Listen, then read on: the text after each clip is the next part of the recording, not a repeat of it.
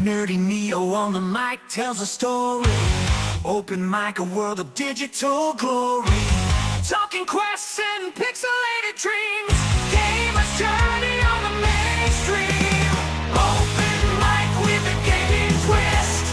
Press on and raise your fist. From consoles all to new. Every game a brand new crew. Week by week a new guest appears. Sharing love for gaming through the years.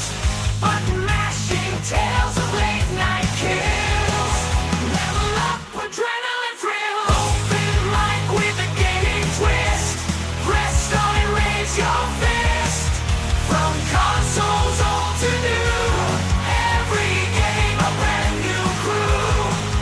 From pixel art to high-end screens. Open worlds and cutscenes. These questions deep they go. Discovering every game in tow.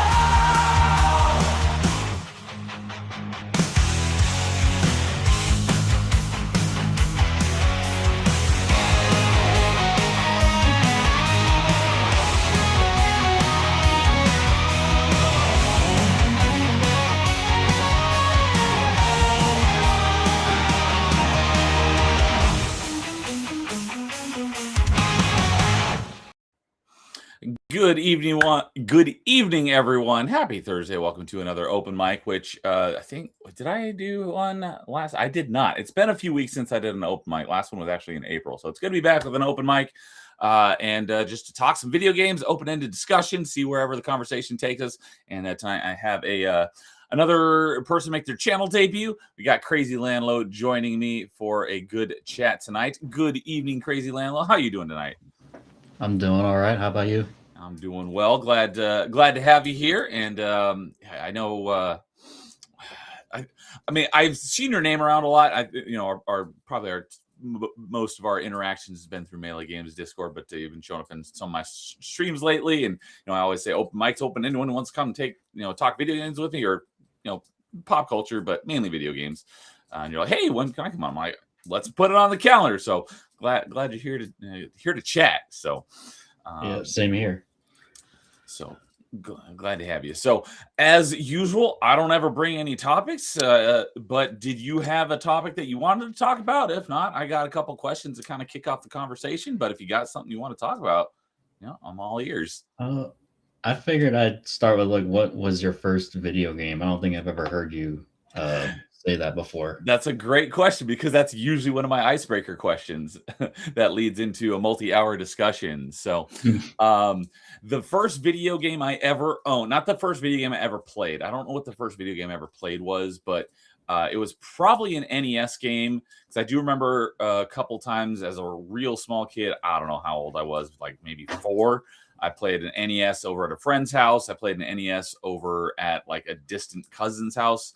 But the first video game I ever owned and console was that Super Nintendo right there, is the one I got for Christmas from my grandparents. Oh, nice. It was in Christmas of 92 or 93. I don't remember which year it was.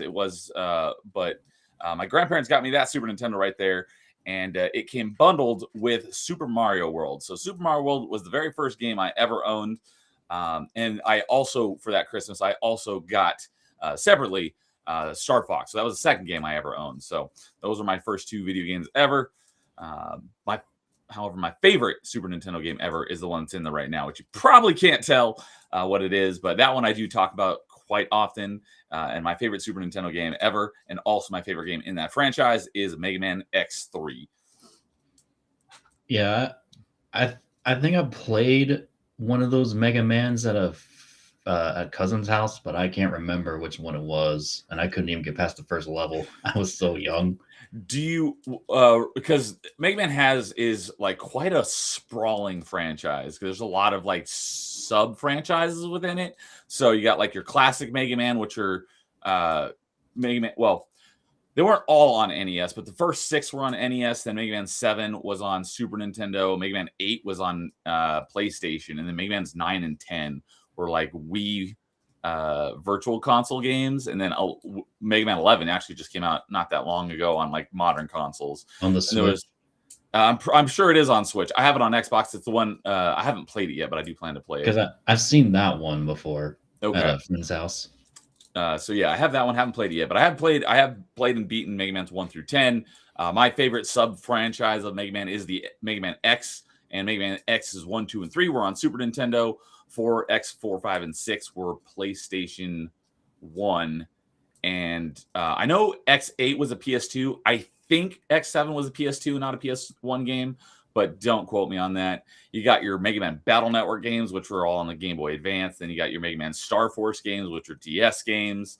There was the Mega Man Zero games, which were also Game Boy Advance games. So it's a sprawling franchise. So I was curious, do you happen to know which, maybe if you don't know which one it is, what platform you played it on? That would narrow it down. I can't remember exactly, but I think it might have been Super Nintendo. It was most likely a Mega Man X game. Yeah, I don't think it was NES. It wasn't like, I remember the graphics weren't like NES level. I think they were better than that. So I assume SNES. It's most likely one of the 3 Mega Man X games. It could have been Mega Man 7 since that was also on Super Nintendo. Yeah. So obviously, I'm a huge fan of Mega Man. It is one of my favorite franchises. We did do our on top 5 last year. I don't know what year. I could look it up, but we did top 5 franchises. It was in my honorable mentions. Didn't make it into my top 5 franchises, but I do freaking love Mega Man. I've played a large majority of the games, and basically all the ones I haven't played, I have on my backlog to play at some point. So, but yeah. So to answer your question, Super Mario World was my very first game I ever owned. So what about you? What was your first game you owned? Or if you do remember what the very first game you ever played was, I'd be interested to know what that is as well. Well, I'm obviously a lot younger than you because, well, same with you. I don't remember which my first game was, but I know the first one I played a lot was Mario 64. Okay. I played a good chunk of that as well. Yeah, I played a lot of that growing up. And was that your introduction to Mario? Yes, it was. It was my introduction to video games, period. Yeah. So, have you since gone back and played some of the older Mario games? Oh yeah, I've played does this count the Mario World Advance port? Yeah, totally. Okay, then yeah, I played that and the Mario Bros. 3 one. Okay, I haven't played the Mario Advance games, but I think I heard that they made some slight additions to it, so it's not the exact same game, but it's very, very close. No, like I know the changes additions they made were voice acting and then Luigi in some of them. Okay. So, but yeah, that totally counts. Yeah, I do. Like I said, I haven't played the Game Boy Advance Marios, but I do plan to play them at some point, especially since dude got me into retro achievements. So it's like, I definitely plan to play those for retro achievements at some point. It's just, I don't know when, since Mario is not very high on my list of franchises, despite it being my first game ever. Yeah, I heard that. It's like I've talked about that kind of at length. I think you were there for one of those in the chat for one of those streams. So it's not like I dislike Mario. It's just I'm not a huge fan of the Mario franchise in general. It's like too basic. I kind of get it though. No, it's not too basic. It's just like one of the things that usually when we talk about, like, oh, you don't like Mario, I don't like Mario. It's just not something I'm like, oh yeah, I love Mario. Like the last Mario game I played in the like release order was Mario 64. I haven't played any of the Marios past that. But what I often say is I don't have anything against platformers. My platformer of choice on Super Nintendo was the Donkey Kong Country games. I love those way better than Mario. All right. But yeah, even though Mario 64 is my first game, I was born after it released. Believe it or not. Yeah, so I'm pretty young for that game to be my favorite Mario game, and Mario Galaxy. Okay. Like I said, I haven't played anything past Mario 64. With the recent launch of Wii on Retro Achievements, I am planning on playing Galaxy 1 and 2 for the first time for Retro Achievements sometime in the near future. You will enjoy them. I promise you that. They are amazing. That's what I hear.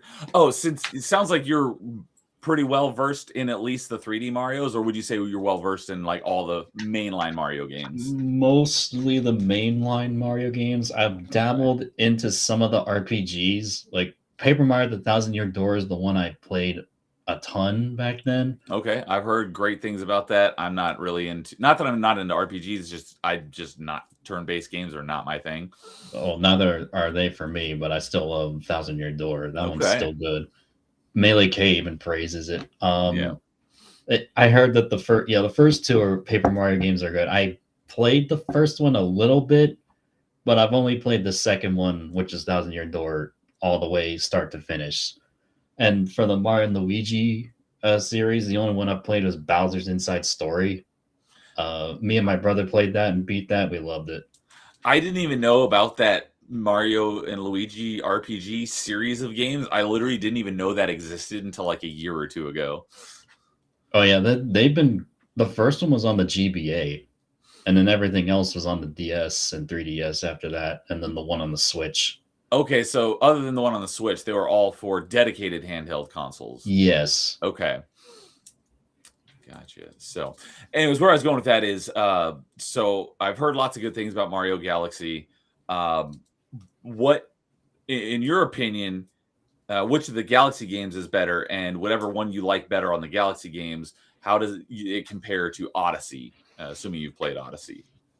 I have played Odyssey, but my thoughts on that later. But I prefer the first one over the second because of the atmosphere. To me, that one feels a lot more galaxy than the second one.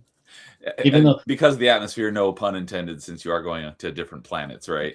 but yeah, but well, the first one feels more like actually in space. The Okay. second one just like most of the. This isn't much of a. It's not that big of a critique, but the second one, a lot of the planets just feel like Earth. Okay. So just all these little planets just running around on Earth.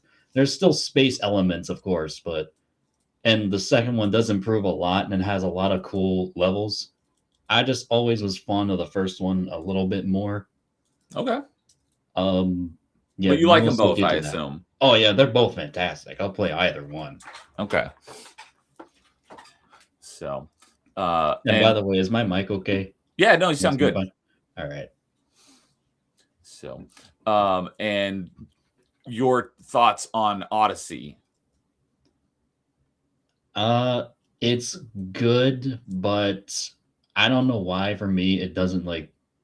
Everyone says it's like a return to form to like 64 and Sunshine, which it is. But I don't know why. For me, it's a little too easy compared to those two. Okay. The music is fantastic. It's almost galaxy level. So the music on all three of them, I assume, is really good. Yeah, they're fantastic soundtracks. Okay, I do hear good stuff about the music in these games often. Yeah, they're stellar. I think the main story is a little too short. Not that Mario's known for story, but it would have been nice to have a little bit more length to that. But the length is basically after you beat Bowser and all that, because there's like 800 moons to collect in that game, which is ridiculous. Jeez. But I will say the best thing about Odyssey is the customization for Mario and the fact that the moons don't boot you back to the Odyssey itself, like 64 and Sunshine do, boot you out of the levels. I was just gonna say, I like I said, I haven't played past 64, so I haven't played Sunshine yet. I'm going to, but I've talked to people at length just recently about Mario Sunshine. They say like after each one you get, it boots you back. And you have to go back in. I was going to ask you if you've played. Have you played Mario Eclipse? Oh yeah, a lot. Well, not a lot, but like twice. So you're familiar with Eclipse, and I heard that's one of the things that they fixed is it doesn't boot you out every time you get a star or shine or moon or whatever it is in that game. For the most part, no, it doesn't. But there are some parts where it will. But I think that's for like specific programming reasons.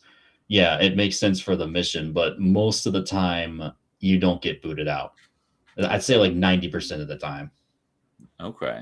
So, since you are someone that is familiar with Eclipse, Would you say it is a drastic improvement on the original Sunshine, or does it have its flaws too? Or would you say Eclipse is definitely the definitive way to play Sunshine? Eclipse is the definitive way to play it. Okay. Because getting all the shines is worth something in the end. Whereas in the vanilla one, in the vanilla Sunshine, getting 100% is kind of BS. Because in 64, when you get all the stars, you actually get some reward for it. Like you get up to the castle and talk to Yoshi, and you get the improved triple jump and all that. Sunshine, you just get jump. Yeah, and then Sunshine, you just get a poster. You just get some poster saying "Have a nice vacation" and a stamp near the file that you or on the file that you got 120 shines on. In Eclipse, it's totally different. There's 120 plus more, so there's 240 shines. Wow. But I think there is a reward for getting all of them. I don't remember if there is or not, but there is. It is definitely worth getting all 240 shines because there's a secret at the end that I don't want to spoil. Okay. Because that I actually just brought this up. I don't remember if it was on Party Chat or one of the episodes of Chattis Factory I've been doing recently. We just talk about random stuff.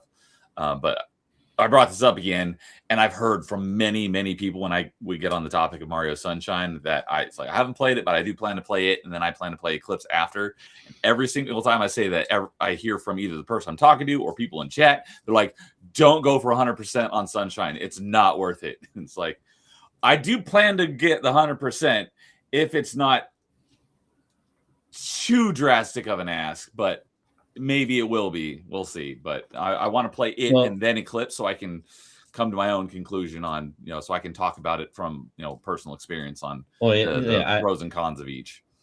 I actually understand that playing Vanilla Sunshine 100%ing that then Eclipse, because you will appreciate Eclipse probably 100 times more if you do that. And Dude, you're familiar with Dude 1286, right? Yeah. Okay. So, because we've talked about it at length, and he's big. He's 100%ed Mario on retro achievements. So, and he's like, it's not that bad. There's just a couple that are kind of a pain. So, yeah, that is true. For me, it's the blue coins. The blue coins are a pain to keep track of. Oh yeah, that's another thing I've heard is that there are like an app or websites you can track your progress because there's no like in-game way to do it. So I do know to look at that once I do it. And then there also is because one of the cool things about retro achievements is games can have subsets where you can have different requirements than like just beating the game. So you could have a lot of times people who are like crazy masochistic will create a subset that's like beat the game without taking damage, like blindfolded with one hand. Obviously they can't track that, but I'm just using that to exaggerate. Like they make these ridiculously difficult achievement sets.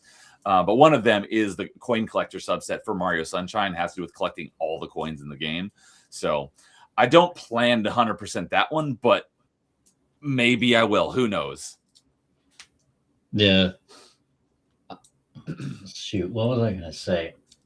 I was gonna say for like, or did I say this? For 100% reasons, you play Sunshine then Eclipse. Yeah, that's my plan. So, all right. So let's see here. Because Odyssey was the most recent 3D Mario, right? Yeah, just most recent. Well, actually, true and false. The most recent newest one, yeah, but the most recent one after that was the 3D World Switch port that came with Bowser's Fury. So technically, Bowser's Fury is the newest, but it's a smaller campaign. Okay, was Bowser's Fury ever? Was that its first release, or was it in a previous game as like DLC and they released it? That's completely new for the Switch port. Okay, gotcha. Because I've heard James talk about it, and he says that one you're talking about with Bowser's Fury is a great Mario game. It is. It's short, but it's really good. I prefer that over Odyssey. Okay.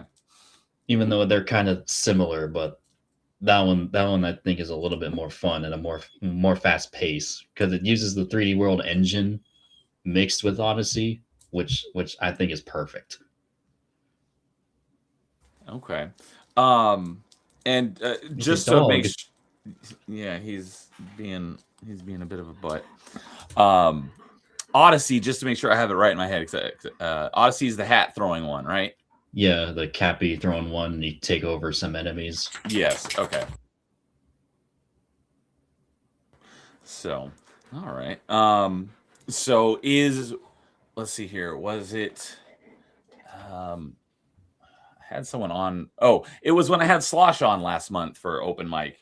We were talking about like favorite franchises. He's like, no, like Mario is legitimately. I don't remember if he said it was his favorite, but it is one of his most favorite franchises ever. So, um, Yeah, it is obviously, one of it's mine too. not very high on my list of franchises. But I was going to ask, is it high on your list of franchises? It sounds like that's a yes. It might as well be because me and my brothers grew up playing a lot of different Marios from the kart games to sports to the main lines and even the new Super Mario 2D ones. Okay. So yeah, it's high on there for me for just like nostalgia mostly, and they still do make good games. Although I haven't bought all recent ones because it's like with Mario, I'm like I'll mainly it's mainline games, not really the sports stuff. Or even though I did find the GameCube ones fun, the sports stuff's not really my cup of tea. I'd rather just play those with friends Yeah. as like party games. Yeah, since you mentioned, I was kind of leading into what my next question was going to be about. Were you into the Mario Party games? Oh yeah, I am. Do The you most have battle scars from waggling the joysticks? Okay, I did not have that. I did not have the original Mario Party when I was young, growing up with the N64. But my brother did get that way later in life, and we still have it because our N64 still works. It's amazing that that thing still works. And yeah, he played it a lot, and I can imagine he might have done that, but I don't know. I didn't check. I did play that at least once. I don't know if I did the hand palm trick. I probably did, but I don't remember. I don't have a scar. So, but I do remember kids. It was controversial when that happened because kids were getting scars and burn marks. Yeah, Jason, my co-host on Top 5, has a legitimate like scar on his palm from Mario Party. Yeah, that's never happened to me. So I'm not a veteran in that sense. So, And the one Mario Party that I've ever played is what everyone considers to be like the worst one. I think it was Mario Party 9 on the Wii. oh yeah, you started off bad. And the only reason why I played it is because my roommate had it at the time, and so we'd play it occasionally. And I always got screwed. That game pissed me off. It's like, oh, it doesn't matter who's in at what place because at the end of the game, we're just going to arbitrarily distribute stars, and we are just going to decide who wins arbitrarily. So I Yeah, hated that game. yeah. I played it once, never again, because that car mechanic. If it was its own side game, it would have been fine. But the fact that that was the main gimmick ruined that game and 10. Yeah, I've heard But 10 was the same way, but I don't think I played that one. 10 is the same way, but it has a Bowser mode where a player plays as Bowser with the gamepad and everyone else has like Wiimotes or regular controllers. Oh, That's is 10 a cool. Wii U game? Yeah, it is. I've never played a Wii U, so I obviously haven't played Mario Party 10. Well, It's yeah, cool, but cool concept though. yeah, that one looked cool though. But if you would have started with any other Mario Party before 9, even DS, you would have been fine. But yeah, that's one of those games. Like, even if I did own it, I'm never gonna play that game by myself. That's a group game. So I Yeah, it totally get. is. I And totally know what you mean. the thing that sucks about like the party games or some of them and even some of the sports games, like even now, they have story modes, and I'm like, and you have to go through them to unlock like new boards and stuff, and even new mini games. It's like, why? I mean, I get if you are playing by yourself and you have nothing else to do, maybe, but why do I have to play through the solo mode to unlock certain things? Oh, so like you have to In order to play things in multiplayer, you have to unlock it in solo first. No. There's story modes in some of the party in sports games, but like you play those to unlock. I know. What was the tennis one on Switch? Not the newest one. It was the one before it. They had a story mode where the only way to unlock other courts, is to play through the story. Oh, okay. But That makes sense. That's pretty standard for a lot of games prior to the advent of online gaming. I mean, it makes I agree, it makes sense, but I'm just like, why can't we just play the game normally, like with other players, and then have the courts unlock gradually? Like, I would have preferred that, because Smash Bros. Ultimate, there's like multiple ways to unlock characters. I was just going to bring up Smash Bros. Because like you don't have anything unlocked at the start, and you have to unlock the characters and the maps and all the settings and stuff. But most of it you can unlock just by playing through the multiplayer or through whatever the campaign mode is. So there are multiple ways to get it. So that is a much better way to do it. So you can do whichever way you prefer. But yeah, I know in older sports and party games, you can just play the game and unlock almost everything, but you do have to play certain modes to get certain things. But I'm mainly not into the sports stuff, because I feel like that's just group stuff. Yeah. And the party style games I'd rather play are Smash and Mario Party itself, or Kart. Or Mario Kart. Yes. Yeah, gotcha. Mario Kart, sorry. I was like, Kart, what game is that? Oh, Mario Kart. Yeah, it just took me a second. Like I said, the most recently released Mario game I played was 64. The most recently released Mario Kart I played was also Mario Kart 64. Smash Bros, though, I've played all of them except for the Wii Smash 4, essentially, since I never played a Wii U. But I was going to ask you, have you played most of the Smash games? I've played every one of them. Okay. So which one is your favorite? It's the controversial one everyone hates. It's Brawl. I love Brawl. Brawl is also my favorite, but that's also because I haven't played a lot of Ultimate. I do own it, but I've only ever played it in solo. I've never played it like with other people who are at least somewhat good. I played it. My buddy, my one gaming buddy, came over and played it once, but he's played Smash maybe once or twice in his life, so it was fun, but I haven't spent a lot of time playing it. It's been all solo, where I've played a lot of Smash 64 and Melee and Brawl with other people. And Brawl is the one that I've spent the most time with, and that one is also my favorite. Yeah, Brawl's very nostalgic to me, mostly because of how much time me and my brothers spent on there, and just the fact that Sonic and Mario were in the same game, they could fight each other. That was the best part. Was that the first game that they were in together? Because I know they've been in a number of games since. I don't think it was the first one. I don't think it was the first. I think it was the Olympic Games. That's what I was thinking. Mario and Sonic, the Olympics. I don't know which one came out first, but that was one of the other ones that I was thinking of. I could look that up. Okay, yeah, while you're looking that up. Due to, as I mentioned, Wii just recently got Retro Achievement support back in April, so I've been playing some Wii games again for the first time in many, many years, and Brawl is one of them. So I actually played through Subspace Emissary just relatively recently, about a month ago, and it's because I was thinking, I'm not a fan of Smash Ultimate's campaign mode. I can never remember what it's called. It's called World of Light. World of Light. Thank you. I was not a fan of it. I had never finished it.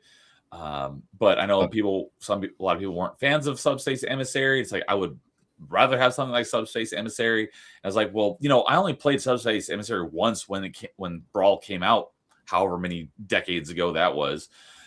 So maybe things have changed and I won't like it this time around. And this time around, I freaking loved it. And the part that I was a lot of people were having complaints with that I've seen just recently is like the last section, the labyrinth, and I thought that part was also excellent. So I loved it. The only thing that I didn't like about Subspace Emissary is Taboo, the final boss, is a cheating POS.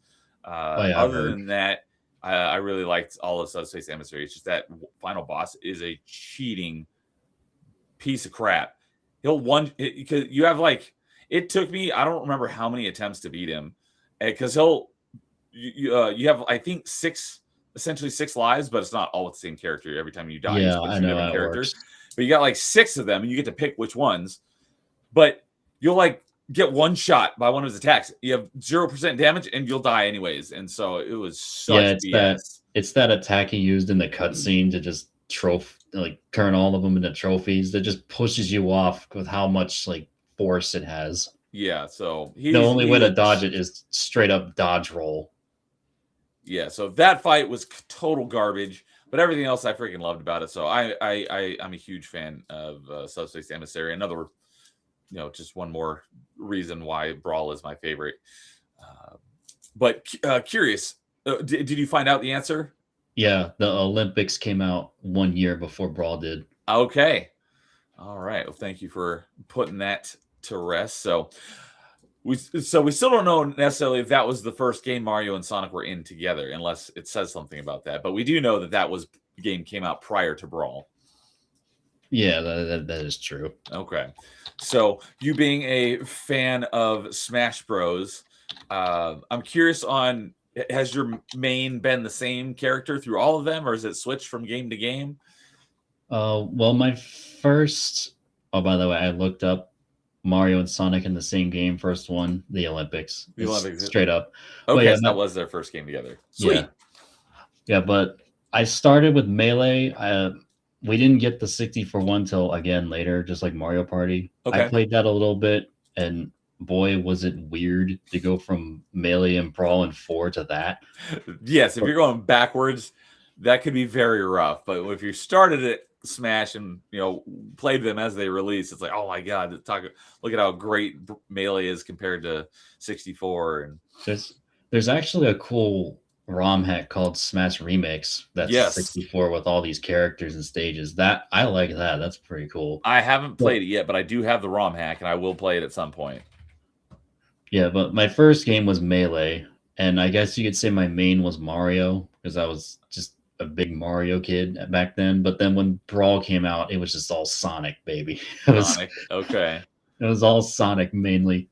Because I think of myself a bigger Sonic fan than Mario. I feel like I played more of his games, like mainline stuff, than Mario, like just overall. So just a quick little side tangent, because I pulled up the Smash Remix that you just mentioned because it has a retro achievement set, and the 100%ing so this just takes the average time on retro achievements of everyone who's gotten all the achievements in the game, and the average time for getting all the achievements on the base N64 Smash Bros is 15 hours. Getting 100% on Smash Remix, the average is 92 hours. The game's longer than Red Dead 2's campaign. That's crazy. So obviously that's just for getting every achievement, but still, Smash Remix sounds like there's a lot more to it than the original N64. Oh yeah, for sure. So I don't know what is in it, but yeah, I am familiar that this ROM hack exists, and I do plan to play it at some point. I don't know what all is added in there either, but I think there's like new modes. I think there's like this like volleyball mode that they added. At least one of them.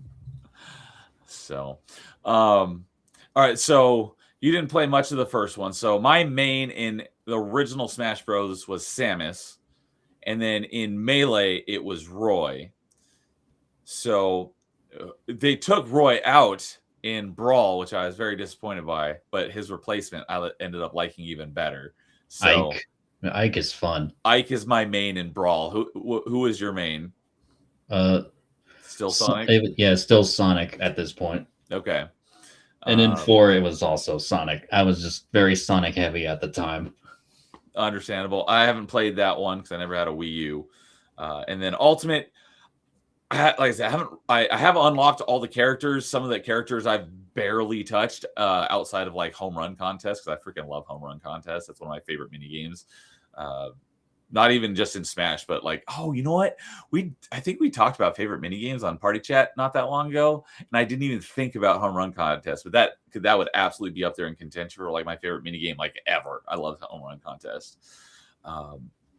But there's nothing more fun beating up that sandbag and just whacking it with the baseball bat. And when in Brawl, when they added like the force field, so you can actually it'll bounce back and forth before it actually flies out.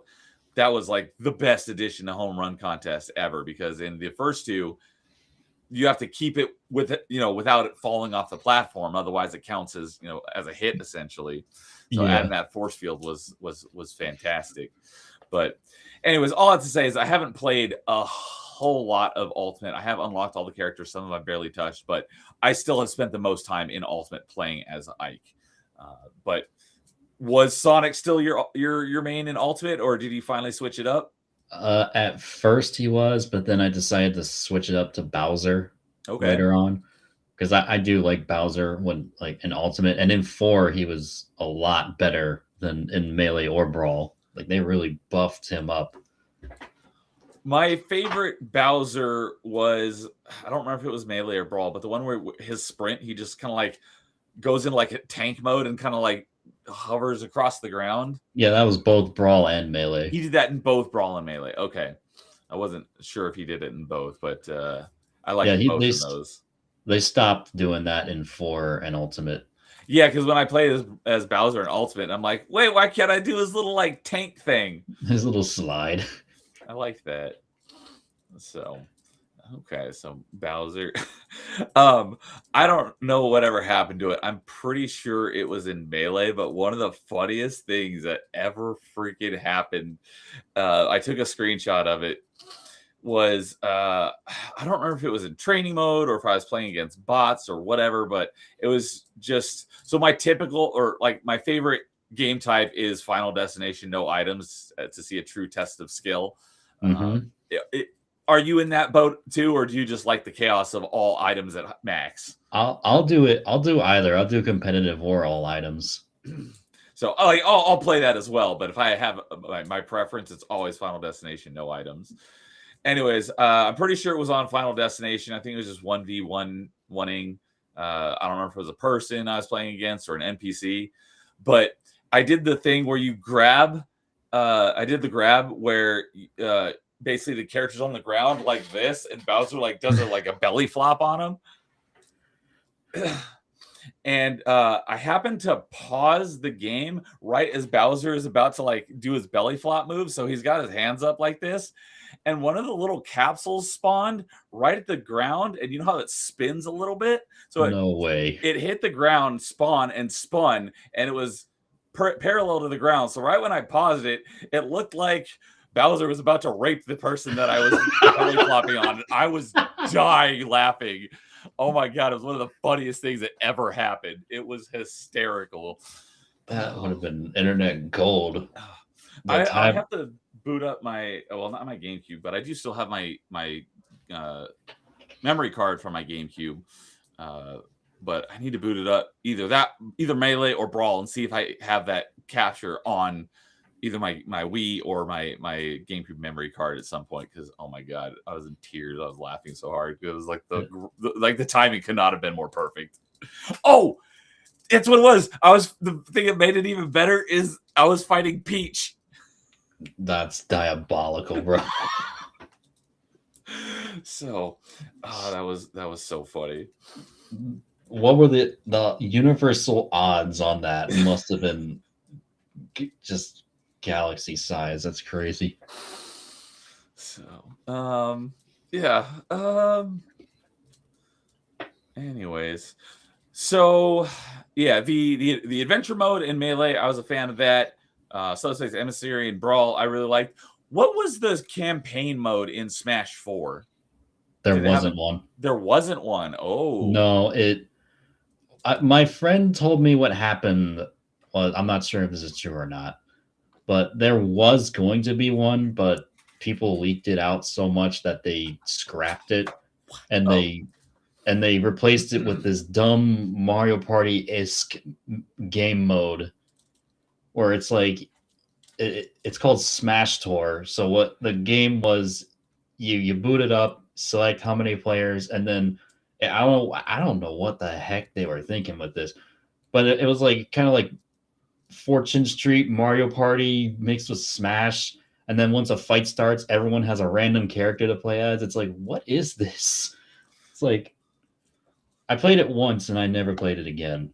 So because the 3DS and the Wii U have different exclusive modes. That was the Wii U's exclusive, but the Okay. one on the 3DS was far better. It was called Smash Run, and what you did was you went around this big maze, collecting like energy stuff and like stamps and stuff. I forgot how it really went because it's been so long. But yeah, you went around collecting stuff, and then like at the end, you have to like race other characters or something like that.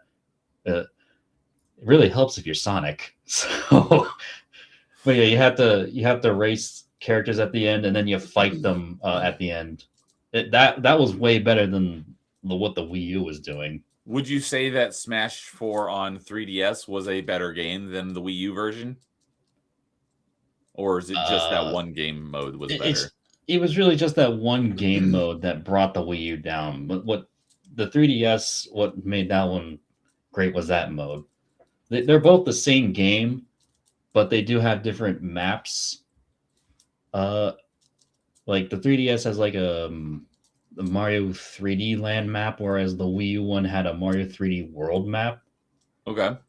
They added both to Ultimate anyway, so Were the character rosters in both games the same? they were the exact same. Okay. They were, yeah, like I said, they're the same game. There's just minor differences, but same roster, same game, same physics, same everything. It was basically Brawl without the tripping. Okay. So yeah, when you're talking about the race thing with being Sonic was really handy. Same thing with that one level in the adventure mode in Melee, where you have to run along the F-Zero track.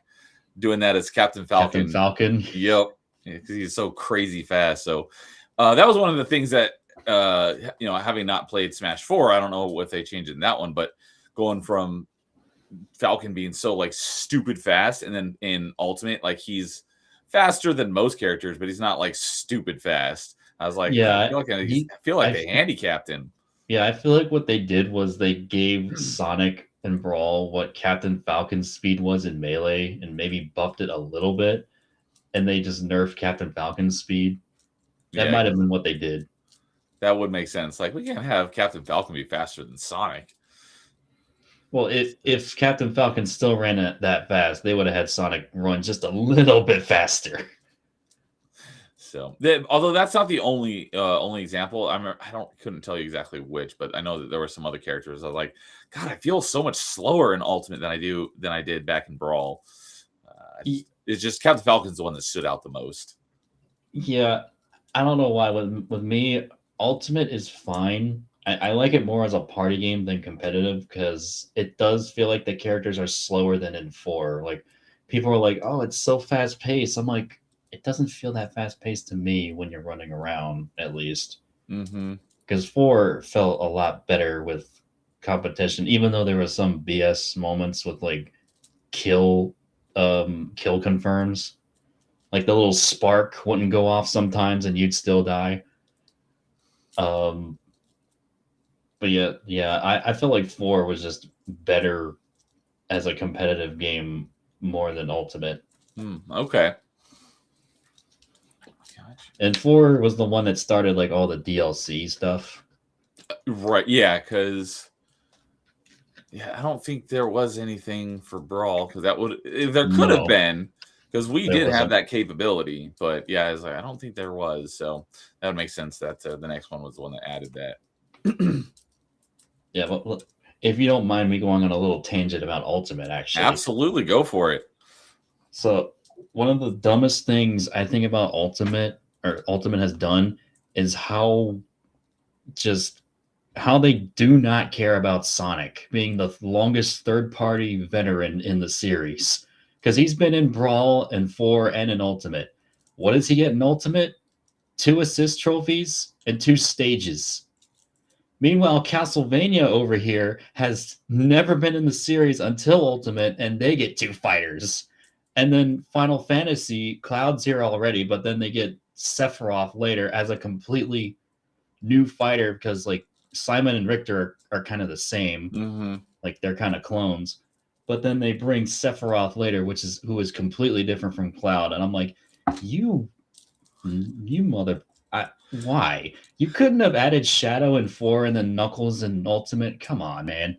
Okay. Was Cloud in Smash 4? Yeah, he was. He was a DLC in Smash 4. Okay, gotcha. So Like, okay, I pretty totally much- understand your gripes. Yeah, I hadn't thought about that, but that you make a great point. Or Tails should have been in there as well. Well, actually, it's funny that you mentioned that. They have Mii costumes of Knuckles and Tails, and not only Ultimate, but that started in 4 as well. So that's the closest we're going to get to official That's other almost like characters. salt in the wound. It's I like, know. oh, you want Tails and Knuckles and Shadow? Here, have these Mii costumes. Like, you son of a bitch. Yeah, it's so that's why like when I saw the full roster on 4 when it came out, and I didn't see Shadow, I was disappointed big time, but at least Sonic was still there. And then Ultimate's trailers kept coming out. I'm like, all right, Shadow's got to be here because Sonic's been here for the longest as the longest third party Longest veteran. non-Nintendo character. Yeah, still doesn't get crap. Just Oh, so are you all? I know you said that you liked it, but would you say you're a big fan of the Sonic franchise as well, or just? I love it. I love Okay. Sonic. That's why he was my main a lot. Okay, that I figured that. Just wanted to make sure. That was the next franchise I wanted to talk about. Okay, so that's actually a perfect segue. So the only Sonic games I've played was the couple that were on Xbox Live Arcade. I think I played Sonic and Knuckles, and that would have been like almost all the classics and like Sonic the Fighters. Sonic R, I think, might have been on there. I played Sonic and Knuckles, Sonic the Hedgehog 2, and then I played the Sonic Ultimate Genesis Collection, which had a bunch of different Sonic games in it. But you didn't have to do a whole lot in each one. It wasn't very like the achievement list was basically beat the game in each one of these, so you didn't have to do any of the side stuff or collect all the items. So I don't even remember which ones it was. So I would definitely not say like, oh yeah, I played through that game in its entirety. But I talk to people often that are big Sonic fans. Like, I think I've seen you in a couple of the Chattis Factory chats, and Lowest Expectations has been a fan of Sonic. And I hear generally that Sonic Adventure 2 is a lot of people's favorite. In the 3D era, yes. So are you a fan of that one? Yeah, I love Sonic Adventure 2. Is that your favorite Sonic? It's up there, but I don't know. Because every time I play Adventure 1, I'm like, wow, this one's with the open hub world, semi-open hub worlds, and just how fluid the movement is, mostly with Sonic. I'm like, yeah, I can see why people like this one way more. But but Sonic Adventure 2 is still up there for me as my favorite because of the story alone and the introduction of Shadow, my favorite character. Oh, that's where Shadow was introduced? Yes. I did not know that.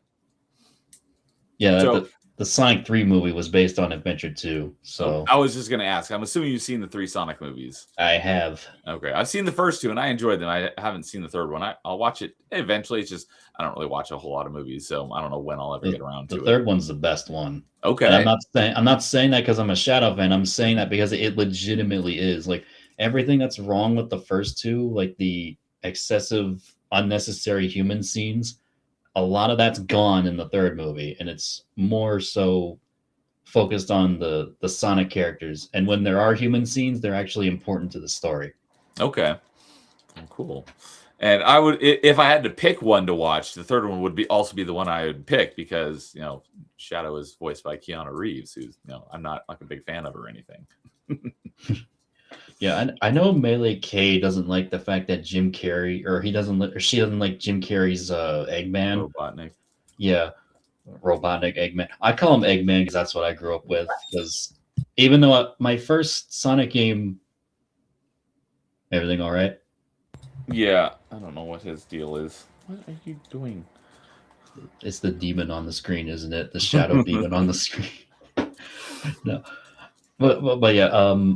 The Mega Collection on GameCube for Sonic was technically my first game, with the first game in the collection, the very first one. But even though I did read that his name is Eggman or Robotnik, Sonic Heroes, when we finally got that after I played it at cousin's house and I wanted it, it was just Eggman from there on for me. So, and Heroes is underrated. Sonic Heroes? Yeah. Okay. I get the complaints because the ground is like oil, essentially, but there's ways around that.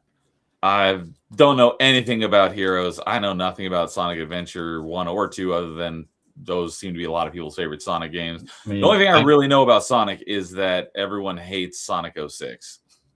Yeah, for understandable reasons, because that game was rushed to hell because it was supposed to be Sonic Adventure 3 essentially.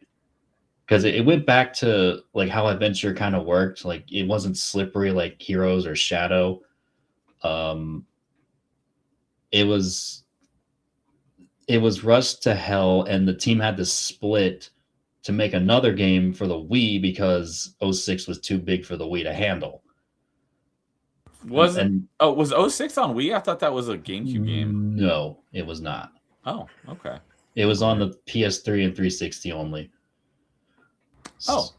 But yeah, like I think if they were to cut out a lot of the unnecessary side missions that don't play any part in this main story whatsoever, they probably could have polished it a lot better. And it's basically game breaking glitches that people don't try to run into. And the Sonic, the fast speed sections for Sonic, those are, in my opinion, the worst of the game. Because when you get into them, those like literally the smallest thing you run into can hurt you. And you have no invincibility frames after you get out of the roll animation. So no iframes? No, well, you have iframes when he's rolling, and then when he recovers, no iframes after that. So anything can just kill you if you don't get a ring. Oh my and, goodness! Like the side of the wall can kill you or hurt you. A pebble could kill you. And there's even some parts where you can't even move when he starts running. There's like in the first stage specifically, like there's parts where Sonic's jumping on these big cliffs, and once he lands on the beach, he just starts bolting, and you can't move. And there's like a ramp you can run up to, and you're trying to move left. He won't do it. He'll move left after like a second, and then and by that point, you just get hit by a robot because like it's so unpolished. At least in the Sonic speed sections are the worst because of that. It's just that sounds awful. It is awful. It's very. The thing is, I feel like everyone complains about Silver in that game, how broken he is. He's broken for good reasons. I've seen people just just stand on a box and just lift it to the end of the level. That's because what he can do is like he can stand like on objects and make him float while he's on them to get higher, even though the guy can fly. In the lore, but his Silver can fly. Yeah, you see that in the opening cutscene of his story. He's flying in the opening cutscene, but I guess his not gliding, actually flying. Actually flying, not gliding. But I did not know that. But yeah, like I guess his emphasis was more platformer based, so they wanted him to like lift objects to get to certain areas and stuff. But yeah, he has an ability where if he stands on a box and you hold like RT or R2, whatever console, the box will lift up. And there's like a trick people do to where they just do it infinitely and they just glide across the map. So yeah, I feel like Silver's broken for good reasons, but to me, the worst part's the Sonic speed sections. Okay. I've heard that there's like a ROM hack or like a better version. I think it was like Sonic like Project R or something like that. Yeah, Do you know what that yeah, it's about it? called it's called Project 06. It's Project. not finished yet. It only has all the main levels for all the 3 stories for Sonic, Shadow, and Silver. But Okay, so it's still not done yet, but yeah, it's a work in progress. But there's another mod that's actually finished that fixes up the game, and it was released, I think, way before Project 06. It's called Legacy of Solaris, and you have to play it through the Xenia 360 emulator. you have to At play least through a I think. specific emulator. Interesting. I don't know. The I don't detail. know if you can play it elsewhere because Sonic 06 on the Xenia emulator, and as well as Sonic Unleashed, they both have a mod manager that you can tinker around with and like put all different codes and mods and stuff. And Legacy of Solaris is mainly on that, I think. At least Okay. that's where I found it. And so I didn't get to finish it all the way, but it does fix a chunk of the problems, like bad control responses and stuff. Phasing through walls sometimes, because that does happen a lot. Like I remember the ones that and the snowboarding sections are awful. They're awful. Uh, One of the glitches that made me rage a lot when I first played it was there was a level called Flame Core, and Sonic, you have to run on the side of a wall and avoid like fire shooting out of the walls. And for some reason, Sonic just feels the needs to give up and just jump off the just jump off the wall. I'm like, what'd you do? It just falls. And the worst part is on those levels, if you hit lava, like Sonic will he'll take damage and he'll have iframes, but the rings will fall into the lava, so you're screwed if you don't find a platform. Oh, okay. Yeah, that seems a little cheap. It's like I said, 06's main issue everyone has unpolished as hell and broken as hell. And the funny thing is, you know who Yellow Flash is? Yeah. Man, do I have a bone to pick with him, because there was one episode of Side Scrollers where he listed like good 3D Sonic games. He only listed both adventure games and Generations, and he didn't mention Colors, which is widely regarded as what brought Sonic back. Okay. And that was before Generations. I'm like, this guy does not know jack about 3D Sonic games. And he calls Sonic Heroes trash or a piece of garbage. And Unleashed, nowhere near as bad as 06, mind you. Yeah, he's I've followed him for a while way back. I haven't really watched. I have watched a couple of his recent videos just because I've been kind of following some of the quartering drama. So I've watched one or two of his videos, but yeah, I haven't really followed him in a long time. But I do remember one time, the one thing that I thought was like, God, you're a freaking idiot, was not that either of these movies are great.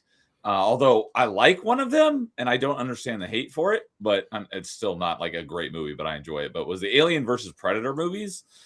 Mm-hmm. And I really like, I enjoy the first one. Not a great movie, but enjoyable. I liked it. Everyone seemed to have hated it. And then Alien vs. Predator Requiem came out, and everyone hated that one, and understandably so. That movie was garbage, and the first one is far superior. And he thought that Alien vs. Predator 2 was better than the first one. It's like, God, you're a moron. That doesn't shock me. I don't understand it. I mean, I know Sonic 3D, and especially in the 2000s, has gotten a bad rep with After Adventure 2, but it's like most of the games that people call absolute garbage are not even close. Like, yeah, you'll have problems with heroes like sliding around in shadow with BS missions you have to do and multiple endings. And Unleashed is kind of unpolished on the 360 version, at least in the daytime levels. So there's some levels where like Sonic will try, like you'll home in onto a bar to do like somersaults, but he'll just miss it completely, but at least most of them are over areas where there's a floor, so it's Yeah. not that bad. But yeah, like Unleashed is a little unpolished, but it's not a broken mess like 06. Okay.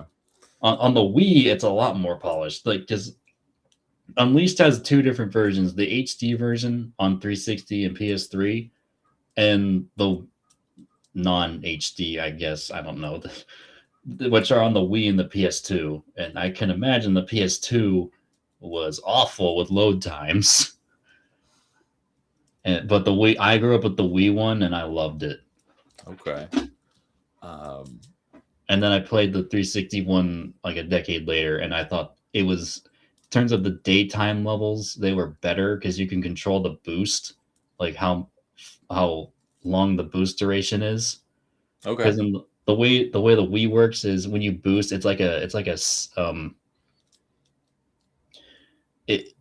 Sonic will boost for like 3 seconds. You have no control for how long he boosts. He'll boost for like 3 seconds, and it takes a bar away from the boost gauge. Okay. So it's kind of weird in that way, but In I the did like the Wii one, is it like as long as you hold it down until the bar runs out? But if you Yeah, let go, yeah. it'll stop immediately. Yeah, like you can hold it down because it just takes away like a gauge on the bar in the bottom left, because you'll have like 3 bars, and you collect more rings, it'll increase, so you can have like more chances to boost. Like if you look up gameplay footage, you'll see what I'm talking about. I'm trying to explain it as best I can, but Unleashed, if you hold the boost for like 5 seconds, you will boost for 5 seconds. But if you tap it, the boost on the Wii, he'll go for just 5 seconds himself, because it's automated.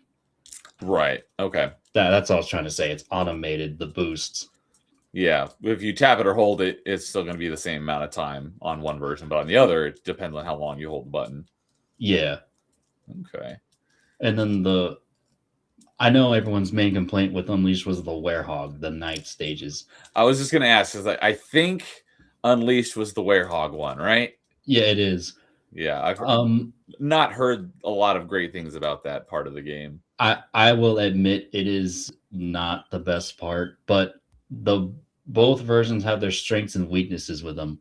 Like I feel like the 360's combat wise was way better than the platforming. Platforming sucked on the HD version, but the Wii, the Werehog has like a jump, like he could jump like 20 stories high.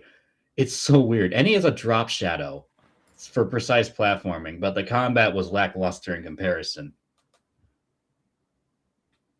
So it's like a mixed bag for both. But if I had to choose which style, I'd go for the Wii because the platforming was so much better. Okay. Yeah, I was going to be my question to you. If you've had it, since it has different versions, which one would you prefer? So the Wii one. So. Oh well, I meant for the Werehog specifically. Oh, just the Werehog sections. But Okay. but I guess overall, I would pick the Wii version because it's a lot more polished. But the 360, there's actually a fan. There's a fan project called Unleashed Recompiled, and it's basically the 360 version if it was on Steam or on PC. So, and people can mod it and stuff. So that's probably the definitive way to play it anyways now, because people can mod it and fix it up. Sounds like it. So really quickly, it was already like 10 minutes ago, but I just want to say hi to Ariana. Floyd showed up in chat saying hi, Neo. Good Hello. evening, Ariana. Always good to see you. So so my next question I was going to ask you is kind of similar. Well, actually, I don't think I did ask you this about Mario earlier, but are you a bigger fan of 2D Mario or 3D Mario? I think you said 3D Mario. If I had to pick, it'd be 3D all the way for whatever game I'm playing, because I'm so spoiled with 3D. Okay, so that would apply to Sonic 2D versus Sonic 3D as well. All right. I have played the classics though. I've beaten 1 and 2 and CD. I don't think I've beaten 3, but I played the final boss when my brother beaten it. So sort of beaten it, but not really. I'll probably do it one of these days on my own time. But yeah, I'd say my favorite of the classics is actually Sonic 3. The soundtrack and the story and the levels were just peak at the time.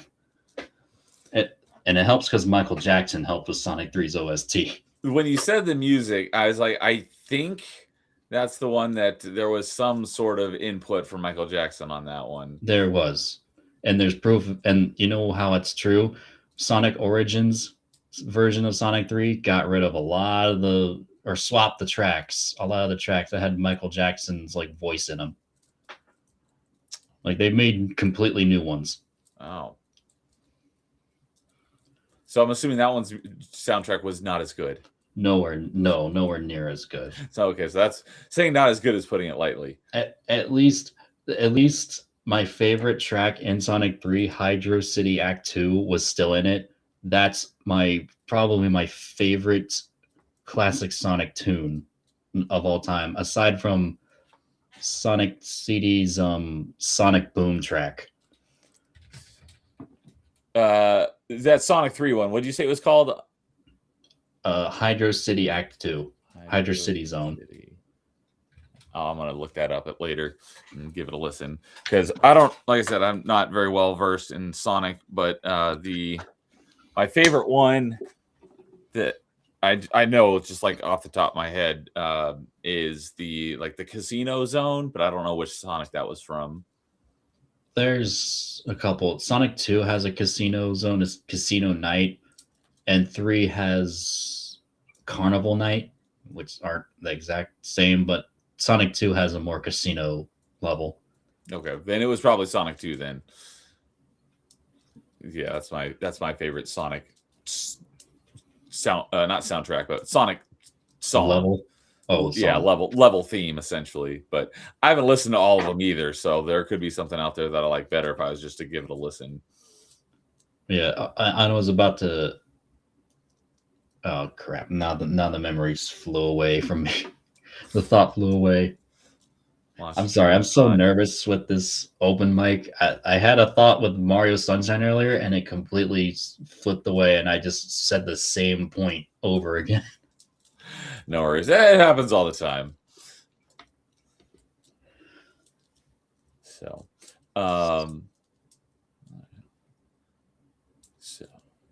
it was Sonic 3. I was gonna say, I found out my thought. Oh, excellent. A lot of the songs were based off Michael Jackson songs in Sonic 3. So that's why he did have a lot of input. And if you listen to because people have done mashups with those themes with his actual songs. Okay, that sounds awesome. And Hydro City Zone is based off of Bad. Ooh, that's one of my favorites. Yeah, I'm pretty sure you'll like it a lot. And Bad is my favorite album of Michael Jackson's. Yeah, I just love that song too. And then there's another level in the game. There's something Garden. It's based off a Thriller. You'll really hear that one too. And Ice Cap Zone. Ice Cap Zone's another one of my favorites. It's based off of Smooth Criminal. A lot of similarities. All right. Well, I'm writing that down. I'm going to give the whole Sonic 3 soundtrack a listen, not just that one Hydro City song you mentioned. Oh yeah, the whole soundtrack is just stellar. I am a huge Michael Jackson fan. Sonic and Knuckles, the game, is technically part of Sonic 3, but Michael Jackson had no part in it. But the soundtrack's still good. So, it sounds like, would you say you're also a fan of Michael Jackson? Yeah, very much. Okay. Did you happen to see Michael? I did not. I didn't get time to see it, mainly because of family losses recently. But I don't want to talk about that. Oh, I'm sorry to hear that. Yeah, sorry for your loss. Thank you. But understandable. Yeah, the reason I got into Michael Jackson at a young age is because my dad was a fan of Michael Jackson. So I actually have a couple of Michael Jackson tapes somewhere around here. Bad is one of them, but I also have Off the Wall. But Bad is absolutely my favorite Michael Jackson album. And because there's been a lot of Michael Jackson stuff lately, not just with the movie, but there was the Michael Jackson theater play that I went and saw at the beginning of April. And then the movie came out recently, or let's see here. Was this in April? It doesn't have the date on here, but this was freaking fantastic. And then the movie came out a couple weeks later, so I've been listening to a lot of Michael Jackson lately. My dad and I went to go see Michael the movie, and it was freaking great. I hope they do another one that continues right where that one left off, because it ends on not really a cliffhanger, but the movie kind of just ends, and it does say something along the lines of Michael Jackson's story will continue. So I hope they do another one. Yeah, I heard that like right after it came out, people were talking about the second one coming. Yeah, I hope it does. And yeah, I don't know the ending, but that's what I heard. The actor that played Michael Jackson, Jafar Jackson, who is actually his nephew, did a fantastic job. Yeah, I heard his nephew played him. That's really cool. Yeah, and that was his film debut. He'd never been in a movie before, and he came out swinging. So I really enjoyed it. It was really great. So if you're a fan of Michael Jackson, if you can see it in theaters, if it's still anywhere, I would recommend it. But once it comes out on streaming, wherever that is, yeah, definitely give it a watch. Maybe this weekend, if the theater I go to for movies still has it, but I probably won't see it if it's not in that theater because I don't like streaming services. Understandable. So, all right. Real quick, I wanted to say what my top 5 Sonic games were. Oh, absolutely. Just go for quick. it. I don't have one because I haven't even played 5. But if you have a top 5 Sonic games, I'd be happy to hear it. So starting with 5, of course, and working your way up. Well, I don't know if all of them are in a particular order, but I know in no particular order. That's fine. Pretty much. It's just, if you had them numbered, I would say start at 5 and make your way to 1. Because when people do like a top 10 list and they start at 1 and go to 10, it's like, no, you're doing it all wrong. You got to start at the bottom and work up. Yeah, I understand that. That annoys the crap out of me when I see that. It kind of changes for me depending on like my mood of how the game is and stuff. But that's fair. Adventure 1 and 2 are definitely at the top. Unleashed is probably 3rd. Okay. I'd say Shadow the Hedgehog, even with its multiple endings and some of its BS missions, that's probably number 4, mostly just because I love Shadow. And his game concept was so good that it's pretty much the Sonic Heroes engine, but just solo with Shadow. I think on Chaz Factory with Lois, either today or yesterday, we got on the topic of Sonic, and I think it was yesterday, and he was saying something about how he's going to 100% on stream I think it was the Shadow game, but I don't remember which one. I'll have to ask him tomorrow. But yeah, I'll have to tell him if he doesn't listen to this one on his own, I'll have to tell him to go back and listen to it because we talk about Sonic a lot. So go ahead and continue. My last one was just going to be Sonic Heroes. All 5 of those I probably have the most memories of. So yeah. Are those all like older Sonic games? Yeah, not like the oldest, but like over 10 years old. Yeah, they're all over 10 years old, pretty much. Okay. I remember doing a Sonic Unleashed video on my Krazy LanLo channel probably years ago for its 10-year anniversary. So yeah, they are all over 10 years old. And Adventure 1 is I think 98, and the rest of them are in the 2000s. Okay. Yeah, the 2000s had in my opinion, the best story writing for all the Sonic games. And then after 2010 hit, it just took a downward spiral of a story. That's kind of what I hear is the general consensus. Yeah, the 2010s, like, as sucky as it is to say, the best story of that era was probably Sonic Forces. And that was not even that great. It's like the best of the worst. Yeah, pretty much. I'll give them credit for that. At least they tried to go in a more darker direction, like in the 2000s with that one, but it was still, there was a lot of plot holes with that one. There's so much that was like, what? So, all right. So,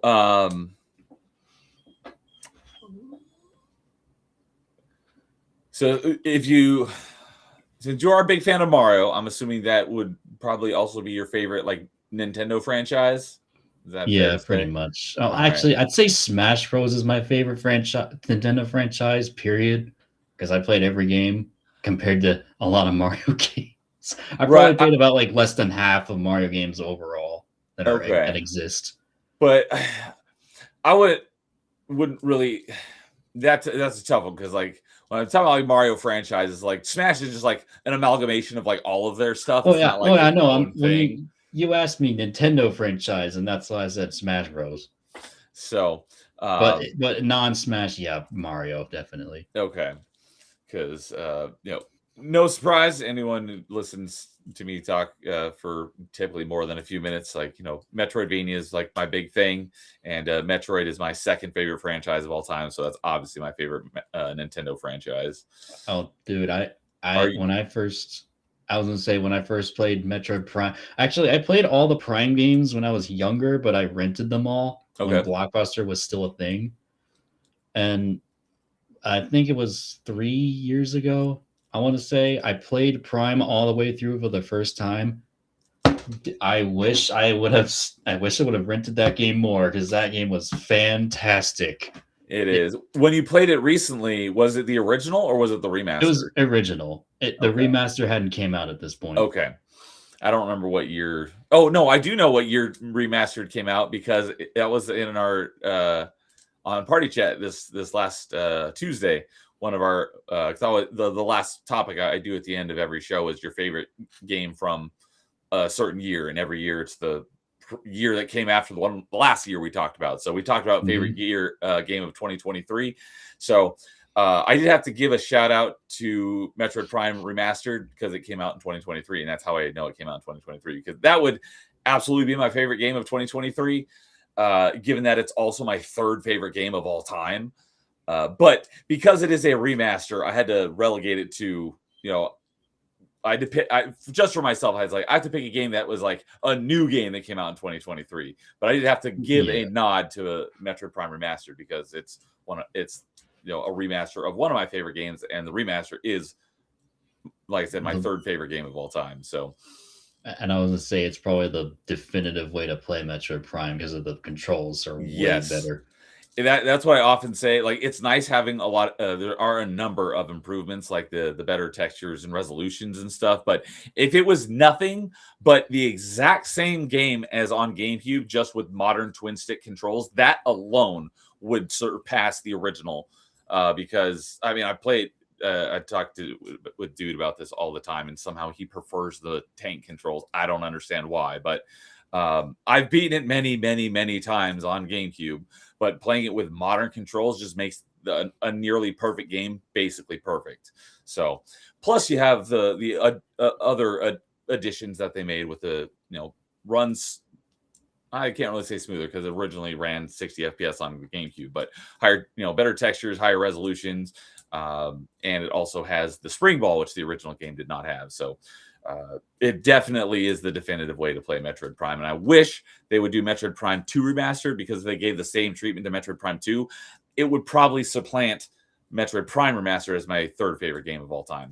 Because even though Prime, like Prime 2 has more issues with it than Prime 1, I like Prime 2. Like they're like neck and neck, but I freaking love Prime 2.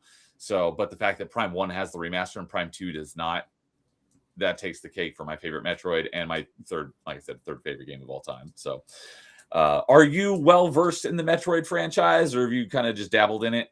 I've more so dabbled in it.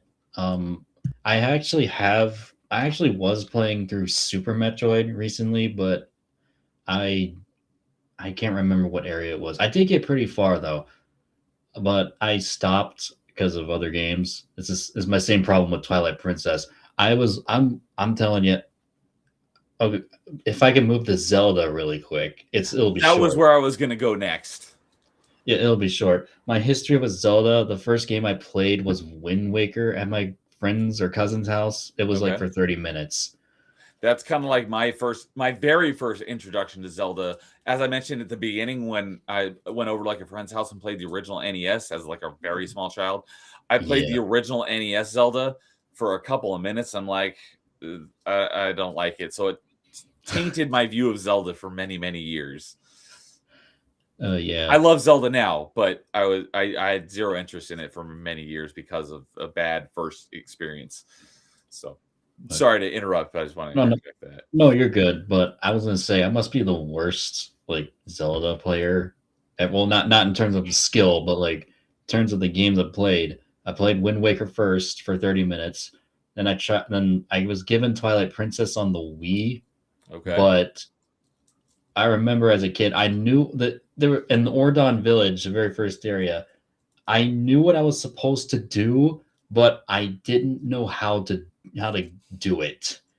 And when I played it recently on GameCube, all I had to do was make a jump because there was no jump button. I just had to run. I'm like, are Yes. you kidding me?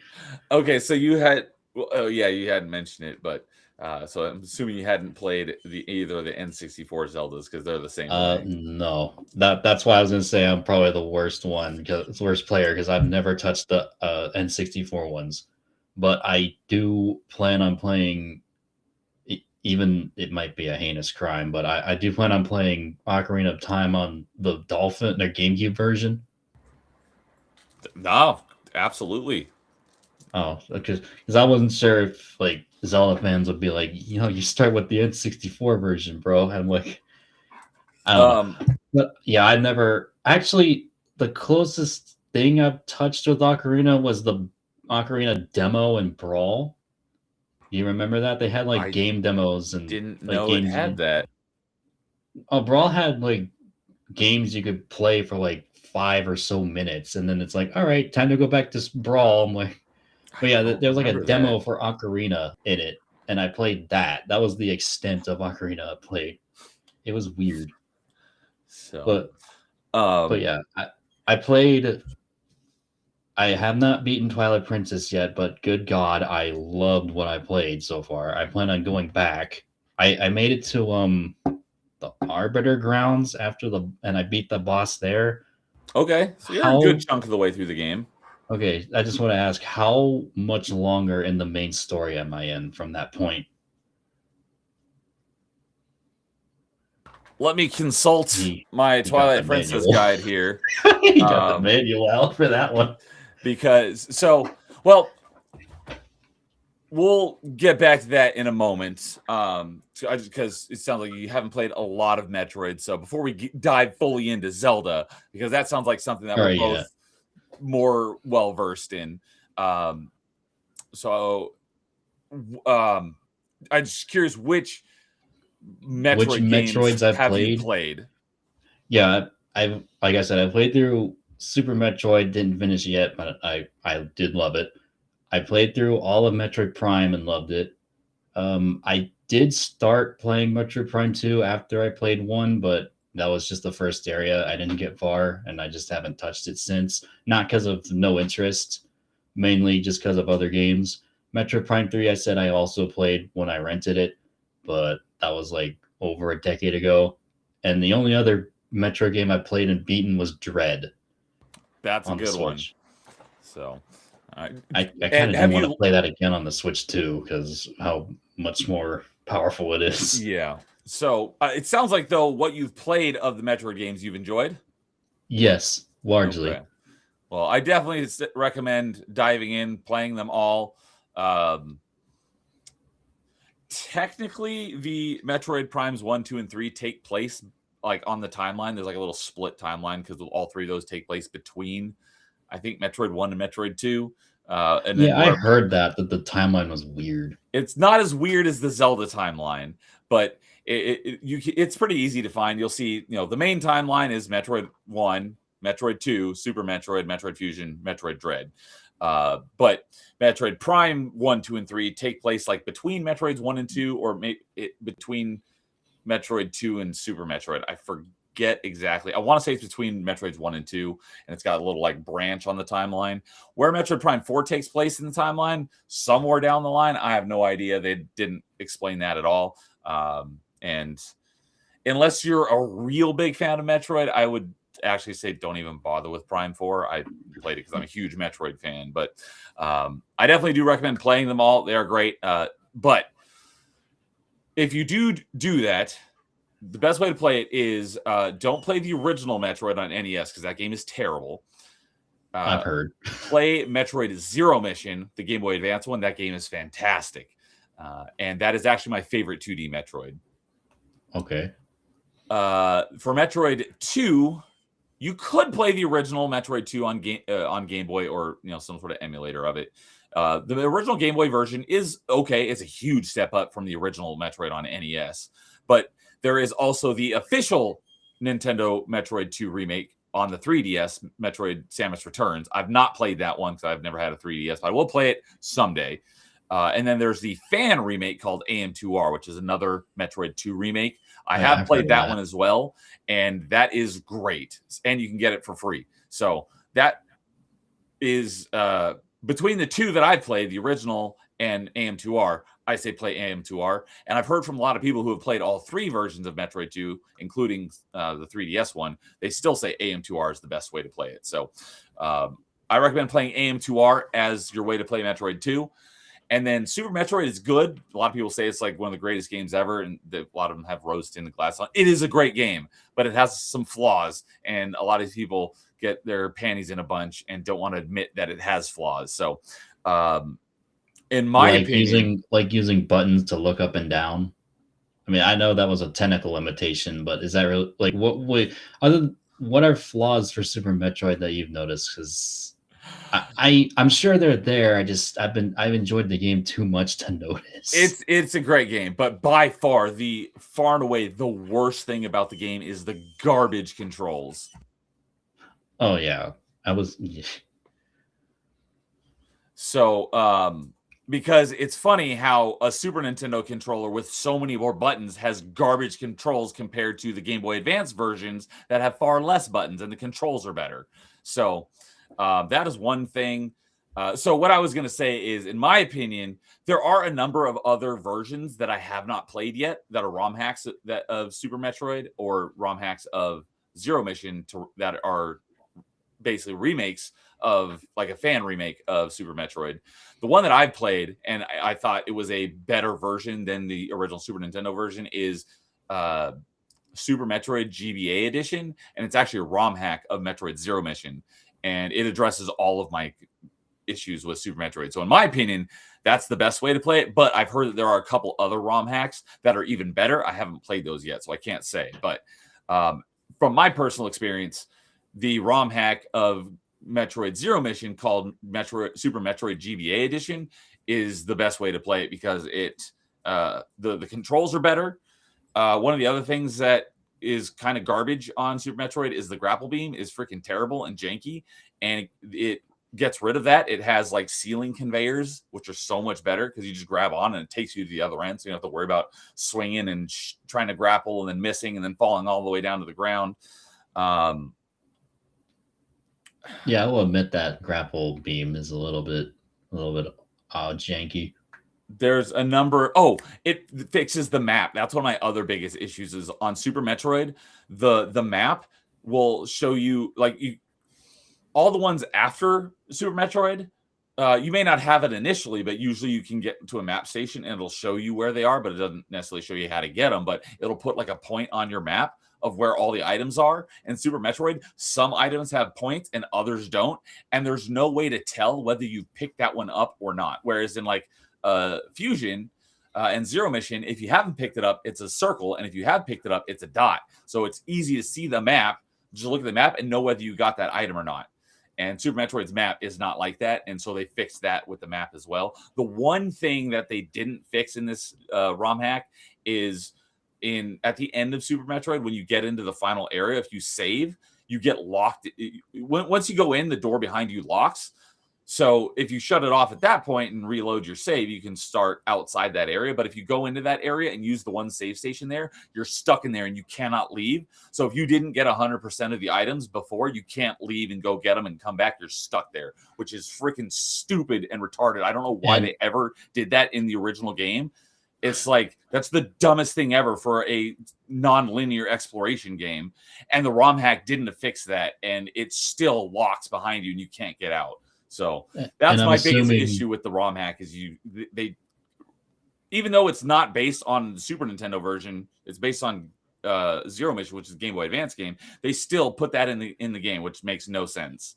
So I'm assuming it's like once you go to the final area, your basically done for the rest of the areas. Like you're locked out from there. Is Yeah, what you you're get saying? locked in. So if you didn't get everything before you go in, then you can't get back out without reloading your save. And the only way you can do that is if you didn't save in that area. Because if you saved in there and then you reload your save, you're going to start off where you last saved. So That's um, I can I see that being a 100%er's nightmare. exactly. And I forgot, like I knew it, but I forgot about it.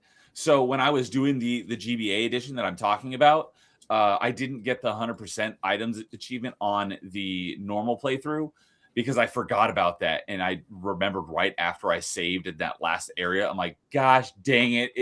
I was like, wait, maybe they fixed it since it's a ROM hack. And I tried to get out and the door's still locked. I'm like, why didn't you fix this? So when I did my second playthrough on hard difficulty, I made sure to get all the items before I went in there. So, anyways, that's in my opinion the best way to play the first 3 games, and then there's only one way to play Metroid 4, which is Metroid Fusion. As far as I know, there are no like fan remakes or anything of that one. And then Dread is pretty recent, and that game is great. So, in my opinion, that's the best way to play the 2D Metroid games. And then there are ROM hacks of some of the Metroid Prime games, but they're not like making them any better because you can't really, because they're basically perfect.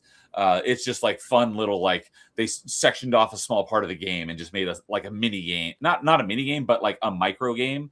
Like there's this one person who makes these ROM hacks called Samus Goes to the Fridge to Get a Glass of Milk, and they've done one for Metroid Fusion, Metroid 2, Metroid Prime, and it's just like they take a small section of the game map and you can beat it in like 5 minutes, but you have to do it like 5 or 6 times because there's different things that you can only get like one of these. Well, they all have retro achievements as well. So some of these retro achievements you can't get them on the same playthrough. So you have to play through it once to get this achievement, and then have to play through it again to get this other achievement. But even so, they're like I said, they're like micro games. So I got all of the.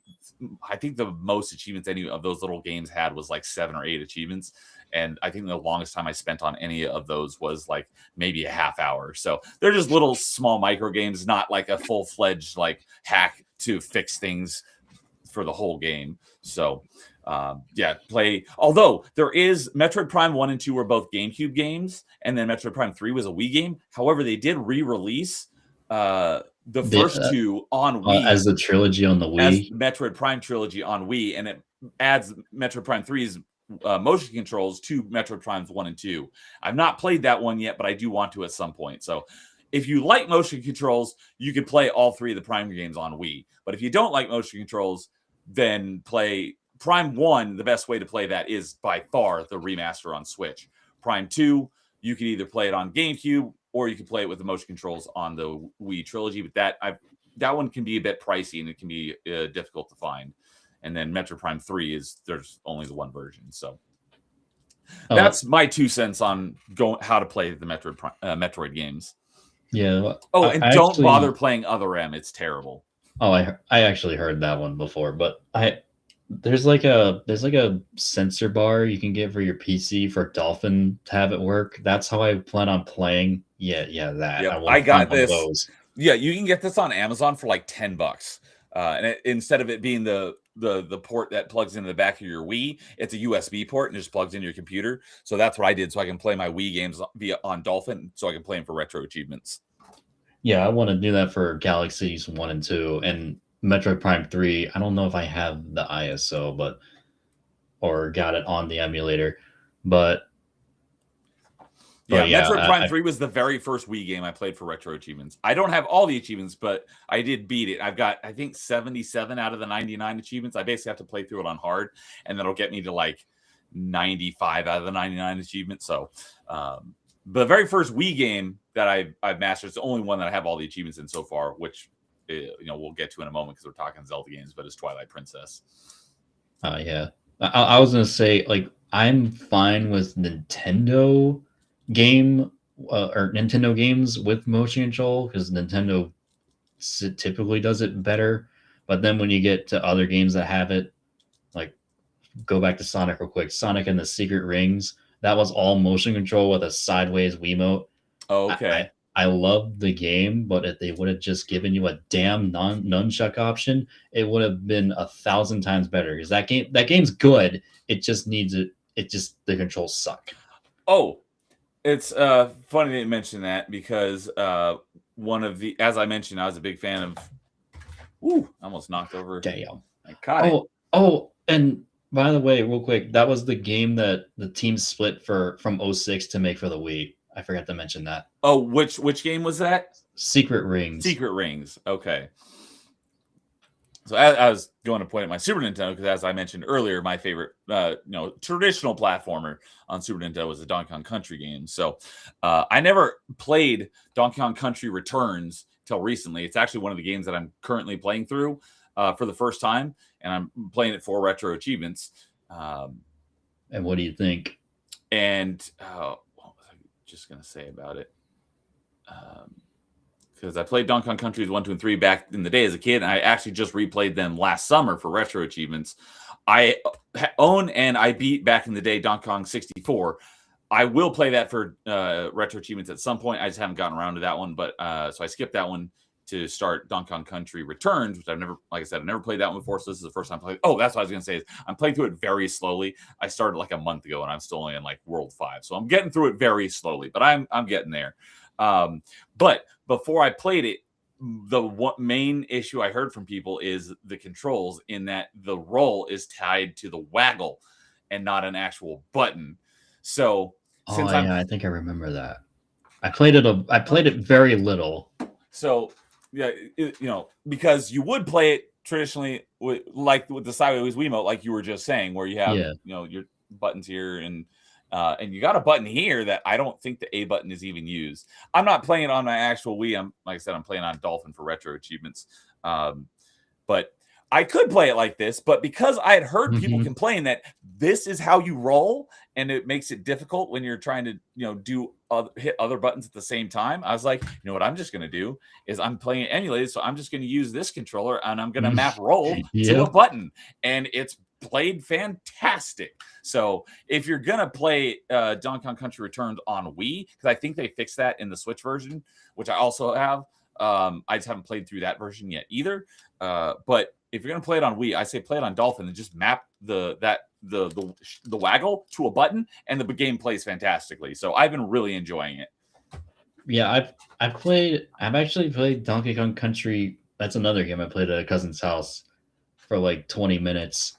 I played like just a little bit, and Returns my brother mainly played. I played that one a little bit as well. I wasn't into Donkey Kong platformers as much, but yeah, I played both of those a little bit, and I thought they were both fun. I remember him struggling with like a volcano level, that because I heard that the game's difficulty spikes near like at the end of near like the later worlds, like how some Nintendo games seem to do a lot. Because I've noticed that like in New Super Mario Bros, the world difficulty spike at like worlds 7 and 8 are crazy. And on like the original Mario, most of the game is not too difficult, but World 8 is like stupid hard. Yeah, that seems to be a trend for a lot of Mario games I've noticed, the main ones. All right. So I'm looking at my retro achievements right now. The most difficult thing is that if you complete all of the standard levels in a world, then you unlock the I don't know what it stands for, but each world is kind of like Mario, where you have like 1-1, 1-2, and then the next world is 2-1, 2-2, and whatnot.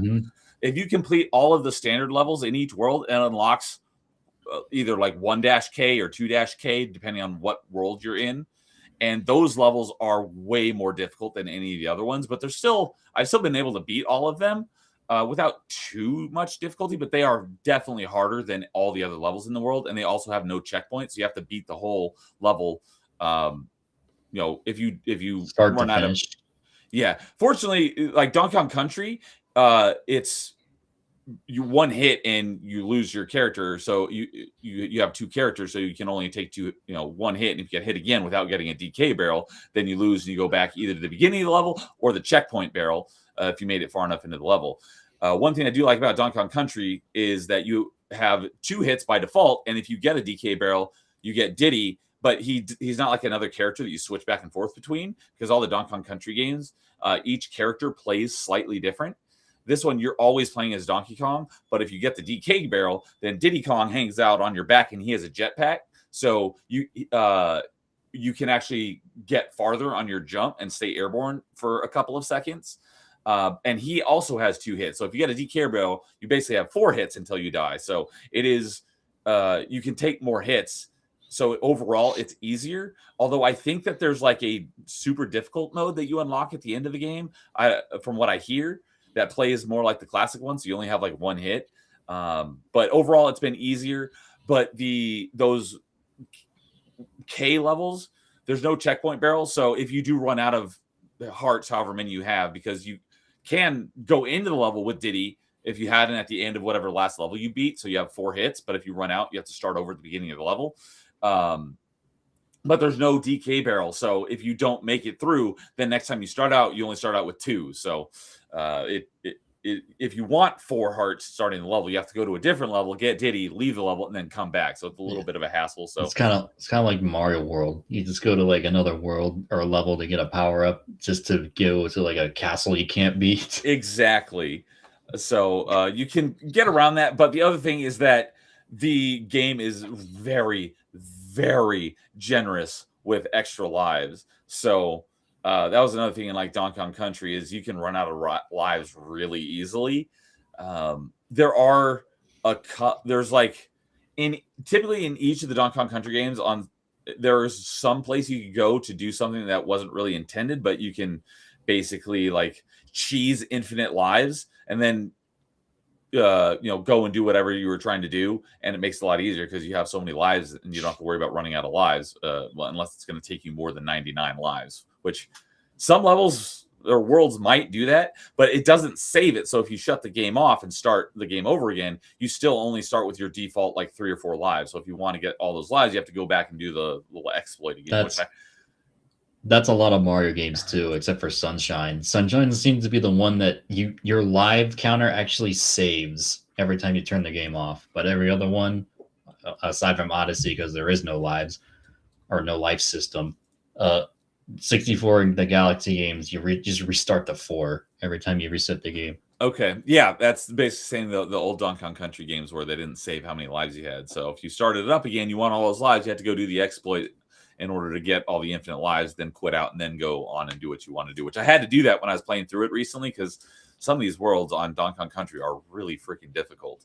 But Donkey Kong Country Returns, one, it saves your lives, and it's really, really generous with your lives. So even though I've died lots of times, and I swear I've probably used 50 or 60, because the lives are balloons, I've probably used 50 or 60 balloons over the course of playing through. I think I finished World 4, so I think I'm about halfway through the game.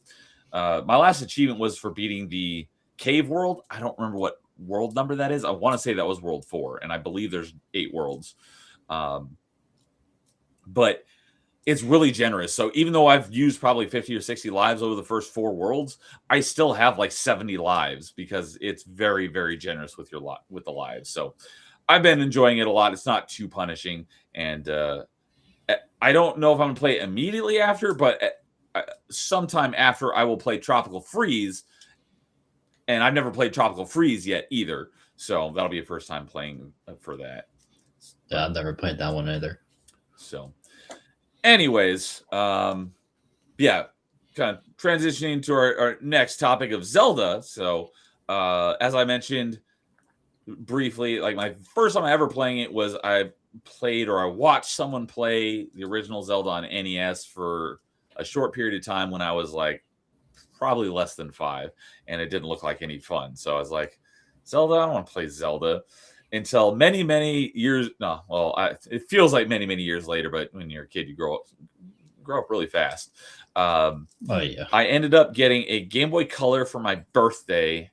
I don't remember how old I was, but I got whoever got it for me got me Link's Awakening DX, which is because Link's Awakening was originally an original Game Boy game, but they re-released it on the Game Boy Color as DX, and they with color, and it actually had an additional dungeon that was based, and the puzzles were based on color, which you couldn't do on the original game because original Game Boy didn't have color. So that was my first Zelda game I owned and played through and beat, and I freaking love that game. Still to this day, I played through it last year again. I played through both the original Game Boy version and the Game Boy Color version for retro achievements, and I got all the achievements in both of them back to back. And I still wanted, even when I was already done with it, I was like, I want there to be more. But I also owned the Switch version, and I've beaten that, and I love that one. Much to Loist's chagrin, because he hates the Switch remake of Link's Awakening. I freaking love it. I think it's a great example of a great remaster, although the best remaster of all time is Metroid Prime Remastered. But I think Link's Awakening Remastered is a great way to play Link's Awakening. But I love it. It's my favorite 2D Zelda by a long shot. But that's really what got me into Zelda. Oh, similarly, before I ended up getting Link's Awakening, I went to a friend's house, and he had Ocarina of Time, and I watched him play it for a little bit, and I still had that, kind of that negative notion in my head of like Zelda looks boring. I watched him play it, and I'm like, yeah, this doesn't seem all that interesting to me. Then sometime later, that's when I ended up getting Link's Awakening. I was like, you know what, fine, I'll give this Zelda thing a shot. Fell in love with the game, and then after I played it, I'm like, maybe I will like that Ocarina of Time game. And I got it myself. I don't remember if it was for a birthday or Christmas or whatnot, but I ended up getting Ocarina of Time, and that became my in my top 10 games of all time until like last month. Ocarina of Time is a fantastic, phenomenal game, but it did get supplanted by another Zelda game just recently. Not recently released, just I had to switch up my order, but of Zelda games. But Ocarina of Time is one of my most beaten games. Literally, I think on episode 1 of Party Chat, we talked about what games we've beaten the most times, and Ocarina of Time is up there for one of the games I've beaten the most amount of times. I freaking love that game. It is great, but it has gotten surpassed. So that's kind of a little background in my Zelda history.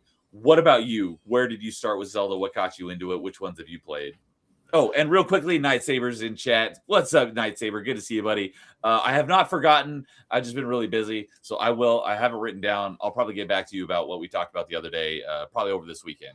But good to see you, Night Saber. So go ahead and give me a little background on your background on Zelda. Okay, well, like I said earlier, it was Wind Waker first at a cousin's house for like 30 minutes. Then I don't know how I got Twilight Princess for the Wii, but I told you the first area I knew what I was trying to do, but I couldn't figure out how to do it. Then when I played it recently, all I had to do was move forward on the rooftop, and he just jumps because there was no jump button. I'm like, what do you do? But yeah, after Twilight Princess on Wii, I think it was just straight up all the way to Breath of the Wild, because I saw someone play through it, and I was like, this looks so much fun, probably more fun than Mario Odyssey. And I'm like, as soon as I got it, it was the game I spent the most time on the Switch. On my Switch. I know a lot of classic Zelda fans don't like the free roam open world direction, but it's the first Zelda game I've beaten. That was going to be my next question: is what's the first one you've beaten? So yeah, Breath of the Wild. Yeah, it was Breath of the Wild, but yeah, I put so many hours in the game. I just love roaming around, just beating up enemies, because I thought they were so funny to just beat up. In the ragdoll physics, it kind of reminded me of like Red Dead 1 and like GTA 4 with the ragdoll physics, but a lot more goofier. And then I did get Tears of the Kingdom when it released. I played a lot of that too, but I still haven't beaten it yet, mostly because I just like going around still, just like with Breath of the Wild. But I will admit that it feels like a bit of a downgrade with like going around the underground, getting materials that you need for certain things. That kind of gets tedious after you unlock all of the map. But I did like. Yeah, I did like the way it looked, though. It reminded me of like have you ever played Ark Survival? Sort of. Okay. The reason why I say that is because I have all the achievements in it, but I wouldn't say I've played it. Okay. Well, there's a DLC map called Aberration, and like there's an underground section, and it wasn't like 1-to-1, but it reminded me of that feeling I got when I first went down there. It was eerie and weird, and it was like, this is so cool. I hope there's like hard enemies down here. Of course there weren't really that hard. If you have more than like 7 hearts and good equipment on you for the underground of tears. But so that's a weird comparison to me because it's mainly just the vibe I got when you first go down to the depths. It's all dark and stuff, and the only thing you can see is those light plants. I thought that was cool. Just like in the distance, you just see this orange thing in the distance. Like, oh, there's one. Gotta go over there, but it's so dark. Gotta shoot these light arrows, these plants. But yeah, if I say Tears is an improvement, I mean map wise, yeah, it's impressive. And I do get why some people don't like the building and stuff, but I don't mind it. I think it's kind of fun. My favorite part of Tears was the Lost Maze part, because in Breath of the Wild you had to like figure out how to navigate it, and you can do it through like where the torches were going or something. But in did you get to this part in Tears, or am I spoiling? No, so I haven't played Breath of the Wild or Tears of the Kingdom. Oh shoot, I'm sorry. No worries. It's not really.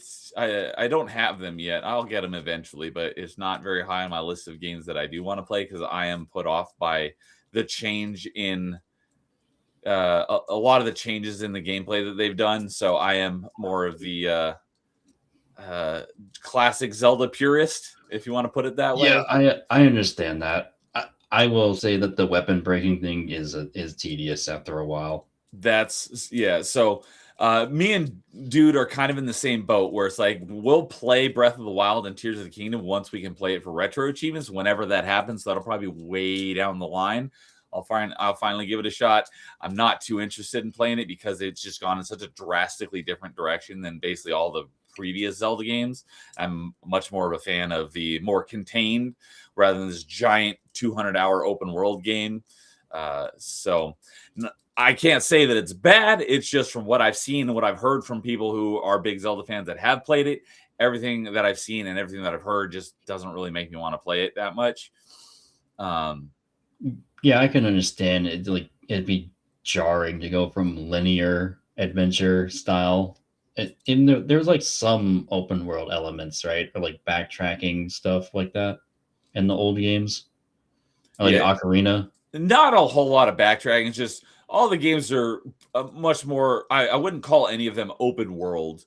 There's just like open areas that are connected to each other. Yeah, Because that's what I meant. Like semi-open, sort of. because that's one of the things. Like, there's a lot of similar elements between like Zelda games and Metroid games, but because a lot of people are like, "Oh, Zelda games are Metroidvanias." It's like, no, they're not. They're very similar, but they're not Metroidvanias because by large in a way, Zelda games, like you do everything in an area and you're done, and you move on to another area and you never have to come back. Whereas Metroid games, that's typically not the case. So that's one of the big differentiators between Metroid and Zelda games. But there's a lot of crossover in how they play, and that's why I do really like both. But Tears of the Kingdom and Breath of the Wild are absolutely open world games. Not that I have anything against that. It's just that's not what I want out of a Zelda game. And probably the biggest thing is that I don't want to do is all the weapon breaking. Weapon durability is one of the 7 deadly sins of gaming, in my opinion. I freaking despise weapon durability, especially in a franchise that is not known for having that. So that's one thing I don't want to play it for. Having to keep all these ingredients, so you have to cook in order to have stuff to eat, in order to heal, rather than having like items and potions that you typically either buy or find lying around.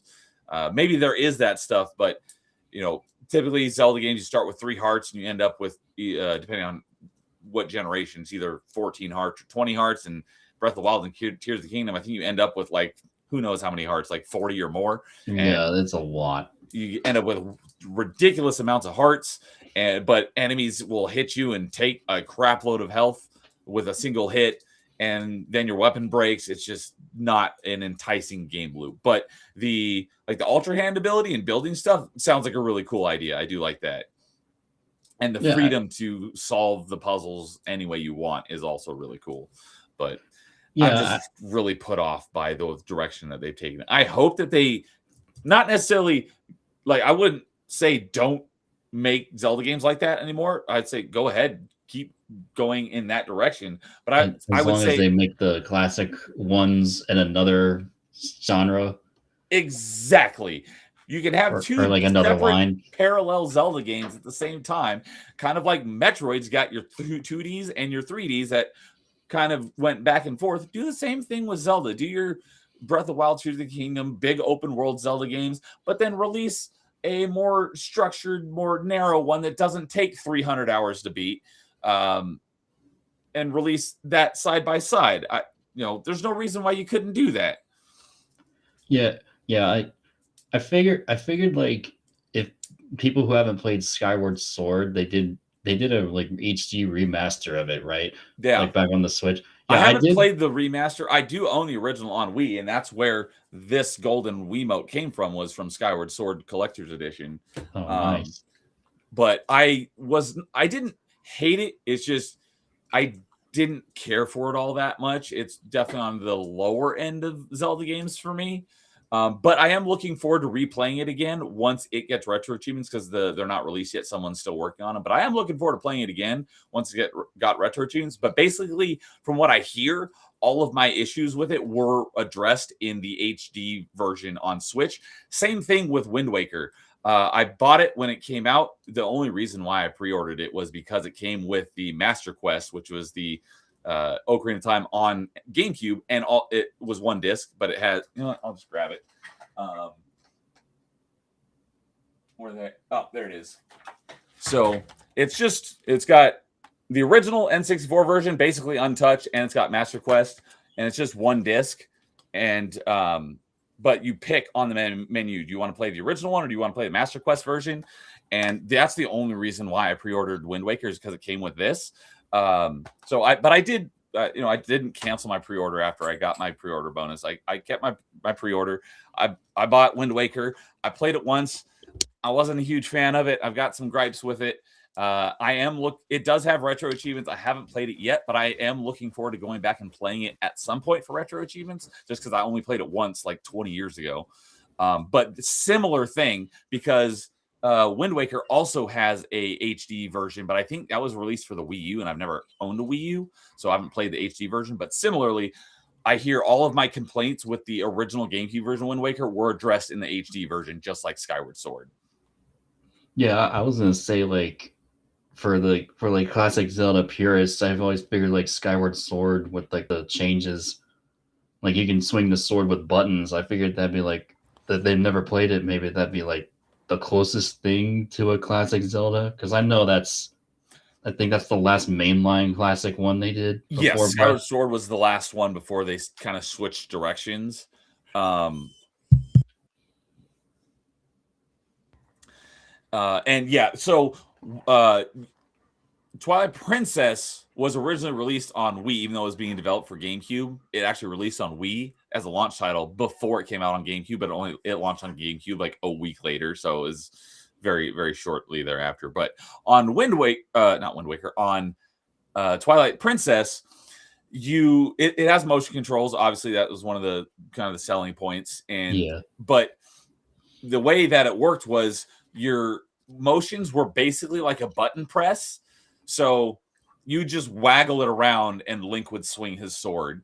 But it wasn't like a one-to-one thing, which is what I was expecting. And then when it came out, I played it. It wasn't one-to-one. I still enjoyed it, but it wasn't what I was expecting. Skyward Sword was more in line with where you're moving the Wiimote with the sword. Exactly. Skyward Sword was 1-to-1, and the reason why they couldn't do it when Twilight Princess came out is because the Wiimote wasn't accurate enough to do it. But by the time Skyward Sword came out, they had the Wii Motion Plus, which was much more accurately able to track the Wiimote.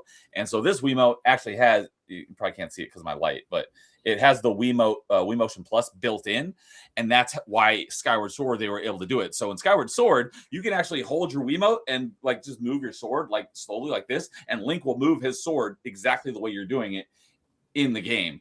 In Twilight Princess, you can move your Wiimote around like this, and Link doesn't move at all. It's not until you waggle it, then he'll actually swing his sword. So that was one of the issues a lot of people had with Skyward Sword was the motion controls. That's not my issues with it at all. I really enjoy the motion controls both in Twilight Princess and Skyward Sword. My issues were other stuff in the game. And it's really funny that we're talking about this. And a friend that I haven't seen in my chat for a while shows up. But Angry Canadian's here saying, what's up, Angry Canadian? Good to see you, buddy. Says, technically, Link Between Worlds on the 3DS was. He's probably saying that's the last like mainline Zelda to come out before Breath of the Wild. I never had a 3DS either, so I've not played that one. But because I thought that was I've heard nothing but good things about Link Between Worlds, so I do look forward to playing it eventually.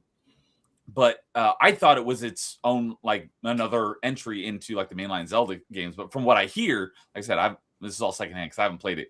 It's basically a rehash of Link to the Past. So maybe it's not really like a full-fledged new game. I don't know. Correct me if I'm wrong. Angry Canadian, you would absolutely know way more about this than I would. But I didn't think of Link Between Worlds as being a mainline release, but maybe it is. So if that's the case, then that would probably have been the last one. But I was just talking about like the mainline releases. But maybe it is a mainline release, and I just never considered it. So but Night Saber also said he has Breath of the Wild but haven't played it yet. But focused is also how I would use the word I would use to describe them, talking about some of the older Zelda games prior to the giant open world ones. So, yeah. Do you have anything else you wanted to input there? Because I got plenty of other stuff to talk about on Zelda. I was going to ask if I could take 2 minutes to go to the bathroom real quick because I need to go real bad. No worries, absolutely. I'll vamp for a moment. All right, I'll be right back. So maybe in that time, Canadian can make me more learned in Link Between Worlds. False. It is a new game. It's a sequel to Link to the Past. Okay. This is just what I saw like on various forums, and people were like just saying, it's just a rehash of Link to the Past or something. So it is a new game, and it's a sequel to Link to the Past. Cool. All right. Yeah, I'm looking forward to playing it someday. I just don't know when. I'll harass Neo while Crazy LanLo is gone. Always good to see a Canadian. But yeah, because I know we've gone back and forth about like Twilight Princess and stuff, or not Twilight Princess, Skyward Sword, because you were the one that was telling me about everything that they changed with the Skyward Sword HD version. It basically addresses all of my issues with it. And I think did you play the Wind Waker HD? If so, you were probably the one who also told me about that the HD version of Wind Waker also addresses all of my issues with the original. So from what I hear, the HD version of Wind Waker and Skyward Sword are definitely the definitive ways to play those, and it's much improved on the original release of those games. So, I was going to go into more background on my Zelda games, but I'll wait for Krazy LanLo to come back. So don't get me wrong, some of the dungeons are similar, but there is a whole new mechanic to the game. Hey, there he is. That makes it unique from Link to the Past. And that's because Link Between Worlds, that's the one where you can go into like 2D into like the wall, right? And there's puzzles like that. I think that was kind of the unique mechanic in Link Between Worlds, but you'll have to correct me if I'm wrong, since like I said, I haven't played it. So you did play Wind Waker HD. I don't know if we personally talked about it, but I did give you crap over Skyward. Yeah, no, I know for a fact we talked about Skyward Sword, and you were telling me about the things that they fixed in the HD version. I just wasn't sure if we talked about the Wind Waker HD version, because I know I've been informed by someone. I thought it was you, but maybe it was someone else about the things that they changed in Wind Waker HD. So, anyways, what I was gonna do was, like I said, my intro to Zelda was Link's Awakening, and then after that, I was like, you know what, let me give this Ocarina of Time thing another shot, and I fell in love with that game, and then bought. I didn't get that. Obviously that game had been out a while before I got it myself, but I got over this shoulder. You can see my Majora's Mask guide is right there. I bought that on launch day, got that immediately.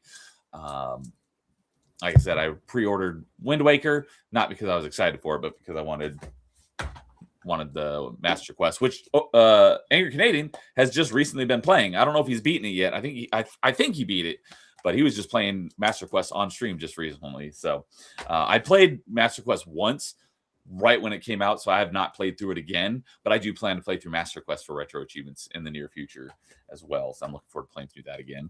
So have me on again and we can hash it out. Absolutely. It has been a while since you've been on open mic, so we'll have to figure that out. I do owe you a Savage Planet playthrough. Oh, that's right, we need to play Savage Planet together as well. That'll be great. I would love to do that because I freaking love that game. So anyway, Majora's Mask. Oh, and I'll get into this in a few minutes, but I've been playing a lot of Zelda this year in preparation for the Wii launch on retro achievements. But kind of my background. So I played basically from the point I got into Zelda. I played them all as they released. Although I had on the portable side, I had Oracle of Ages, and my buddy got Oracle of Seasons, and after we beat it, we were supposed to swap so we could play the other one, and then he like sold it or lost it or something, so I never got to play Seasons. So I just recently played Oracle of Ages again late last year, and I haven't played Seasons yet, but I will be playing it soon. I never did play Minish Cap. Shout out, there you go, Angry Canadian. He gave me crap about how I said Minish Cap, and he's like, it's Minish Cap. So there you go. I'm pronouncing it correctly. So I haven't played Minish Cap, but I'm looking forward to playing that one at some point as well. I have played Phantom Hourglass. I've not played Spirit Tracks, and I haven't played. This is kind of a hybrid since it's Switch, but the most recent one that was not a giant open world game was Echoes of Wisdom. I've not played that one, but I do want to play that one at some point. But the main lines, I played basically all of them as they released. So Wind Waker, Twilight Princess, and Skyward Sword, except for Breath of the Wild and Tears of the Kingdom. So I'll play those at some point. But just recently, I was like, because last year, what I did is I actually started Metroidvania Monday in late 24, and I started by playing through basically all of the Metroid games on stream. So there's only a couple that I didn't play, but because Angry Canadian and I and our buddy Carl, we did a gaming challenge last year, and you get bonus points for playing multiple games in a series, starting with the first one and working your way through them.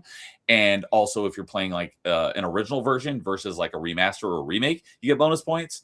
So I was like, you know what? Since I'm already playing through the Metroid games, why don't I do that with Metroid? And I've never played the original Metroid 1 or Metroid 2. Like I said, I'd played Metroid Zero Mission, which is the remake of 1, and I had played AM2R, but I never played the original NES Metroid or Metroid 2 on Game Boy. So I did that last year and played through Metroid 1 and 2 for the very first time because, I was like, this is one of my favorite franchises ever. So I owe it to myself to play the originals.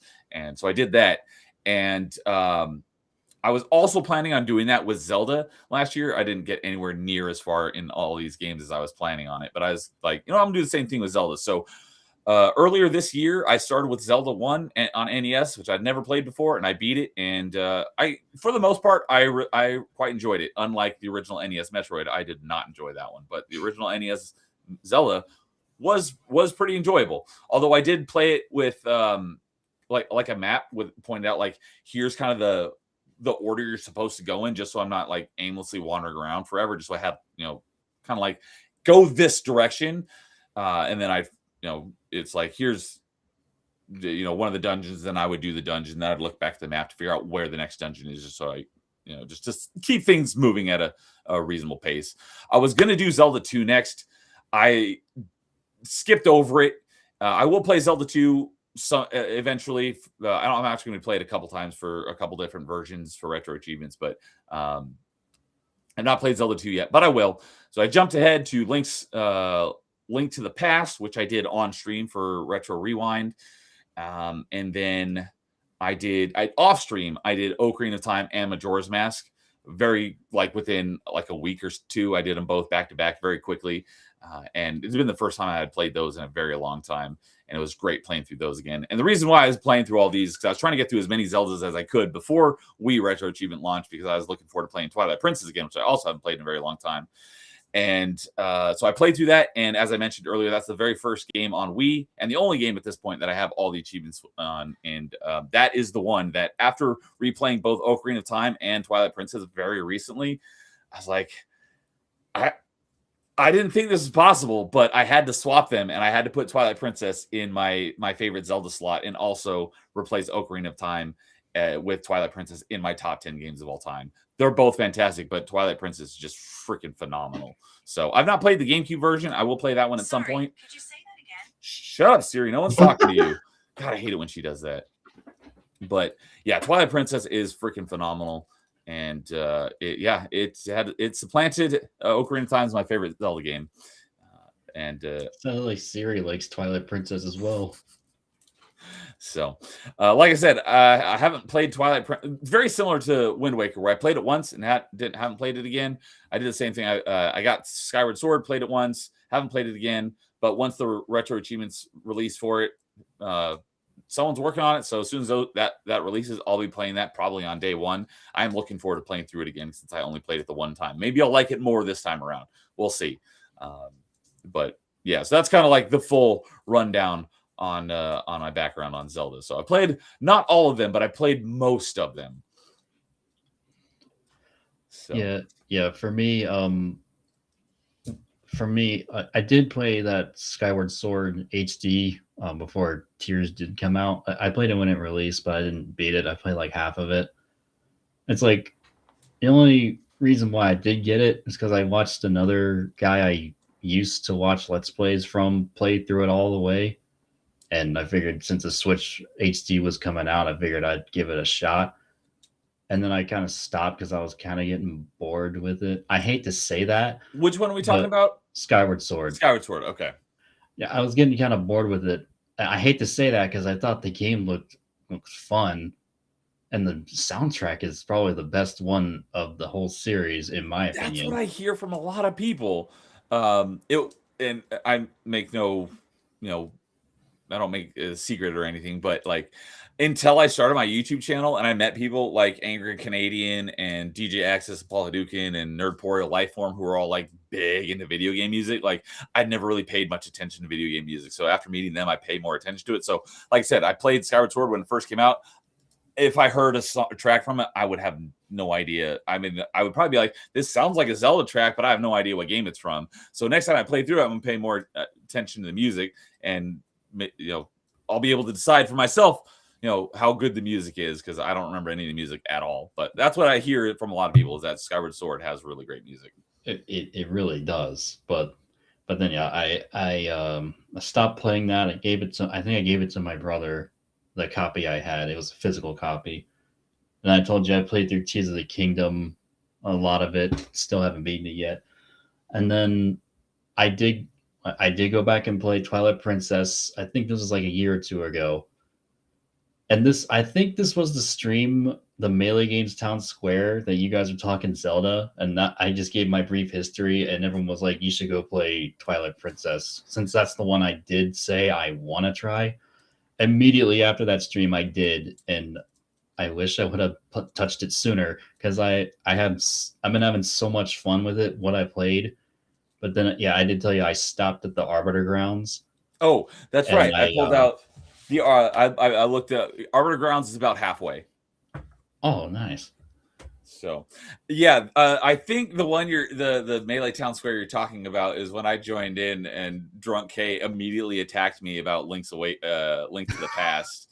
And no, I'm actually not a fan of Link to the Past. As I mentioned, I just recently replayed it on stream, and I did not enjoy it. So that was almost like a first playthrough, because I'd played through it once 20 plus years ago.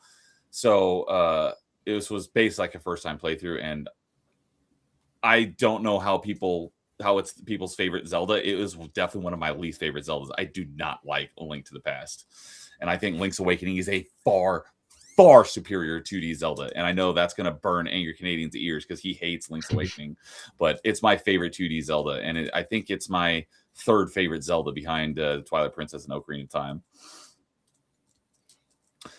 Yeah, but real quickly, I saw Jeff's in chat, Suns and Shadows, jumped in a few minutes ago. Good evening, Jeff. Always good to see you, buddy. Angry Canadian says he has seen the light. I'm not sure exactly what that was in reference to, though. So, and Canadian says the game comes off as really theatrical, so that's why people love the soundtrack. The same can be said about Super Mario Galaxy. We were talking about Mario early at the beginning of the stream. So, sorry, go ahead. You were about to say something.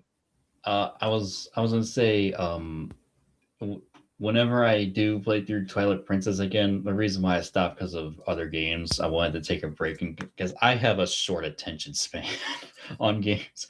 But yeah, whenever I do go back and play it, it might be my favorite Zelda game because I was loving it that much. It's so freaking good.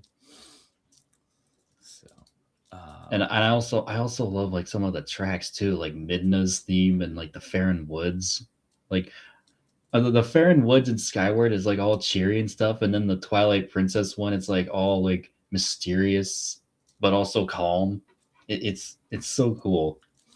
Oh, one of the other things I was going to mention is because I don't know if you ever saw it, but playing Ocarina of Time, not right when it launched, but when it was still like front and forward, fresh. It was still fresh. And then, like I said, I did play Majora's Mask at launch because at that time I was like, all right, this Zelda thing, I'm in. I'm loving this. And then Space World 2000, they showed us what the new Zelda was going to look like when GameCube launched the next year. Did you ever see the Space World 2000 Zelda video? No, I probably was too young for a lot of that. Understandable. I'll let you know, I was born in the late 90s. Okay. So yeah, I probably was too young to be on the internet. My parents were kind of strict. Yeah. You probably didn't see it when it came out, but maybe you had seen it since. But anyways, when they announced, well, they didn't announce anything. It was just like a sneak preview of like, hey, we're working on Zelda for GameCube. Here's a sneak peek of what it's going to look like. I actually do think I know where this is going, but keep going. So there's a Space World 2000, like a video game convention, and they showed this really cool cut scene. It was only like 30 seconds or something of Link and Ganondorf fighting with their swords in like this dark castle, and it looked really awesome. I mean, if you go back and look at it now, it doesn't look all that great, but compared to what we had on N64, it's like, oh my god, this looks amazing. So we're all like super excited. This game looks amazing, and they didn't give us a title, didn't give us a release date or anything. It's just like, here's what you can look forward to in the next Zelda. And then I don't remember if it was Space World, but a year later in 2001, when they announced the next Zelda, and it was Wind Waker, and it's this bright, colorful, cel-shaded, looks like a child's game. We're all like, WTF is this crap? Where's the Zelda you showed last year? We want that, not this kiddie Zelda. So I was definitely in that boat. I'm like, I don't want that. I want what you showed us last year. This looks like garbage. What you showed last year looked awesome. Yeah, so I know of that. That really tainted gave me a very bad first impression of Wind Waker. Obviously, like I said earlier, I had a very bad first impression of Zelda to begin with, but I got over that. That didn't happen with Wind Waker because I got it. I played through it. Wasn't a big fan of it. Like I said, the HD version sounds like it addresses most of my complaints, but I'm not a huge fan of it. But then they must have taken it to heart, because when they announced Twilight Princess in, I think it was like E3, I don't know what year it was, but Shigeru Miyamoto comes out with the sword and the shield, and they show what Twilight Princess was, and we're all like, yes, let's freaking go. So I was super excited for it. It was a launch title for Wii, and that's the reason why I bought a Wii on launch, was for Twilight Princess, and it didn't disappoint. And it was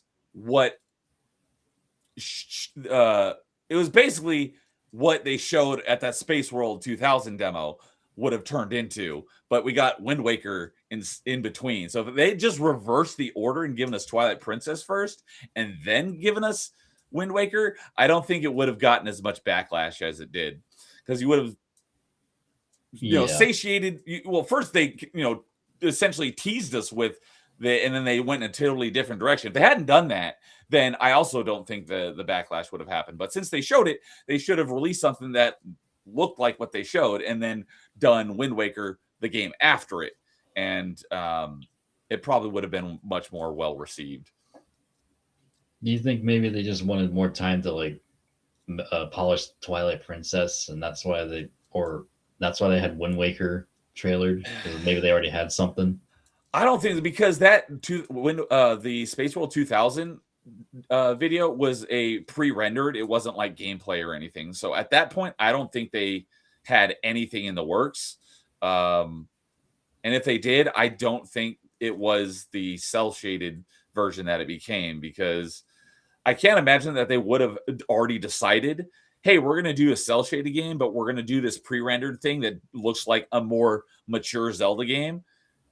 And we're going to mislead people with this pre-rendered, more adult looking one, when we're already working on this cell shaded, child looking Zelda. I don't think they would have done that, but it is Nintendo and they make some of the dumbest decisions ever. So who knows?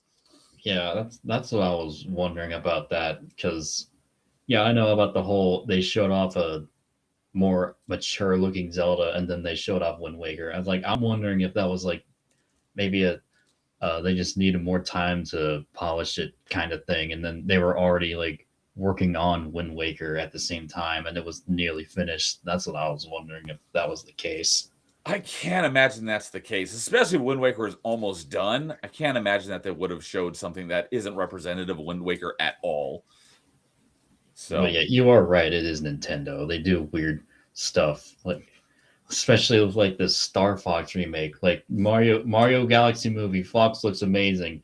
This new game, what are we doing? What did you do with the character models? So, but yeah. So Twilight Princess was basically what I wanted from the follow up to Majora's Mask that they showed at the Space World 2000, and it was the sequel I think we should have gotten. And I just think if they had flipped the order of release of those two games, there wouldn't have been anywhere near as much backlash as there was. So, But yeah, speaking of Star Fox, so like I said earlier, Star Fox was the second game I ever owned, and Star Fox 64. When I got that 64 right there, was the 64 I got as a kid. I got that for Christmas from the same grandparents who got me my Super Nintendo a number of years later. But it wasn't on release because I thought Star Fox 64 was the launch title for N64. And someone's like, no, it came out later. So I got a bundle for Christmas had the N64, and it came bundled with Star Fox 64 and the Rumble Pack. So Star Fox 64 is my favorite Star Fox game. I have also played Star Fox Assault on GameCube, and that was actually that was the second game I ever got all the retro achievements for, behind Metro Prime 1, and that was my first retro achievement game I got all the achievements for. But Star Fox Assault was okay, but I still think Star Fox 64 was far better. So have you at least played those three Star Fox games, or have you played some of the other ones in addition to that? I've never played the SNES one, but Star Fox Assault was my first one, actually. Okay. And I love that. And I know it was unfinished. When I heard it was unfinished, I'm like, that makes so much. Well, I think that's what I heard somewhere. But if it's true, I'm like, that makes so much sense, because this game has so much untapped potential. Because they were supposed to have, this is how I know it's unfinished. They were supposed to have a system link, like LAN party type of multiplayer. Okay. Mario Kart Double Dash has this. Like, you can link up GameCubes, like Halo. I did not know that. How? GameCube didn't have like an Ethernet port. I don't know how. I never experienced console with an Ethernet port was it the original Xbox? Although I know Sega Dreamcast had something like that, but I think it was dial-up, not broadband. I mean, I know with the original Xbox, like Halo LAN parties were a big thing, but I know it is possible because I've Hmm. seen it on Okay. stream. I and did not know someone that was streamed it. possible. It's possible to link up GameCubes, at least 2, because there's only 8 racers, and have an 8-player full-on 8-player race with 8 players on Double Dash if you link 2 GameCubes. I don't know how it's done. It might be a Nintendo like exclusive Nintendo cable for the GameCube. I don't know how it's done and never tried it. Okay. But Star Fox Assault was supposed to have something else like that for its multiplayer because they advertised it with like the land system and like have big battles and stuff. Didn't come to fruition. That got when the game scrapped. came out. Yeah. Oh, bummer. It, So it Canadian is kind of addressing that. He says you can link 4 GameCubes and play. He said 16, but I think he meant to say 8 players with Double Dash. I remember reading it in the manual. Yeah, I'd be curious to know how that's possible. But the manual that's awesome. I didn't know that you could do that. Angry Canadian made a good point. It was in the manual. I did remember seeing that in the Double Dash manual. You can link up GameCubes like it's a LAN party and play that. Star Fox Assault was supposed to have that, but it didn't.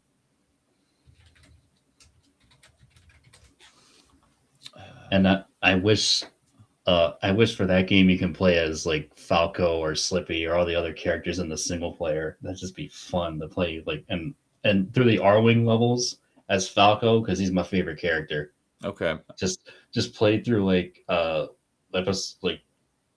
or challenge yourself because like I know in the multiplayer all the characters have different stats. Like Falco's the best with the R-Wing and his reticle is like humongous. Slippy's the best in the Landmaster. His reticle's also humongous. Crystal has like a barrier that she can start with. Wolf is just broken, and Fox is balanced. So yeah, like that would have been nice if you could replay the story with those characters.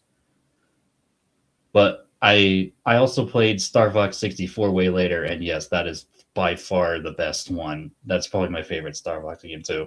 Same here. I haven't played. So yeah, so Angry Canadian just tagged me. He sent me the PDF about the system linking your GameCubes. So I pulled it up here on the So it looks like I don't know how, but yeah, you could use apparently based on what I'm looking at here, you could link up 8 GameCubes and each person could play on their own GameCube. So you play 8 players. Obviously with each person have their own TV as well. Or you could link 2 of them and have 4 on each one. So I don't know how though, because the GameCube didn't have the port. Well, like I said, I don't know what the specifics are, but it must be its own cable or something. On the second page here, it says LAN cable, but where? The GameCube didn't have an Ethernet port. So I didn't know that was the thing though. That's awesome.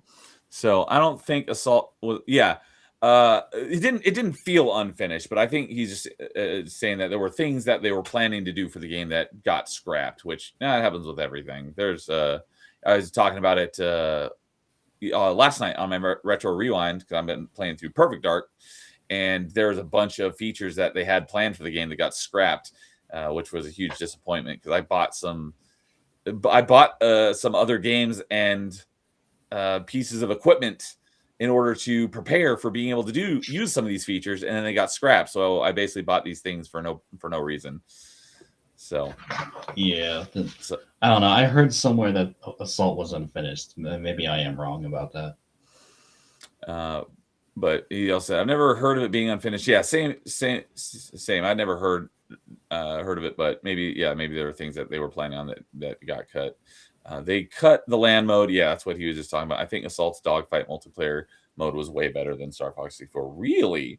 I never played the multiplayer on Assault, but I did play a good chunk of it on 64. Yeah, because like the main gimmick with Assault is that you're on the ground more than you are in the R-Wing. So yeah, I see that. Me and my brother played the multiplayer a lot. So he's also saying that it does have the port. It's literally underneath the console. I don't have my GameCube anymore, so I couldn't pull it up and look at it, but I don't ever remember seeing an Ethernet port on a GameCube. But that doesn't mean there isn't. I just don't remember it. I don't have a GameCube either anymore. I just have a Wii.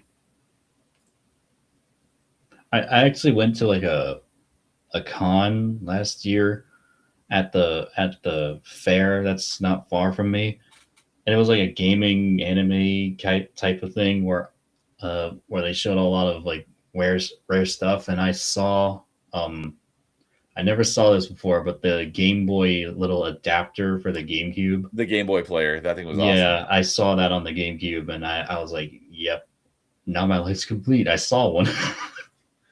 I had the Game Boy player, and we were actually just talking about this on, I don't know if it was just within the last day or two. Someone in chat was talking to me about it, and the Game Boy player apparently is not difficult to find in like retro stores. It's the disc that you need in order to play it. That's the hard thing to find. So, yeah, he says I'm getting you an image. So let me pull it up here. Oh yeah, see, you need an adapter for it. It didn't have it baked in, is what I was talking about. So the GameCube does not have the Ethernet port. You have to get an extra peripheral in order to do it. So I was right. It did not have an Ethernet port on it, but you could add one. But I didn't know of any games that actually would had a use for it. So, but thank you for sending me that and the PDF here on the Mario Kart thing. So I didn't know about that. So that would have been cool. But like I said, I never even played Mario Kart past 64. So leave it to Nintendo for you to need an extra thing for something else. Like like the OG Switch and an Ethernet cable. You need an adapter for that. Yeah, that's freaking ridiculous. And then like the disc drive for N64 was planned, but that only ever released in Japan. That never came out here in the States.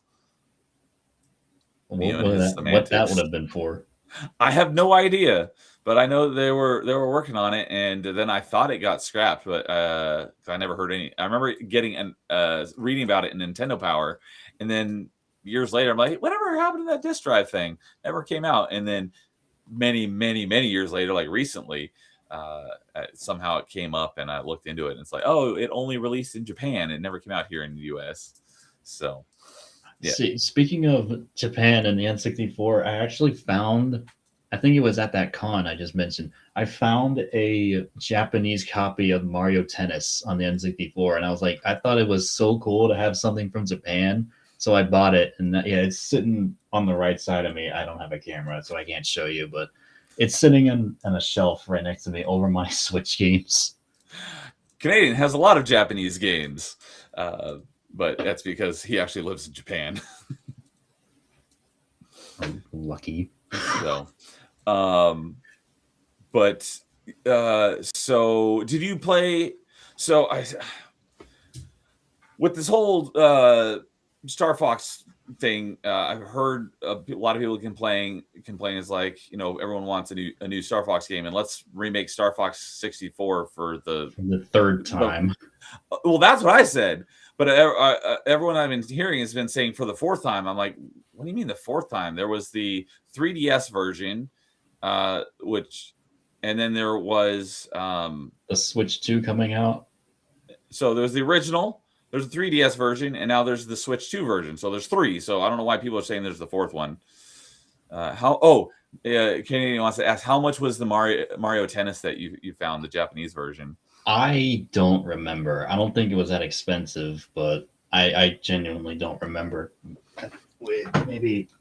Does I'm assuming that the text on the actual front of the cartridge is in Japanese? Yes, it is. Like, it's Japanese, and then 64, and then it says Mario Tennis on the top, and then on the back it's pretty much mostly Japanese, but It doesn't have the price tag on it from the con, so I don't remember how much I paid for it. I don't think it was much, but yeah, I don't remember. Okay. But yeah, that's what I was like. This is the third. Why is everyone saying it's the fourth remake of Star Fox 64? It looks like. The character models look a little odd, but the game itself looks freaking beautiful. It's just like, I hate that it's a Switch 2 exclusive. Is it really that good that a Switch 1 couldn't run it? Because I heard that if one person has it, then you can like play it on a Switch 1 with someone who has it on Switch 2. Is like, well, then why is it a Switch 2 exclusive? And someone's like, it's because you're not actually playing it on the Switch One, it's basically just streaming to the Switch One. I was like, okay, I guess that's fair. I think the fourth one, I've heard people say that the the 64 is a remake of the SNES version. Yeah, I've heard people say that, and I'm like, no. Well, I never played it, so I don't know. It's been a long time since I played either the SNES version or the N64, but I never once thought that they were, it was just a 3D version of the original game. It's like this is a sequel. Well, technically the sequel was Star Fox 2, but that didn't actually release until a few years ago. But yeah, I've never thought that Star Fox 64 was a remake of the original. Star Fox and Star Fox 64 are two different games that play very similar. Just Star Fox 64 looks better. Star Fox Assault does feel like a very different game, though. Although, like the on-rail levels feel the same, but you got on-foot levels where the only time in Star Fox 64 you can be on foot is in the multiplayer, and you have to unlock it. And I don't remember what you had to do to unlock the on-foot character, but it was really difficult. Yeah, I think you had to get like a perfect score on all the levels. I think you had to get like a gold medal on every level, which I did. And playing a multiplayer as the on-foot character was hilarious because you're so tiny that it's very difficult for the tank or the R-Wing to even be able to see you, much less shoot you. Yeah, that's not a problem with Assault. You just start on foot right off the bat, unless you change the roles for it to be Landmaster or R-Wing only, or both. So, there was a one, or there might have been two. Canadian, you'll have to fill me in on this one, because I know on. Wait, no, I don't think there were any on DS. I think there were. No, there was one. It was called Command, and it had multiple endings. I never played it, but it was multiple. That was one of the ones I was going to mention. Is like I know there's one called Star Fox Command. I don't know anything about it, but I thought all of the mobile Star Foxes were 3DS. I don't think that there were any on DS, but I could be wrong about that because there's Star Fox Command and there was Star Fox 64 3D, but I know that was a 3DS game. I thought Command was also a 3DS game. No, it was a DS, normal DS. Really? Oh, the other one I was thinking of, there was three. That was the third one that I was thinking of was Star Fox Zero, and I thought all three of those are 3DS games, but maybe only Zero. Oh yeah, I forgot about that one too. Okay, so LanLo is right. So Star Fox Command was a DS game. I was thinking all three of Star Fox 64 3D, Zero, and Command were all 3DS games, but apparently Command was a DS game, and the other two were 3DS games. No, Zero. No. Zero is actually a very big remake on the Wii U. And it was a Wii U game? Yeah, it's a Wii U game. None on Game Boy Advance. I knew that. But I just thought there were no Star Fox games on DS. I thought all the mobile ones were on 3DS. But no, yeah, I just pulled it up here. Star Fox Command was a DS game. I did not realize that. Yeah, it's the DS had Command, the Wii U had Zero, which was an actual remake of 64. Not a remaster. It was a remake. They added like new mechanics that weren't really good. Like the R-Wing has legs. Like, what are we doing? Okay. Yeah, I've heard I because I don't know the difference between Zero and Command. I wasn't sure which one was which, but I knew that one of them was considered a terrible game, and it's whatever one the R-Wing turns into like this little chicken walker. I've not heard anything good about that game. So if that's a remake of Star Fox 64, then that explains why people are saying this new Switch 2 one is the fourth remake because of Star Fox Zero. And Canadian saying Zero is not a remake. There's too many different and new things added to it. Okay, bro, the R-Wing having legs is from Star Fox 2. I haven't played Star Fox 2 yet. That is also in my backlog because that only came out a couple of years ago. Really? Was it all the way back in 2017? I thought it was in it was like 2 or 3 years ago that Star Fox 2 came out. But I haven't played that one. I will play it. I just haven't gotten around to it yet. Well, I thought Zero was a remake of 64 because I thought it was the same story. Am I wrong? But you are right. Yeah, that Star Fox Zero is a Wii U game. But yeah, like that. I don't know. This is what I'm going. Which Neo would like? You're saying that I will like Star Fox 2. Yeah, I think so too, because it's like Star Fox 1 and Star Fox 64 is what I'm assuming, and I think I'll like it when I get around to playing it. I mean, I will say if the new Star Fox on the Switch 2 had the Zero models, it would have been far better. Because the Zero models actually look really good. Oh, okay. I don't know that I've ever actually even. No, well, I've seen that Chicken Walker, and that was from Zero, right? So I would have at least slightly seen it, but just very, very minimally. So if we were basing it off the same story, then Star Fox 64 is a remake of SNES. Okay, story-wise, it's basically the same. But if you're going to say if you're going to say Zero is a remake of 64, like I said, I know basically nothing about Zero, so I'm just going off various things that I've heard anecdotally. All these Star Fox terms being thrown around. That's what I was saying. I think the story of Zero is just 64 again. But he's saying, yeah, LanLo knows what's up about Zero. That game is awesome. Okay. I've not heard anything but bad things about that, unless it's Command that I've heard the bad things about. I don't know. I just know there's one of those Star Fox games that I've heard nothing but bad things about. I've heard bad things about Zero and Command, even Assault. Like, it's just after 64, people just complained about every game after that. Yeah, I didn't think Assault was after Adventures. My bad. Okay. After Adventure. I was gonna say, I didn't think Assault was a bad game. It just like 64 better. But that was the other thing that we haven't brought up yet that I was gonna ask you about is have you played Angry Canadian's favorite Star Fox game, Star Fox Adventures? No, but I've seen it. And I'm saying that very jokingly because he hates that game with a passion. I haven't played it yet, but I will play it at some point. Yeah, I've never played Adventure either. All I know is that it's Zelda with a Star Fox skin, and that's Crystal's debut.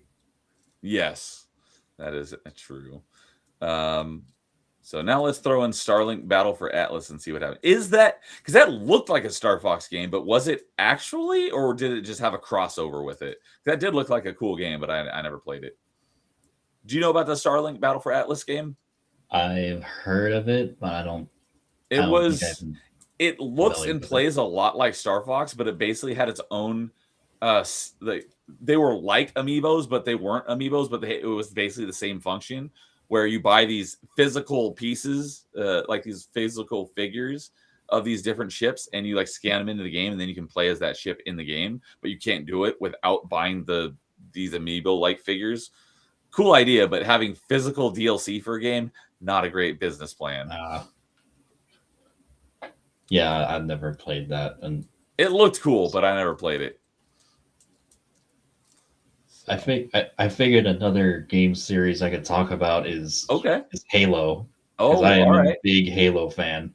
All right, so did you start with the original, or where did you get your dipping toes in the Halo pool? I started with the original. The story is my dad. I don't know how I thought my family was poor because we had like almost every console. The only ones I remember not having is an SNES. My dad had a Genesis instead. But anyway, he got an Xbox, the OG Xbox, and he was recommended Halo, and that's where it all started. Like, I saw him playing it. I thought it was really cool looking and scary looking because the Covenant looked a little freaky. But then there was co-op, and he let me play with him. I'm like, this is the greatest thing of all time. And then I remember seeing him getting to the flood levels, and I don't remember if I was scared or not, but I do remember the eerie feeling of that level when the flood first popped up. Mm-hmm. So yeah, I love all the Halo games that I've played. The only one I haven't played is Spartan Strike. But I think it's mobile, or I don't know what it's on. I'm sure I could find it on. Is it on the Xbox One store? Because I haven't played that. So, I just want to touch on this last thing that Canadian's saying, talking about the Battle Starlink game. He says, I never beat it because every time I pick it up, I lose interest, but the flying combat is great. So, All right, cool. All right, so Halo.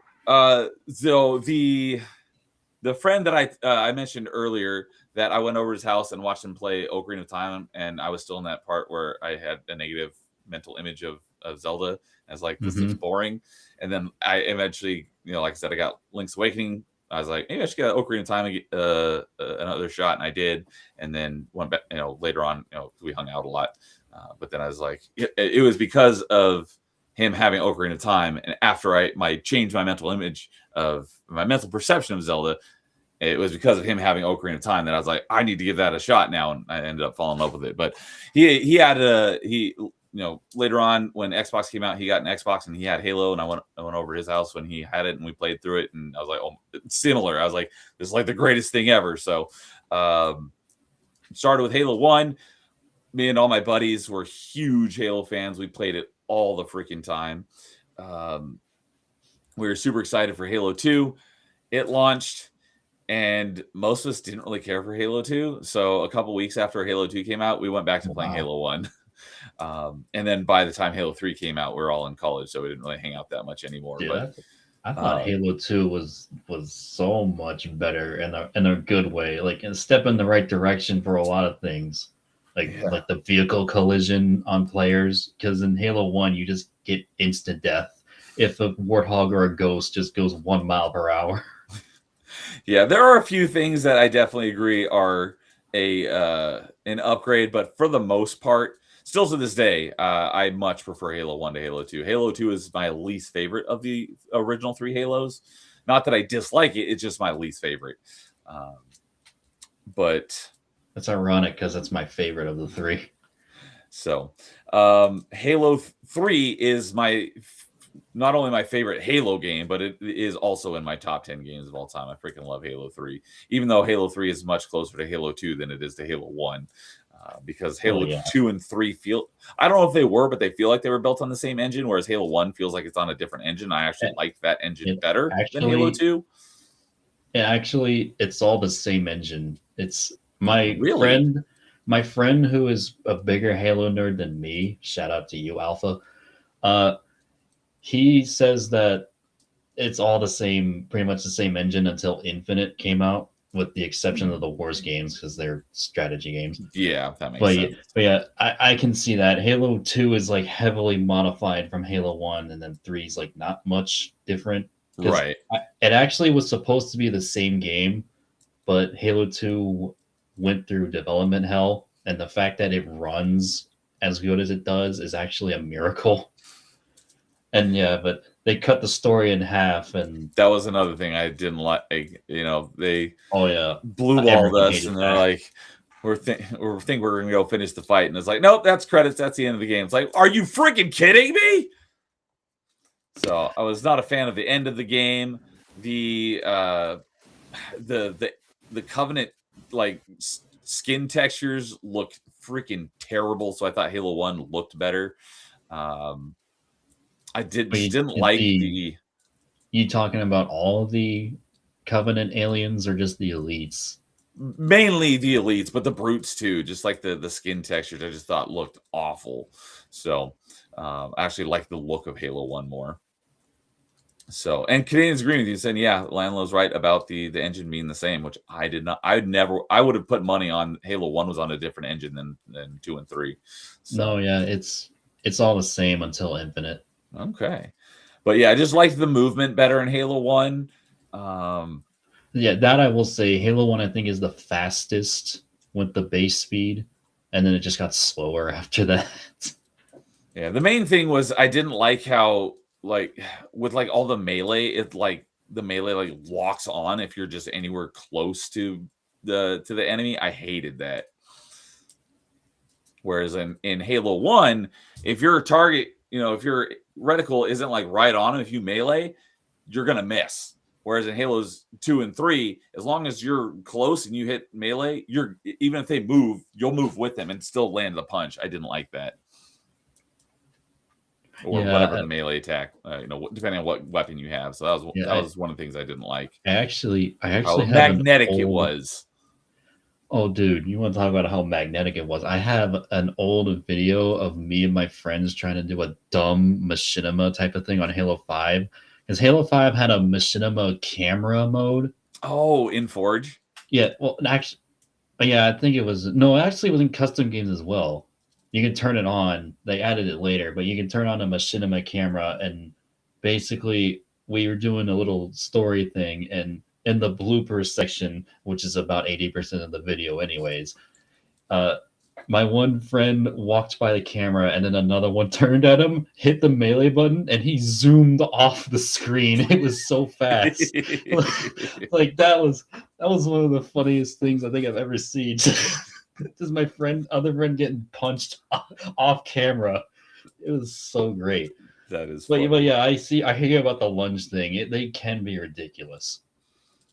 It did make for some interesting stuff, like you know how if you're like in the side seat of the Warthog and like a Banshee flies by, if you do the sword lunge when you're locked on and the Banshee flies off, as soon as you get out of the Warthog, you'll just go straight to them no matter where they are. That was freaking hilarious.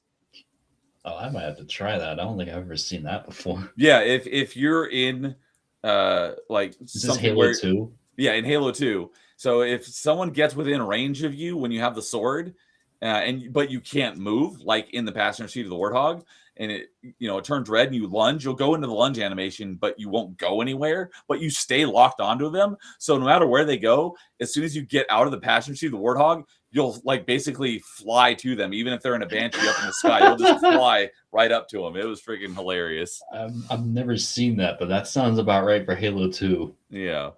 Because there's like all sorts of like button combo glitches you can do too. So it made for some funny stuff, but I just didn't like how magnetic the melee combat was in that game. So Oh yeah, especially with the sword. The sword's like you can hit someone from like 10 feet away. yeah. I understand why they did, because everyone wanted to use the energy sword in Halo 1, but you couldn't. So if you didn't have some sort of lock-on ability, I don't really know how that would have worked. So I understand it. It's just I wasn't a fan of it. So oh yeah, dude, I'm pretty sure this was everybody, but I remember when my dad played Halo 2 and he got to the first mission where you're the Arbiter. I was like telling him, shoot him, what are you doing? And he's like, I'm on their side. And like I'm sure everyone like me, my minds are blown away. We're the bad guys now? It's like, well, sort of. Like, sort of the bad guys. Well, at that point, you are the bad guys, and who you think the bad guy is actually not a bad guy, but you don't realize that until later on. Until later, yeah. So, but yeah, play Halo 3, play Halo 4, played Halo 5. I've not played Infinite yet, but I will be playing it probably sometime this year, before the end of the year. I'll finally get through Infinite. I'm not. What's that? I said I play Infinite co-op. It's way better. So what I'm going to do, because me and my buddy, we actually started playing it and played like the first, I don't know, like half hour of it. But I was like, you know what? I want to play through this first solo so I don't miss anything. So I get all the story and I don't have, when you're playing in co-op, you usually miss story, or, people like rushing through cutscenes and rushing through the game. So I was like, you know what? Let's not play this yet. I'm going to play through it in solo, and then we can play through it in co-op. So that's my plan for Infinite. I understand that. I've not done Halo Wars, either of them, because I'm not big on the RTS genre. But the other ones that you mentioned, Halo Spartan Assault was the first one, and there's multiple versions of that one. I did play that one. Originally, it was a Windows 8 game, although there was also a Windows Phone version. I have the Windows version. It's actually installed on my computer. But there is also I think there was a 360 version. I have not played that one, but there was also an Xbox One version. I have played that one.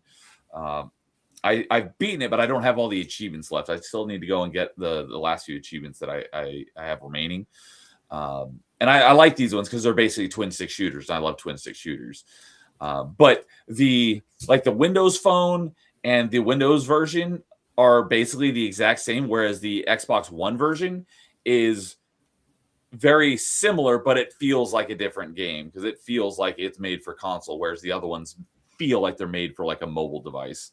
Yeah, the Xbox One version is one I played. That's the best one to play of Spartan Assault. Spartan Strike, which was the sequel, did not have like a console version. It only had like the Windows and the Windows Phone version. So I also have that one. I have not played through it yet, but it's basically just like the Windows Phone version of Spartan Assault. It feels like a mobile game. Yeah, that's probably why I probably won't touch it. It's because it's a mobile game. Yeah. So, and of course, there's also ODST, which is fantastic, and Reach, ODST. which I would not a huge fan of Reach, but I don't dislike it. My main issues with it is just it was so, I have no issue with the gameplay. The gameplay was a lot of fun. My issues with it were lore because it was very, very counter to what was in the books, the Fall of Reach book. It did not match up with the Fall of Reach book like at all. That was my biggest issue with it. Hey, Lois is here. What's up, Lois? Over on the Rumble side. Yeet. I mentioned you a couple times earlier. We were talking about we did a section on Sonic, and I'm not a big Sonic fan, but I know you're a big Sonic fan, and LanLo's a big Sonic fan, so we talked about Sonic for a while. Yep. So I definitely recommend going back and catching at least the Sonic segment.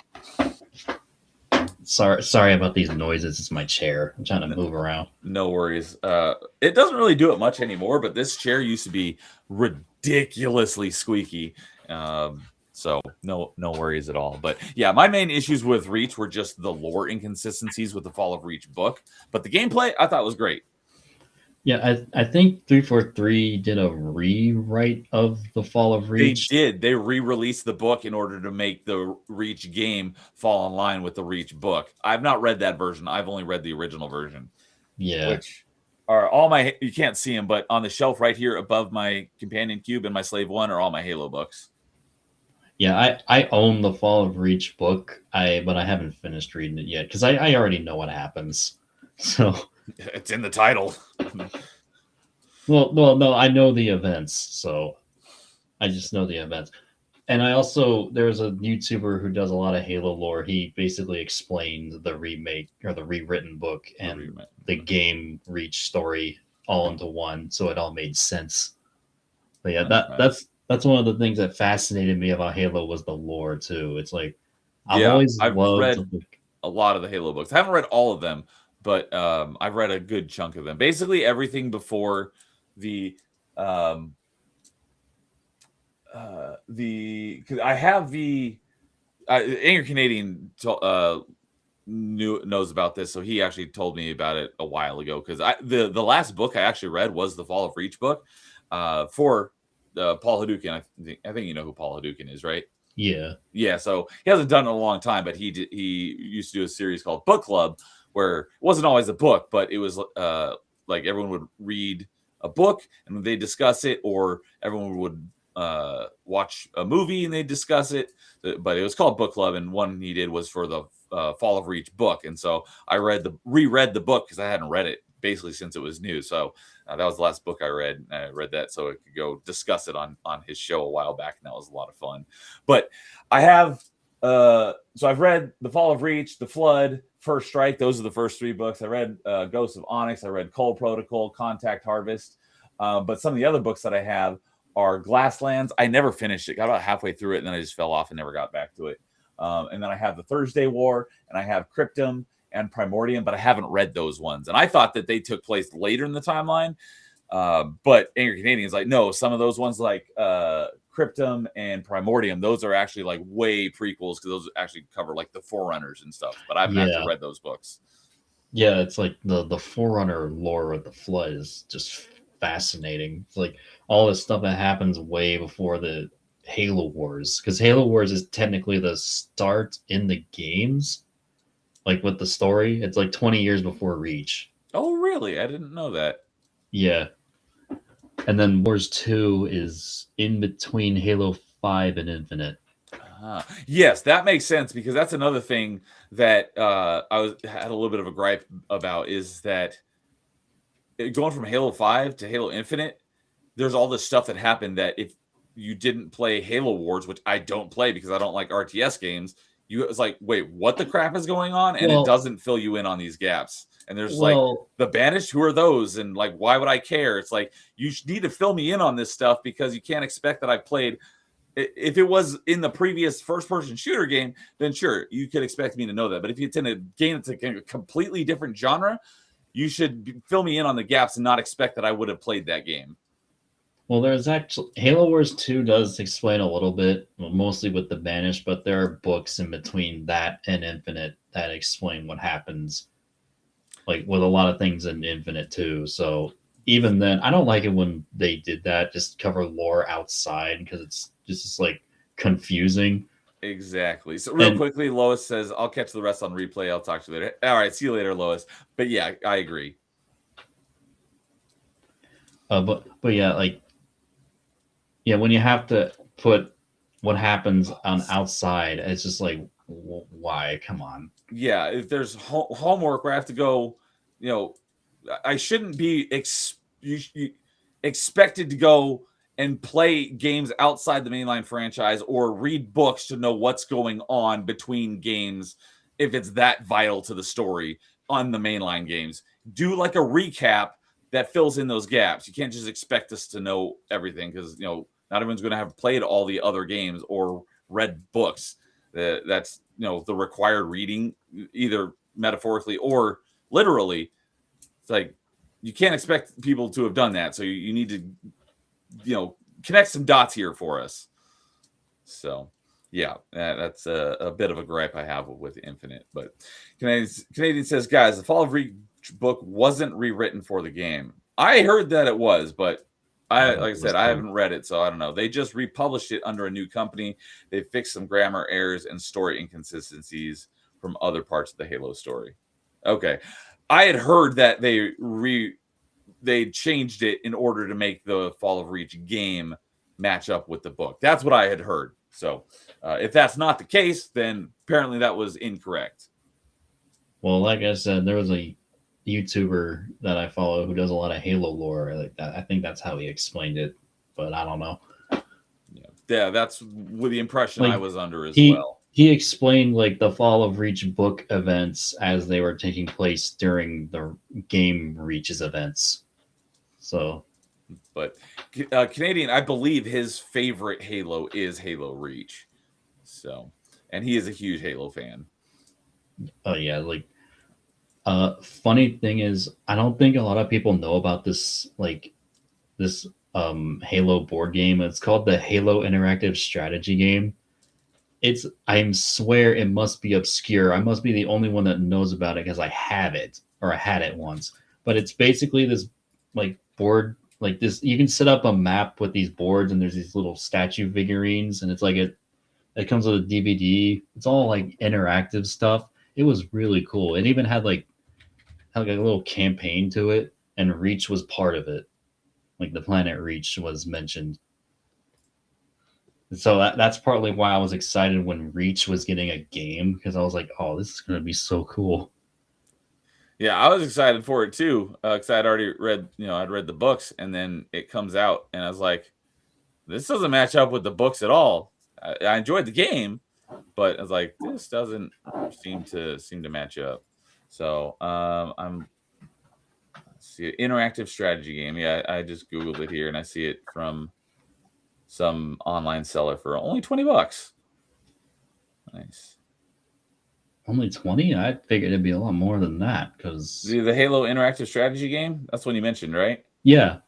I do see this Halo Flashpoint Spartan edition for like $125. But interesting. There's two right next to it. One says pre-owned for $20, and another one right next to it says Halo interactive strategy game, $150. Jeez, that's quite a discrepancy. But yeah, I love board games, so I would have loved to have given that a shot. Yeah, you make the map and stuff, and there's these figurines and cards and stuff. I see Angry Canadians comments too about it. So it is despite the story getting retconned. Okay. But he says, dude, I know that game. I have it still, minus the DVD. LanLo is my Halo blood brother. That's a deep Halo pull. That's awesome. Dude, my My Halo friend Alpha didn't even know that existed. So that was like my only knowledge he didn't know. Angry Canadian's like, did we just become best friends? I think we did. Must have. Yeah, that's a good question, Sandy. I'm wondering if this one that's for $20 doesn't have the DVD included. I think I have the DVD somewhere. I just don't think I have the board game anymore. And if I do, it's somewhere I don't know. So the interest. Let's see here. I'm sorry if I looked in my drawers So right I now. googled it, and the one that came up to for $20 is being sold from Noble Knight Games, which is a UK retailer. And The thing is, you can play it without the disc. You don't need it, but it adds a lot more to it. yeah, so it's got a couple of different listings here with various different conditions, and yeah, the one for $20 says no disc, painted figures, rules. Wait, is it just the board? I think that one might just be the board. Maybe that's why it's so cheap. It doesn't have all Yeah, I of was the gonna parts. say, there's no way like that's that cheap. Like the whole set must be more expensive than 20. So their explanation here is it says no disc, comma painted figures, comma rules VG. So is it saying that it doesn't have any of those things, or just saying it has painted figures and rules VG, whatever that is, but it has no disc? I don't know. Well, it did have like little statue figurines, but they were Yeah, I see that pre-colored. here. They weren't like the ones where you paint yourself. No, I don't think. So, yeah, man, that board game was so cool because I remembered it being pretty balanced. The Covenant had more units, but the humans had slightly stronger units. Interesting. Yeah, Wait, the Covenant had. Sorry. Oh, I was going to read his last one. It says, "Wait, painted figures? Is that why it's so expensive? Probably." I don't know. They were pre-colored or painted when I got it a decade or two ago. But oh shit. Oh yeah. The Covenant had like an extra unit over the humans, but what he said is correct. The humans had stronger units in general, and then the Covenant had more numbers, which is actually accurate to the lore because like the Covenant army is like 100 times bigger than the human one. Yeah. So, Like I'm pretty convinced that if the Covenant didn't have their civil war in Halo 2, the humans would have never won. oh yeah, probably not because the Covenant had far superior technology. Technology and numbers. Yeah, that too. So, were you a fan of ODST? I loved ODST. Not when it first came out, but when I played it later, I was like, why didn't I play it when it came out? Oh, I did play it when it came out, but we didn't finish it. Okay. But Yeah, I love think ODST. I think we bought it on release, and I think we played through I think both with ODST and Reach, we ended up playing through the whole thing in co-op on launch night. That was a lot of fun. But I thought, like, when it first came out, I was like, yeah, it's okay. It feels, I can definitely feel that I'm weaker because I'm not a Spartan, which makes sense.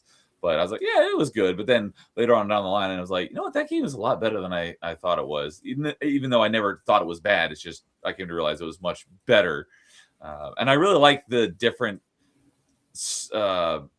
method they took to storytelling, in that you're in a open world, but you like all the missions are replaying essentially like flashbacks. Was really I really liked hours before. Yeah, I thought that was a really cool storytelling dynamic. And the music was freaking great in ODST. And I think behind Halo 2, I think ODST might have been my favorite soundtrack. Yeah, I would agree there. I think Halo 2 and ODST and the first game have the three best soundtracks. Let's see here. Oh, that's already highlighted because that was the last one I looked up. Let's see here. I was also going to mention, because we did a top 5 soundtracks, and so I wrote down, I have what my top 5 are, but I have notes of other ones that were in contention. So Halo 2 was out of the Halo soundtracks, Halo 2 is easily my number one, and that also made its way into my top 5 soundtracks. And then I put Halo 1 at number 2, and then ODST at number 3. So yeah, I think that'd be my list too with the soundtracks. But I was gonna say Halo 5 story was supposed to be like ODSTs, and then they changed it because Microsoft. yeah, I know that was. I didn't play Halo 5 until many years after it come out, but I know that was like kind of similar to the thing with the tease we got with the Zelda I was talking about, and then they totally changed what we actually got. What they marketed Halo 5 as was not anything close to what it actually was, and that was that was part of why that game was so maligned. So Yeah, does like Canadians asking, do you remember the Halo Risk game? I remember it. I've never played it though. Did you know about Halo Risk or ever play it? I do know of it, but I never owned it. Yeah, I hate Risk. I like board games in general, but I hate Risk. Especially pretty much anything that's based on dice rolls, I'm usually terrible at because dice hate me. Don't play Baldur's Gate. That's I don't do another reason why I don't like turn-based games based on a lot of skill or not skill on random chance and dice rolls, and that's usually not in my favor. So yeah, but he also said, I want to find a way to program this game so we can play it online. That would be quite the project. Oh, the Halo board game online? yeah, That would be the really strategy cool. game. If I was a modder and I knew how to mod like MCC, I would totally make all the campaign like levels or missions in quotes that the strategy game came with, like the stories it came with. I would make those into Halo 3 levels because they were such a cool concept. That'd be really cool. I remember the first one was like the Covenant have to kill all the humans, and the humans have to plant a bomb in their base and then run back to activate it. And then that's how they would win. The Covenant win by killing all the humans. And then the second mission is I think the humans had to defend these generators. And Oh, that was the first level in Halo Reach. yeah. Yeah, they had to defend these generators, and it was on Reach too. It took place on Reach. Okay. They had to defend these generators and this data thing. The Covenant had to collect this data thing and then go kill the generators, and that's how they would win. The Covenant got those, and if the humans killed all the Covenant, they win. And then the third mission was basically humans have to defend this little area from the Covenant, and the Covenant had to be inside it for like 7 turns or something. It's like an excavation mission. Oh, that's kind of like a last stand mission where you're just defending the center while they're bombarding you with enemies. Yeah, pretty much. If I could mod Halo and make those into missions, I would do that because they were really cool ideas. That sounds awesome. They weren't canon, but they were still cool ideas. Yes. What I was going to say is it doesn't exist, but that could be, I bet it would probably do pretty good, is if they release a Halo Tactics game that played like XCOM, but it was with a Halo skin. Have you ever played any of the XCOM games? I don't think so. Are you familiar with XCOM? No. Okay. I've never played them, but I've seen them plenty, so I know like how the games play, and it's like a turn-based tactical shooter game. Are you familiar with Gears Tactics? Because Gears has done a game in this style. No, I've never played a Gears of War game. Okay. Anyways, basically, it's like it said, it's a turn-based strategy tactics game where you have your units go to different places and they'll have different abilities that they can have. So you like, and there's like, it's kind of like D&D where there's like initiative and turn orders. And so like this unit's going to go and then this unit's going to go, and you like basically select what actions you want them to do. And then when they go to do that action, it's based like on a dice roll on whether they succeed or not. And there's different missions and stuff. So Halo could totally do a game like that because these style of games are pretty popular. So they could totally do that. It sounds a lot like what the board game is, just in a video game format. Yeah, what I wish they would do is like Halo games based off the books you mentioned earlier, like the Flood, Onyx, First Strike. That I think that'd be cool for like a library of games they do. I wish they would have done it, but I don't trust current Halo to do that. Yeah, that's understandable.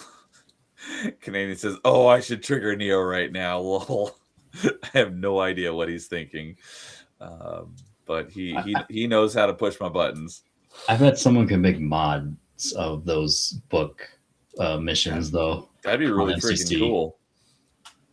Yeah, because there's this one guy who's making like pushing Halo 3 to its limits with like adding scarabs and all these big ships from like Halo Wars even into the custom games to make like big wars and stuff. I'm like, yeah, this is possible Because like scarabs are already in Halo 3, but you're talking about like as in the controllable by multiplayer. the player in Yeah. multiplayer. It's like, yeah, that doesn't exist, but that would be awesome.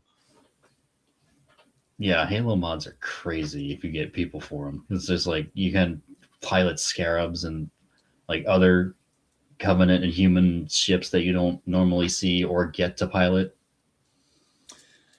Did you say that you played Halo Wars, either of them, or no? I played both. You have played both. Okay. Like I said, every Halo game except for Spartan Strike. That's right. Did you play just because Halo, or are you a fan of the RTS genre? It played it just because it was Halo. Okay.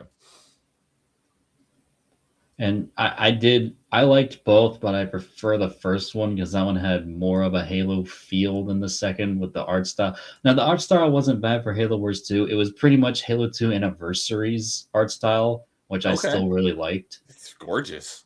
Yeah, it's really good. I don't know why Melee James doesn't like it, but it really is good. But yeah, it drives me nuts when he's like, "Yeah, the Halo Anniversary Edition is garbage." It's like, dude, it's such an improvement because you can actually see stuff.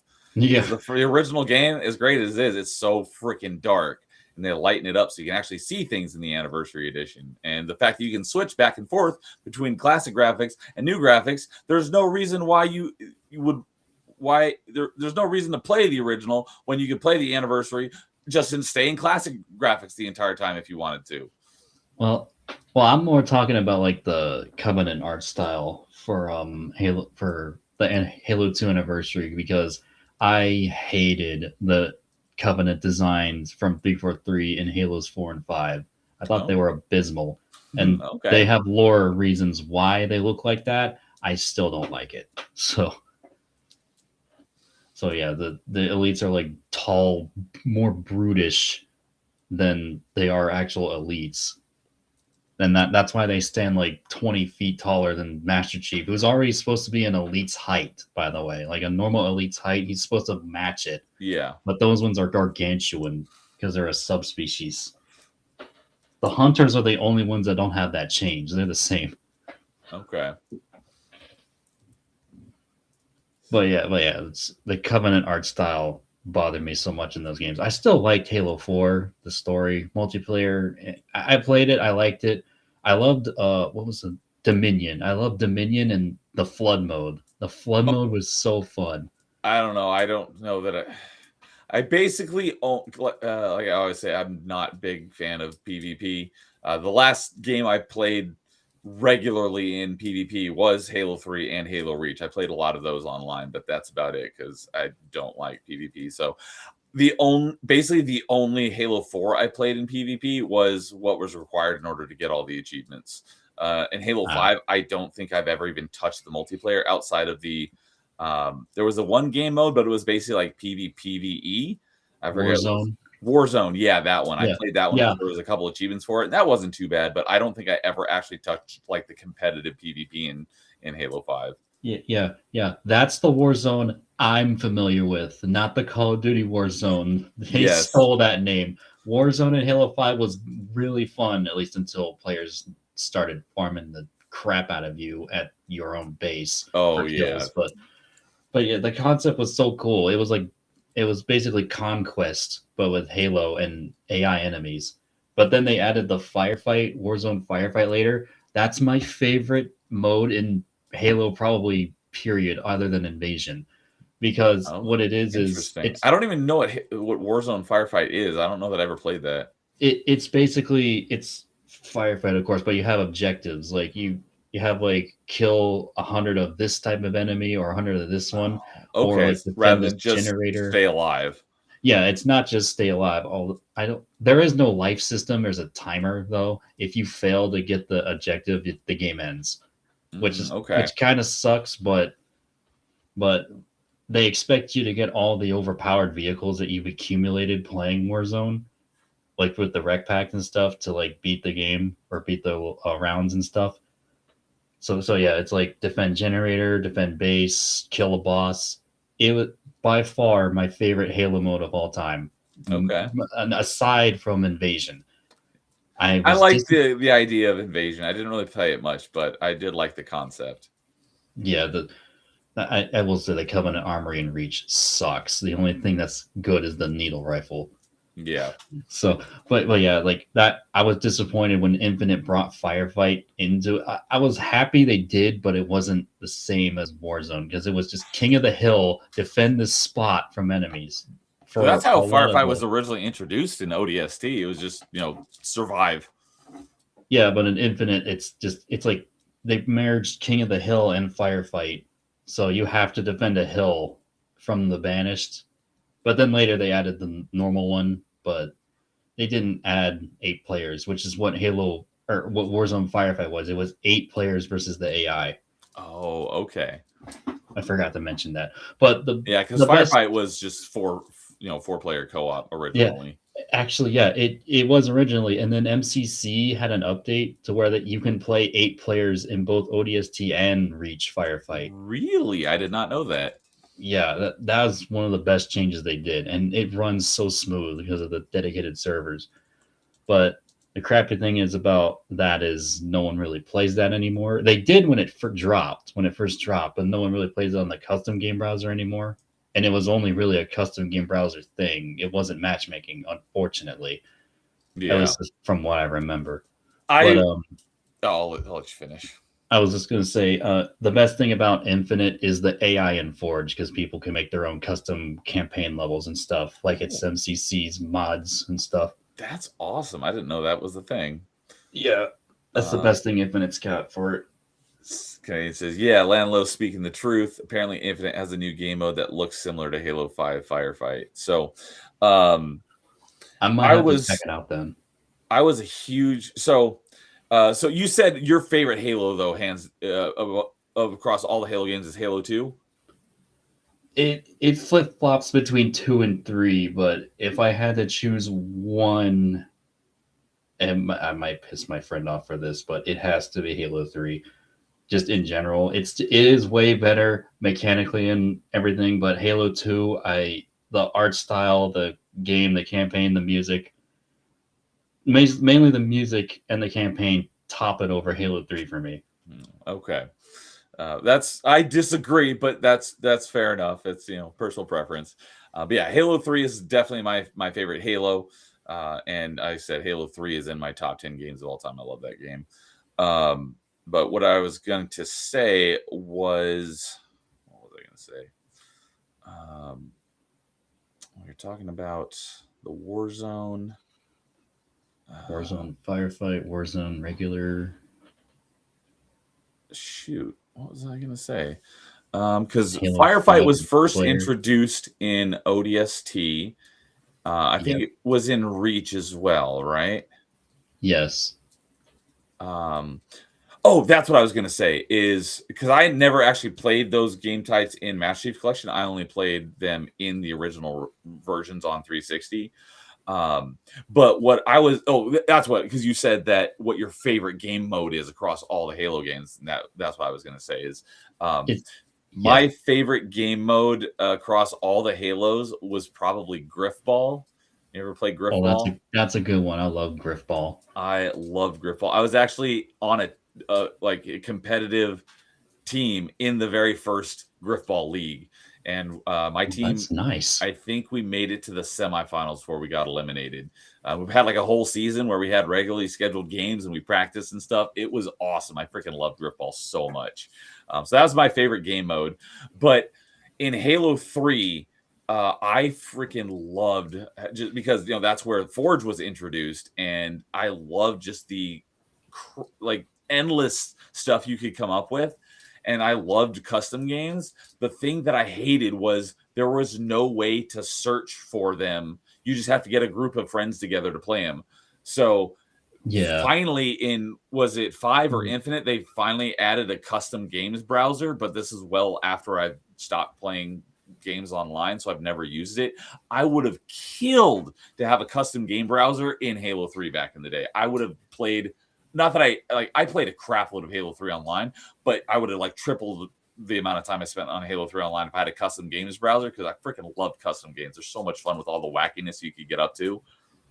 Yeah, Halo 5 did start the custom game browser, and then Master Chief Collection got it later as well. Okay.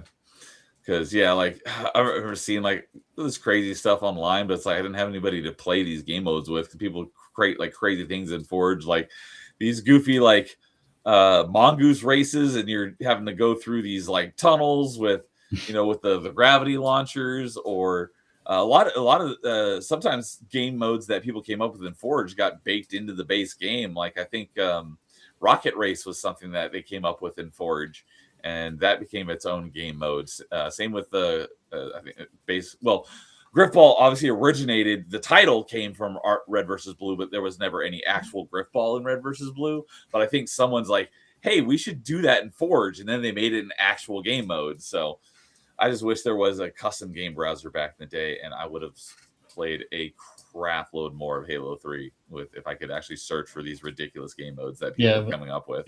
I think Halo 3 did have a file share. I think It did. I don't know if you could search the game modes, but I know if you search by gamer tag, they would probably have like some of the ones that they saved and stuff.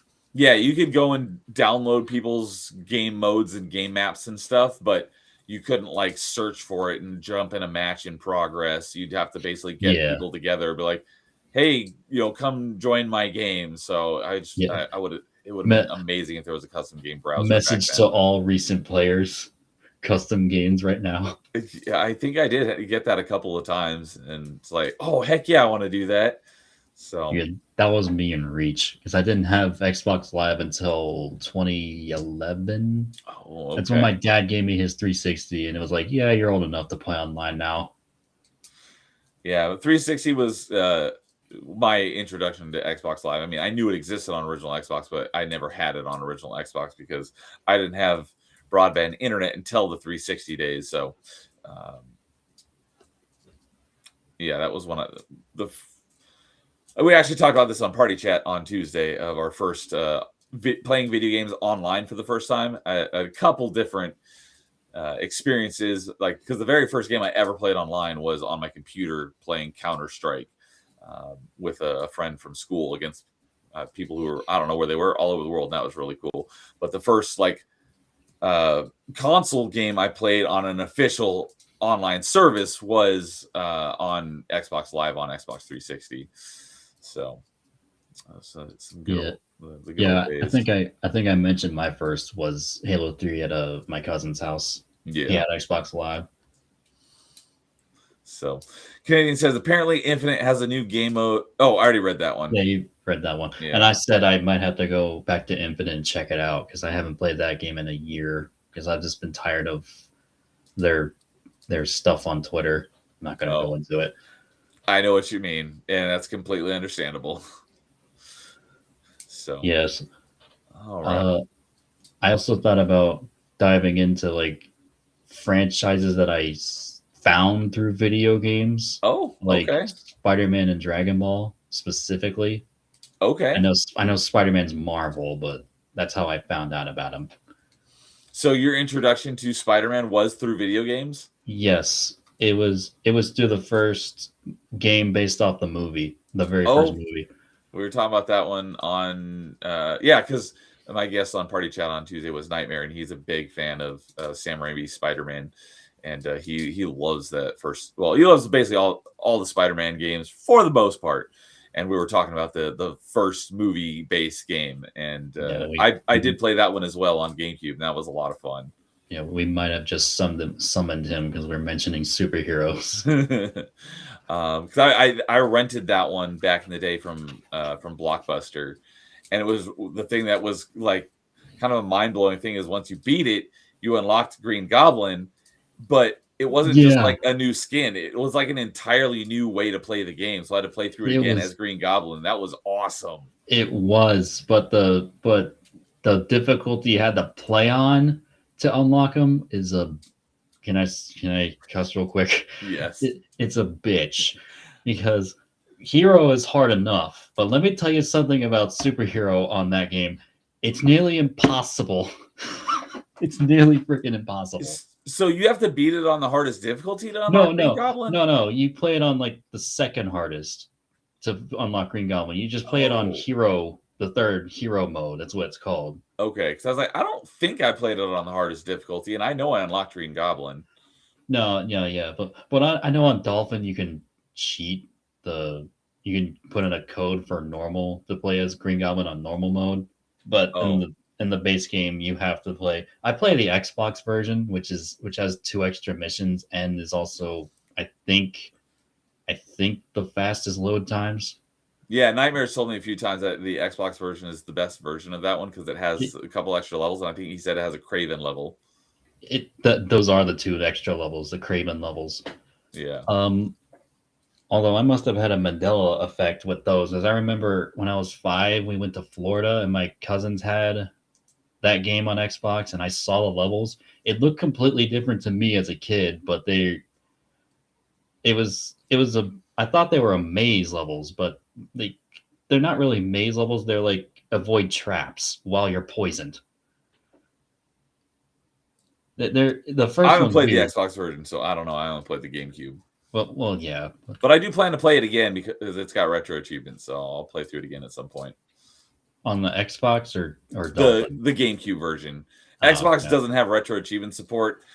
Obviously, we all want it, but who knows when that's going to happen because I don't think the Xbox emulator. I don't even know which one they're planning on using, but I don't think that there's any Xbox emulator out there that's been stable enough for to for retro achievements to be like, hey, we're going to use this one to support Xbox. So don't know when that's going to happen, but I look forward to it because a lot of original Xbox games I want to play for retro achievements. But yeah, GameCube version already has achievements, and I'm pretty sure the PS2 version does as well. But I'm going to be playing the GameCube version. Yeah, I had the PS2 version growing up, and the load times were a little long, but me couldn't wait playing the game. I was patient. I'm so weird. I'm patient with some things, and then other things I'm not. But yeah, I started with the PS2 version. I hardly played the GameCube because it's basically the PS2 again. But the Xbox is the one that actually is has two extra missions, and it's the best looking, I think, and it's also the fastest loading. So yeah, That the makes best version. sense because the Xbox was definitely the most powerful out of the three consoles that generation. Yeah, but I adore that game mostly because of nostalgia. But when when I played it on the hardest difficulty, because there's combos that you can do that are stronger than others, like button combos for combat. Like there's one where you kick, jump back, and then punch. That's like one of the strongest, and that instant kills most enemies. But then the hardest difficulty, it doesn't instant kill. It actually like it does a lot of damage, but it doesn't instant kill. Like the enemies have a ton more health, and you have like way less health. Oh yeah, It's it definitely makes it work for the hardest difficulty. it's one of those, and people complain about the stealth levels on Oscorp. They are a joke compared to Race Against Time. I'm sorry. The level Race Against Time where you have to defuse all these bombs, but these damn green robots are flying after you. They melt your health on the hardest difficulty. It's like pure luck to try and beat it on that one. So, I know of I came up with a route that helps, but still doesn't help when you have to stand there for a second, and that's all the time they need to shoot you. And they are accurate. They hardly miss. I bet. So Canadian said he had to step away. What game we're talking about? We're talking about the Spider-Man, the movie, the game. So I the talking about the bombs you have to defuse. I've seen this because I really the only thing I remember about playing that game was the Green Goblin. So I don't remember like basically anything about the rest of the game. Well, But I have seen in videos online about like funny deaths in video games, and it was a part where you have to defuse bombs, and you have to do a QTE, and if you miss, you just like face plant the ground, and the bomb explodes. that's Is that from Spider-Man this 3. game? No, that's Spider-Man 3 on the That's 360. okay. That's Spider-Man 3. Although I wouldn't be shocked if you had a funny death in the first game too, because there's a lot of funny ways to die in that one. Oh no, I'll tell you the most BS way I died in that game. It was on that mission on the hardest difficulty. I got to the last bomb, defused it, and I still got killed right before the cutscene to end the mission started. Oh no, That I was furious. that's And I was streaming from my friend on Discord when that happened. I was livid. that's oh yeah, that's the worst. It's like when you complete the objective, but then you like sort of some whatever reason you get killed or something before the cutscene commences, and then you have to do it all over again. It's like you gotta be freaking kidding me. It was the worst, dude. But I was gonna say there's a way to cheat to get the Green Goblin without playing the other game. You just enter a code, play the last cutscene, and then you have them unlocked. Okay. So you don't have to go through all the bull BS as Spider-Man. The hero difficulty is not that bad in comparison. The difficulty you have to play to get Green Goblin. It's the hardest one that I would not recommend to anybody. But since I love the game so much, I still did it. And I know tricks now, but I still wouldn't recommend it to anybody. It is probably by far the hardest Spider-Man game on that difficulty, in my opinion. Jeez, yeah, scroll down. There's a lot of Spider-Man games to get to this one. So, and the thing is, I haven't played a lot of Spider-Man games. The ones I played, I do like though. Except, I can't say I disliked the PS4 game because I did. I played through it like 4 or 5 times, and then I learned about the politically correct stuff in it, and I was like really disenfranchised. I'm like, oh wow. But I played Web of Shadows, Ultimate Spider-Man, Friend or Foe, and all the movie trilogy. Oh yeah, you were in chat on Party Chat the other night when we were talking about Spider-Man, weren't you? Because I mentioned Friend or Foe. Yeah, Friend or Foe's weird. Vaguely remember that one, but I didn't. I remember it being not a very good game. It's not. It's like the best thing about it is you play as other villains alongside Spider-Man, and it has a PvP mode where you can fight each other. It's a local mode, not online. Yeah, that makes sense. Well, actually, I played it on the Wii, so I don't know if it does have online for the other versions, or if it did. But yeah, and then I was also talking about how I haven't played many Spider-Man games, but I did just play Web of Shadows last year, and that was pretty good. So yeah, Web of Shadows is fantastic, although it's unpolished as heck. It's fantastic. Canadian said, I only have Spider-Man 2 for the Xbox and, of course, the PS4 game. I have the Spider-Man, what year? Yeah, the one that he's talking about. I don't have it on PS4 because I don't have a PlayStation, but whatever. Was that 2018 as well? Yeah, I have that one on Steam, but I haven't played it yet. Yeah, the remastered on Steam is fine. I had mods that bring back Peter's PS4 face because I did not like the remastered face at all. Yeah, that makes sense. He looked a lot like Tom Holland, which I was like, why? I think that's what they were going for. So, I mean, I get it in that sense, but still, he had a unique face, and you had to swap it. They did that with all the characters in the later games, which I didn't buy because I wasn't interested. Yeah, that's understandable. So I haven't played Shattered Dimensions, but Canadian's asking about it. Did you say you played Shattered Dimensions? No, that's not one of them. Oh, okay. Because that's one of those 3 that was like the 360 PS3 era, right? There was Web of Shadows, Web of Shadows, Friend or Foe, Shattered, and Edge of Time. Edge of Time. Those 3 are all like. Oh, and the Amazing Spider-Man movie games based on those movies. They were on the 360 as well. Yeah, but I'm talking about the Web of Shadows, Shattered Dimensions, and what was Something of Time, Web of Time, Edge of Time. Edge of Time. Those three were all just video game or originated. Yeah, I get what you're saying, if that's what you mean. Well, I think those were all done by the same studio, right? Where some of the other ones were done by different studios. Oh, I don't know. Because those three are all kind of like considered like maybe not necessarily, but I always hear them referred to as kind of like a trilogy of Spider-Man games. Yeah, I don't know. I've never played Edge of Time or Shattered Dimensions, but Web of Shadows, yeah. But I think all of them, I would assume, were made by Activision and Treyarch. They are published by Activision. You know, I'm gonna go ahead and pull it up here because let's start with Web. Yeah, like Shadows. When Activision was still making games, it was Spider-Man games. That's when they were at their peak, in my opinion. So Web of Shadows was published by Activision, which I knew that. Developed by Shaba Games. Did not know that. Let's pull up. Let's see here. Edge of Time and Shattered Dimensions. So Edge of Time, also published by Activision, developed by Beenox, and Shattered Dimensions, published by Activision, also developed by Beenox. So Shattered Dimensions and Edge of Time were one developer, and then Web of Shadows was a different, but they were all published by Activision. Was Amazing Spider-Man? That was also Beenox. So they did all three of those.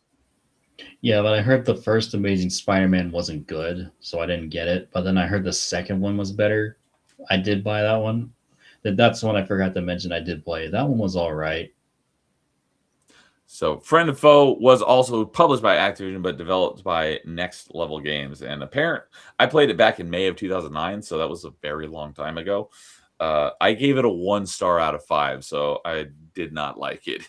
That's crazy. It was made by Next Level Games because they're the ones who made the Mario Striker games too. Oh, really? Yeah, the Strikers on GameCube and the Wii.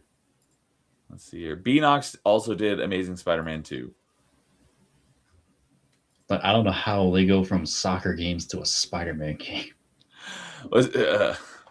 It's like when I heard who's working on the new Fable game, I was like, wait, come again? Who did you say is working on the new Fable game? Do you know who the developer is on the new Fable game? I think I forgot. I think I heard, but I don't remember. It's Turn 10. And do you know what Turn 10 is known for? No. They're known for the Forza games. And they're doing Fable. It's like, wait, what? It's like asking Sonic Team to do Grand Theft Auto. What are we doing? Exactly. It's like, that's a weird pull, but okay. You do what you're gonna do, Microsoft. That makes no sense to me. But yeah, I when I first heard that, I'm like, wait, like the Forza people? Yeah, Forza people. I'm like, that makes no sense. So yeah. GTA and Saints Row are also games I played too. I love those. Okay. I'm not a big fan of GTA. I would much rather play Saints Row. I just never played any of the Saints Row games. Understandable, because Saints Row has a lot of, they have GTA elements, but I think they do them way better than GTA does. Yeah, I like the over-the-top comicalness of it. I just find most of Rockstar games not too realistic, but like it's just not. I like the goofiness and stuff. That's why I like some of my favorite sandbox games are like Prototype or Just Cause. I freaking will play those over any GTA game any day of the week. I mean, I know you don't like GTA 4, which that one's the most serious and dark of all the games, but normally they are goofy to an extent. But Saints Row takes it to another level. Yeah, and that's the stuff that I really like. So Canadian says, yeah, I agree with LanLo. The OG PS4 Peter face is the best. Yeah, I haven't played it, but I do remember when that happened, and I was like, why? I like the other one better. So, and I think he says, yo, nice game studio reference there. I think he's talking about the Next Level games. Next Level games. Not Turn 10. Playground is doing the new Fable Neo. Yeah. Thank you for the correction. So Turn 10 did Forza Motorsport. Playground does the Forza Horizon games. But still, it's a Forza team working on Fable, which, like, what? So thank you for the correction, though. I forgot about that. I haven't actually played any of the Horizon games. I only ever played Forza Motorsport. That's funny. I don't like Forza at all. It's too realistic for me. I know I would have enjoyed the Horizon games if I had gotten into them because the Motorsport games are like the simulation ones that are super realistic. It's the Horizon games that are much more arcadey, like Need for Speed. I know I would have liked them if I had gotten into them, but by the time the Horizon games existed, I had already sworn off Forza games because I got burned too badly, and I was like, I'm never playing a Forza game again. Yeah, the Motorsports are the ones I've played. I didn't like them. I do like them. It's just I don't like that I played them to play with friends, and I don't like that I have to play a 20-minute tutorial to go into online. Like, come on, man. And I never played it online. I just played it against the bots and stuff in the campaign. But anyways, I did pull up the Spider-Man GameCube version on RetroTunes, and it does have achievements for beating the game as Green Goblin on normal difficulty. So what? Yeah. So but once you unlock him, you can play it with him on any difficulty, right?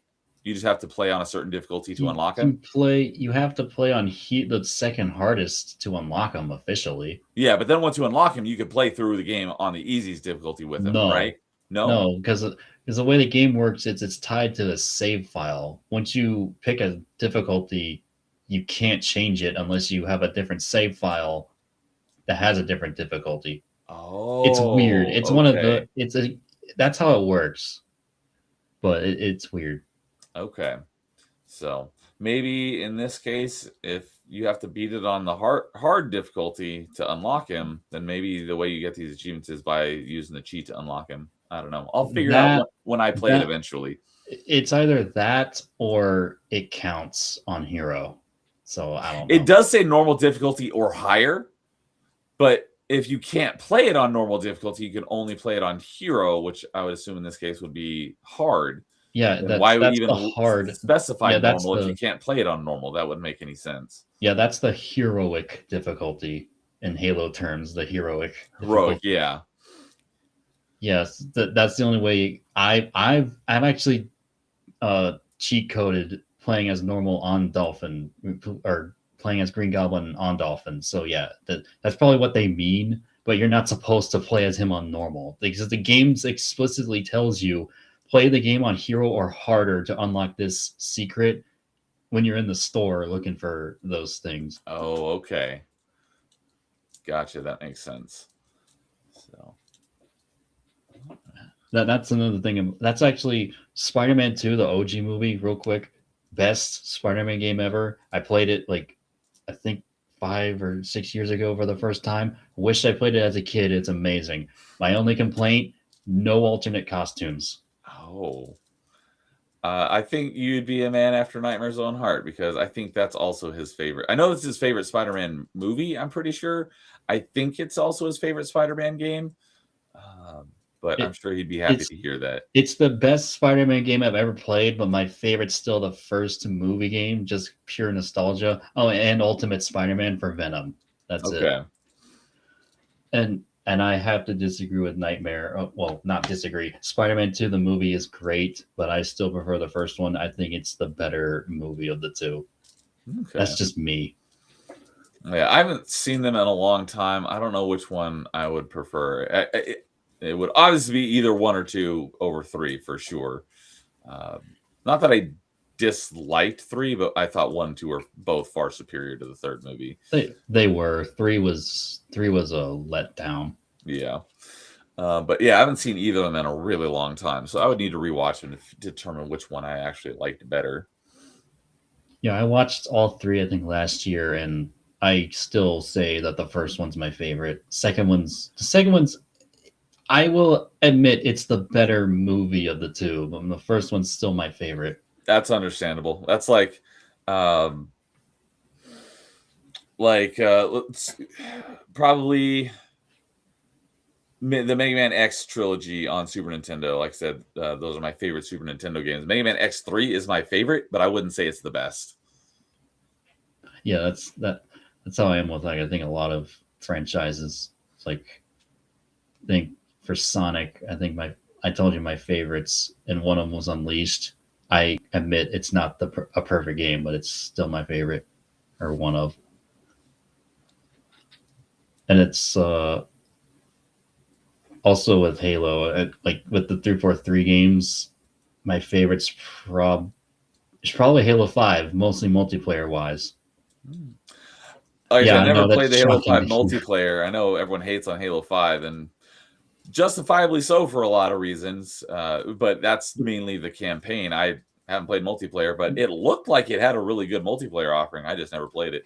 It did. It had so it, I'll explain this real quick because I want to jump to Well, Dragon Ball a I bit. never played it besides Warzone. Well, okay, so the way it worked was there was an arena mode, which was the standard modes, and it fixed what everyone complained about in Halo 4, no loadouts. It was basically how Halo was before. Everyone started with the same equipment, same guns, everything. It came down to skill, which team would win. Okay. And Warzone was just basically all cards, just random, all that. And the rec points with the weapon variants and stuff Mm-hmm. that you could pay like money to get rec packs and hope for better, but I didn't do that because this was back when I was in high school, so I grinded my butt off for those. Yeah, I don't know that I've ever bought any like those type of the microtransactions in games. I the think I've only spent less than $10 on microtransactions in my life. I wish I could say the same thing, but GTA, man, The before I shark hated it. cards. Yeah, before I started hating it. But the only thing in Halo 5 that you had to buy, you couldn't unlock, were like helmets and voice packs for Halo 5, where you had like Buck, a grunt, and the monitor in the Halo 5 campaign over speaking to you over the normal guy. I thought that was cool though.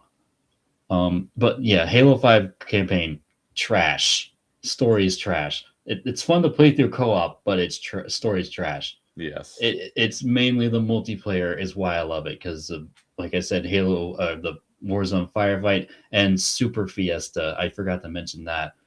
It's basically What's different between regular Fiesta and Super Fiesta?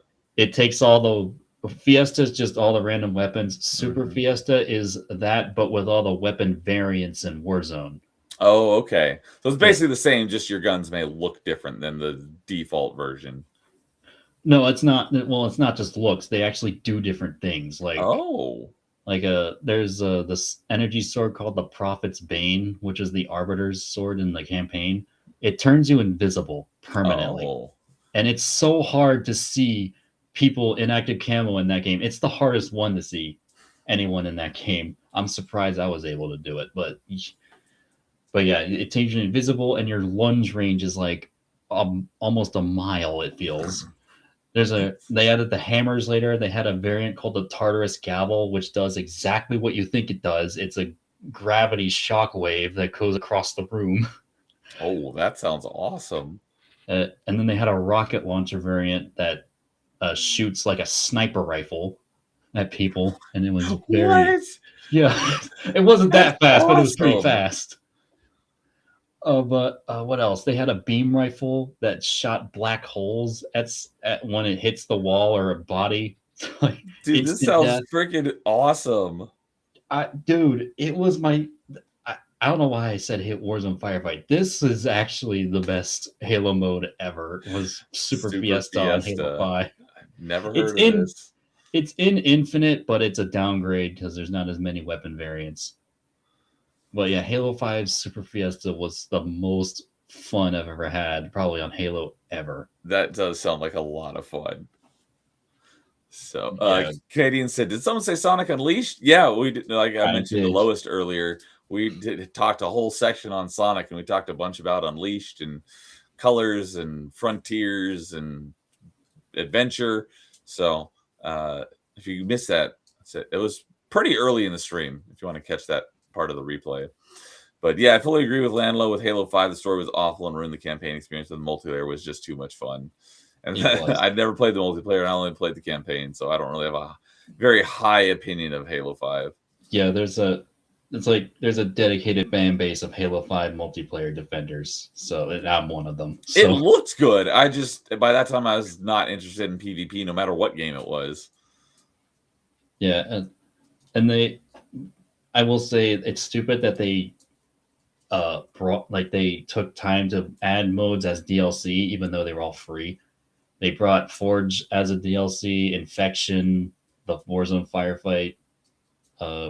They were all good when they came out. It just sucked that they were not in the game when they launched. Yeah, that is dumb. But yeah, that's all I could say about Halo 5 at that point. So, I know we've kind of gone over the time we said at the beginning, but if you want to keep going, and because I think you said you had something you want to talk about on DBZ, which I know basically nothing about. Yeah, I can keep going for this last thing. All right. So yeah, Dragon Ball is also a franchise that I saw through a video game. Have you ever heard of the Budokai games? I've heard of them, but if I saw them, I wouldn't know. It's like if I saw, any sort of Dragon Ball, I'd recognize. I'd be like, oh, that looks like Dragon Ball. But if you were asking which Dragon Ball game or which generation of Dragon Ball this is from, I wouldn't have a clue. Yeah, I get you. It was the very first Budokai 2D fighting game that I got into Dragon Ball, or first heard of it.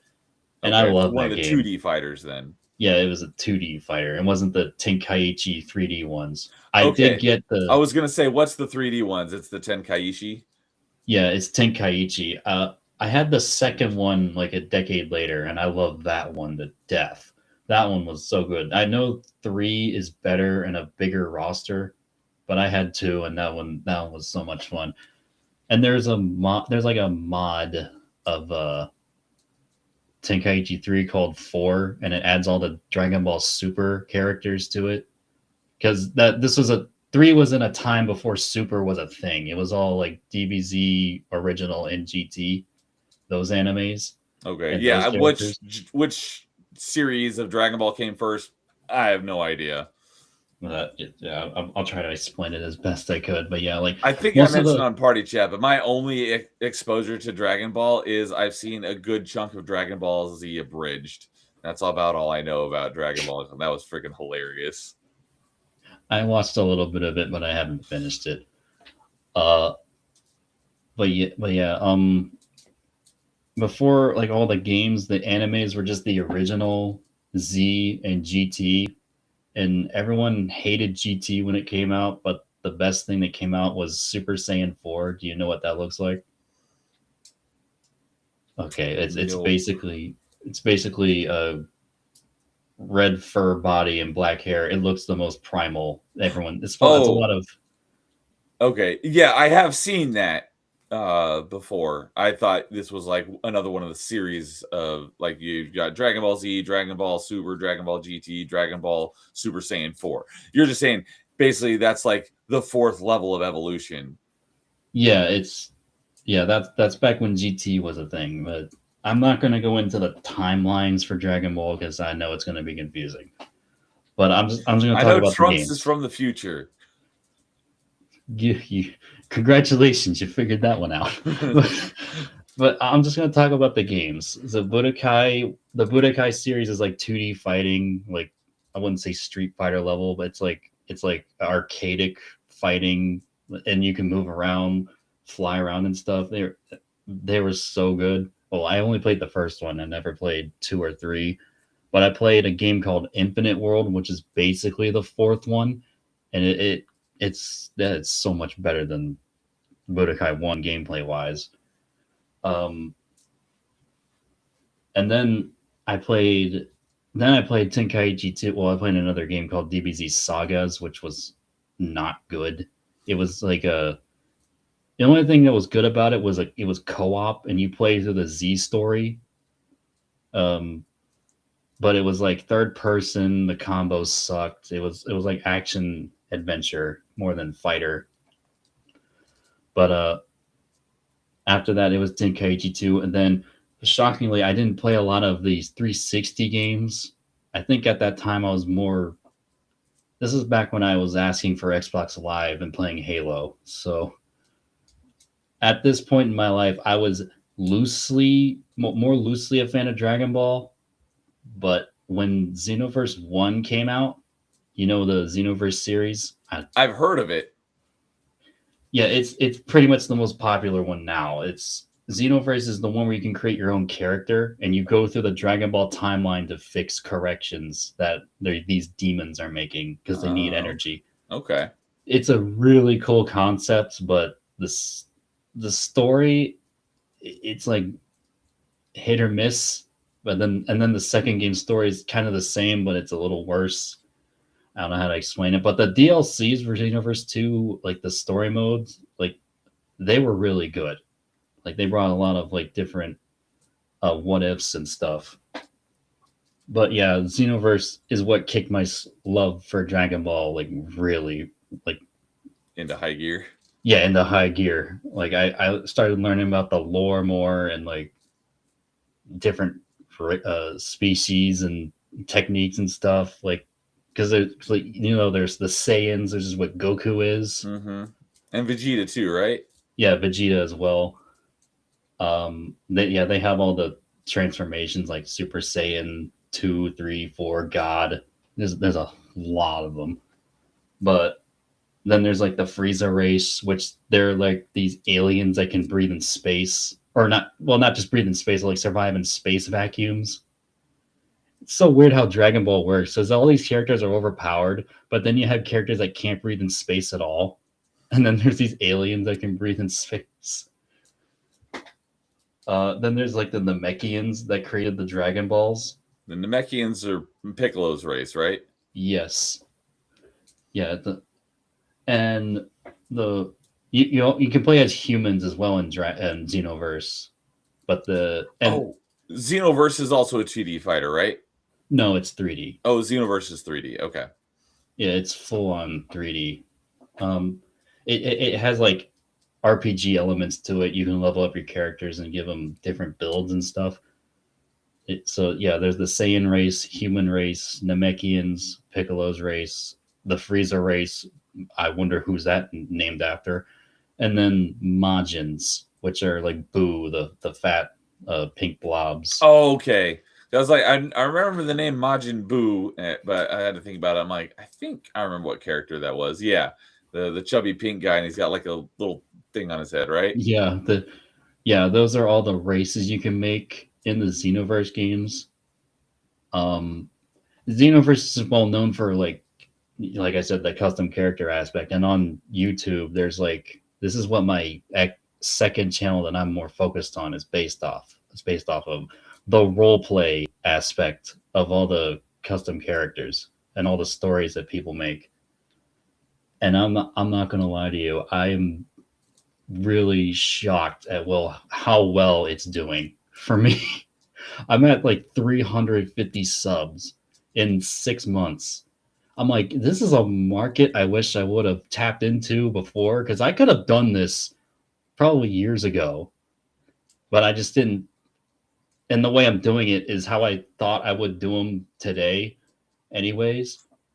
But I did not expect people to be this interested in that stuff. So I'm like, yeah, I like doing this. I like editing these. These are my forte.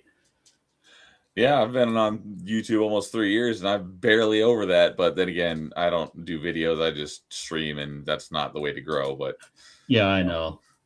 It's like if I grow, awesome. If not, it's not really that big of a deal. I just do it because I enjoy it. Yeah, that's how it was for me with these Xenoverse videos. I did it because I was just enjoying it. I had no idea the following I was going to get. That's awesome. But yeah, if I can explain the races in Xenoverse a little bit more, the way they work, because I know I want to change it. It sounded like if I'm going to explain the racism in Xenoverse. Hey, my character is a Frieza race on my icon, so it fits. But yeah, I was going to explain that before I went on my YouTube channel tangent. the Saiyans are the humans are the basic ones. They have like balanced stats. The Saiyans are like the lower their health, the harder they can hit you. Like their attack power is better. Yeah, they need more damage, lower health. Yeah. Namekians, they can regenerate health when their health is low, which I think should be a Majin thing because that's how they work, but whatever. And I think they can use items better than the Namekians. The Frieza race, they're really fast and they can regenerate stamina while they're fighting because that's how Xenoverse works. You have like stamina while you're fighting, and if you use too much of it, you're basically screwed. Okay. Like if you get too low. But yeah, they can regenerate stamina while they're fighting. I'm shocked that they're not more overpowered than they are because that's pretty broken if they could do that. And then the Majins. Okay, so the Majins, I forgot their stats, but there's two genders of Majins. The male Majins, if their stamina is at max or high, their health they're like a tank. But when the stamina is low, they're defenseless. They're like a glass cannon, pretty much. Okay, gotcha. And the high female, risk, high reward. yeah, pretty much. And then the female Majins, they regenerate stamina after it's broken the fastest. So like when the stamina breaks, you can't really do anything. You just have to hope you don't die. And their stamina regenerates the fastest. And if I look up the stats, I can remember I forget the Majins because I don't play them at all, even though I just do role play stuff. But yeah, like I was gonna say as well, Xenoverse.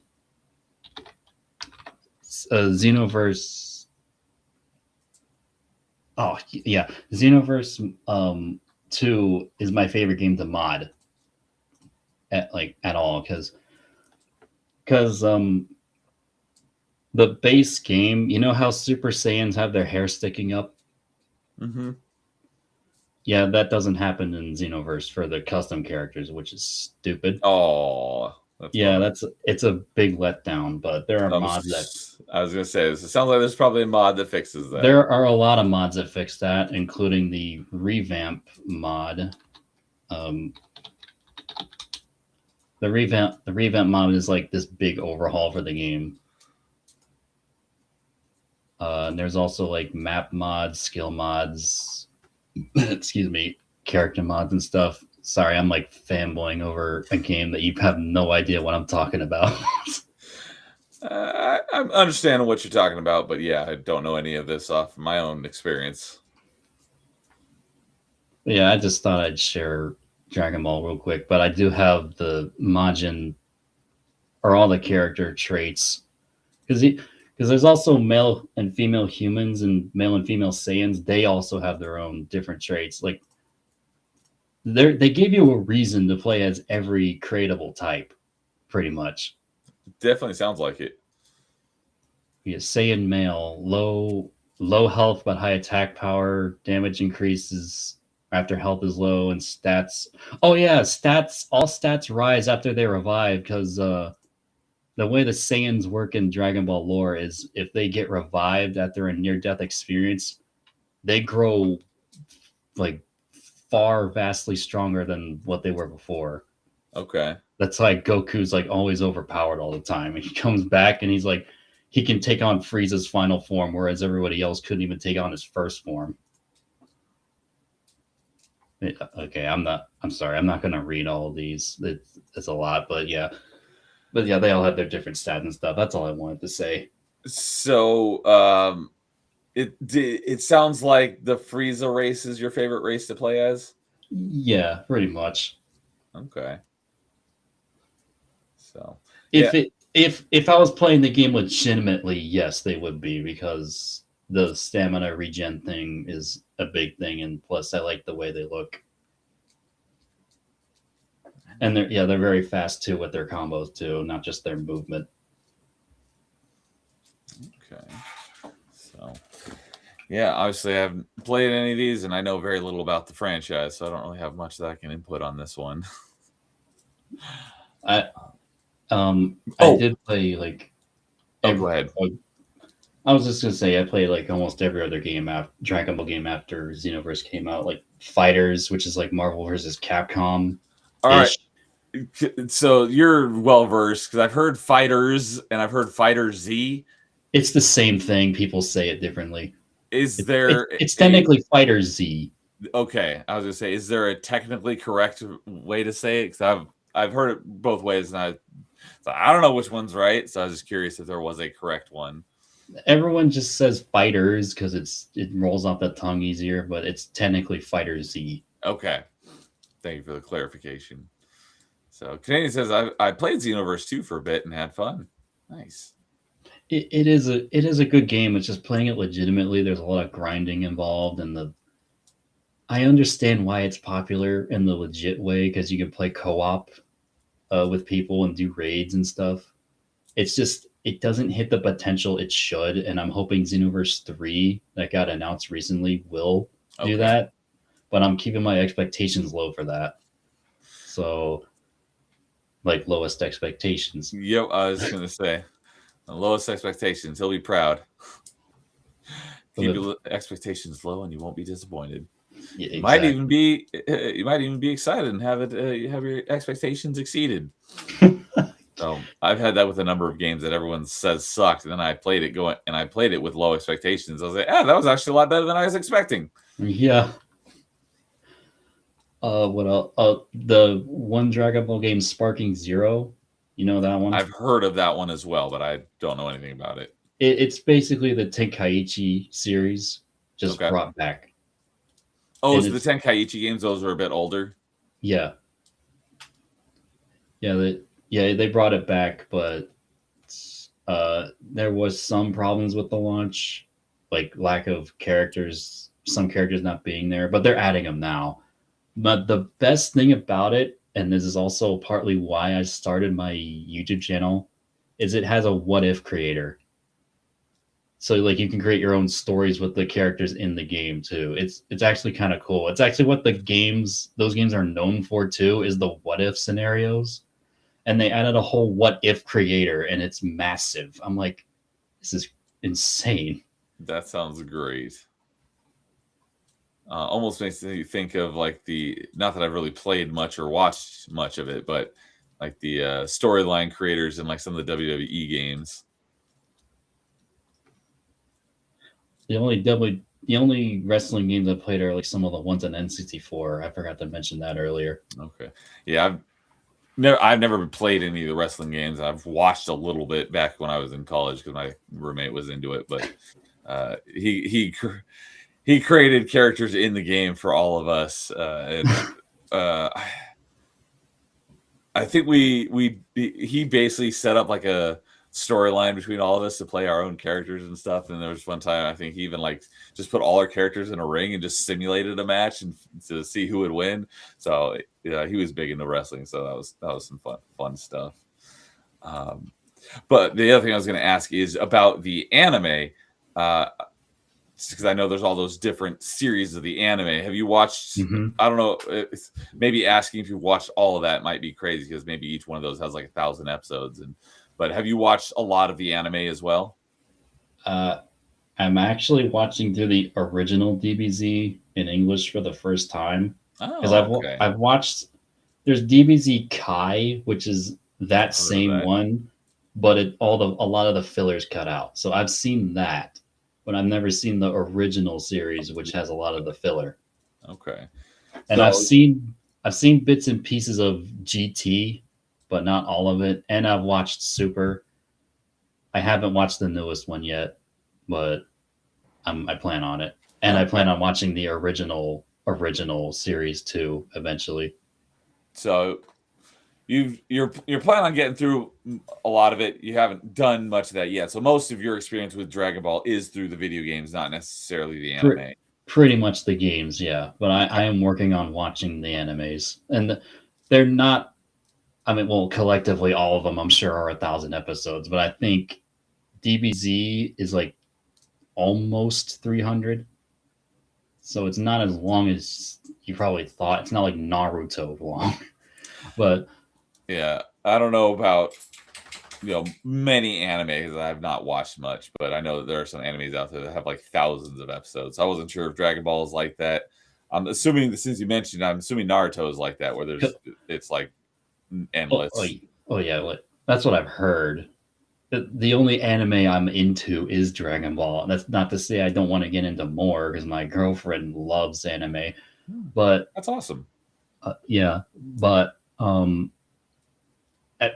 I was gonna say collectively, if you were to put all the animes together for DBZ, yeah, it's over 1,000 episodes. But individually, I don't think a lot of them hit over 300 Okay, episodes. So individually, still they're a not lot though. that long. Yeah, I know there's still a lot.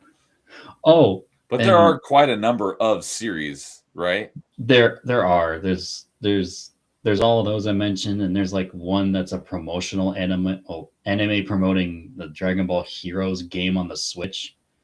It's not canon to the lore, and it's short, but it's still fun. I'm still watching through it, but it is fun. And I was gonna mention Dragon Ball Z Kakarot. It's this game. It's this big RPG game that goes through the whole series. It actually does have a lot of the original and DLCs, and even the newest one. I probably should just play that and see how they are.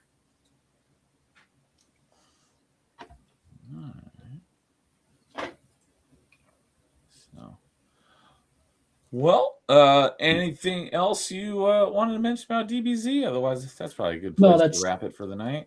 that's it. I did want to ask you if real quick about just GTA. If I were to ask you which one would you play in the PS2 era, which one would you start with, or would you want to start with it? Oh, yeah, I haven't played any of those ones, but from what I know about them, probably San Andreas. I think for most people, that's the most beloved one, right? It is. It's the pretty much the fan favorite. That's the last one before. Uh, that's the last one before GTA 4, right? No, actually, there's two others after that on the PSP that later got to the PS2, and they're the story games. Okay, yeah, I'm just talking about like the mainline games because Yeah, there was the main line. There's only three of them on the PS2, and then there's the story games after that. and there was San Andreas, Vice City, and what was the other one? Three. Oh, It was it's just three. called GTA 3. Yeah. So, what was the order of release for those ones? I'm assuming GTA 3 was the first one, Yeah, three. and then Vice City, and then San Andreas. Yeah, that's the release order. Okay, so I did Yeah, have that right. I was gonna say if you were planning on playing them at all anytime soon, start with three because it is the bare basic one. But I will warn you, it's also the hardest. Yeah, I don't have any plans to play it, but if I was if you're like you have to play a GTA game, which one would you play? I'd probably pick one of the PS2 games. That's all I wanted to ask before we wrapped it up. Because I do love GTA. Are you looking forward to 6 then? Mixed bag. Mixed Okay. bag. I wasn't sure if So, that was like yes and hesitation no. of excitement. You're like, yes, or but no. If I was on camera, I was doing the I don't know gesture. Okay, But yeah, yeah, it's like a mixed bag, yes and no. So I have zero interest in it, so I won't be playing it. I won't get it launch day, but I'm sure I'm going to get it for online with my friends. Cool. Did you play a lot of GTA 5 online? I think Yeah, I did. you did say something earlier about like the shark cards, but I wasn't sure which GTA that was. That's GTA that was 5, five. right? 5 is where technically 4 started online multiplayer, but it was like bare basic stuff like game modes and free mode. On 5 is where the online stuff really took off. That's what I thought. I liked it at first, even though I still had problems playing it or my issues with it. But eventually I stopped because it was getting ridiculous with the weapons and stuff they were adding. Like once they started adding flying bikes, I was out of the public lobbies. So, But that's all I wanted to ask was GTA because that's also another one of my favorite series. Of the GTAs that I've played, the original first GTA one was the one I actually had the most fun with. Oh yeah, I never played the PS1 ones. Just played the 3D ones I on didn't like play it on PS1, but I played it on PC. But yeah, the one that's like legitimately top down, I actually had fun playing that one. yeah, I never played those ones. I thought I did when I was younger, but then I learned it was Driver 2. Oh yeah, basically a GTA competitor. Yeah, because Driver 2, you can get out of the car and run around. That's what I thought was GTA, but then I saw it top down, so I was confused. Then I learned it was Driver 2 that I played. Okay, I've not played any of the driver games, but I do know that I don't remember which one it is, but now one of them is notorious because no one could get past the tutorial. That the only driver game I played was 2, and that Okay, was when I was like 5 years old. yeah, I So I don't see remember. driver in list videos often of like games that people didn't play very long, and it's because the tutorial was like stupid hard and no one could do it, and you couldn't continue with the game until you completed the tutorial. So It's the one of first those I've heard driver of that. games. Yeah. So all right. Well, I think that we'll wrap it up there for tonight. So, Lionel, thanks for coming on. I had a great time chatting with you tonight and ended up going longer than I expected. So, had a great discussion with you.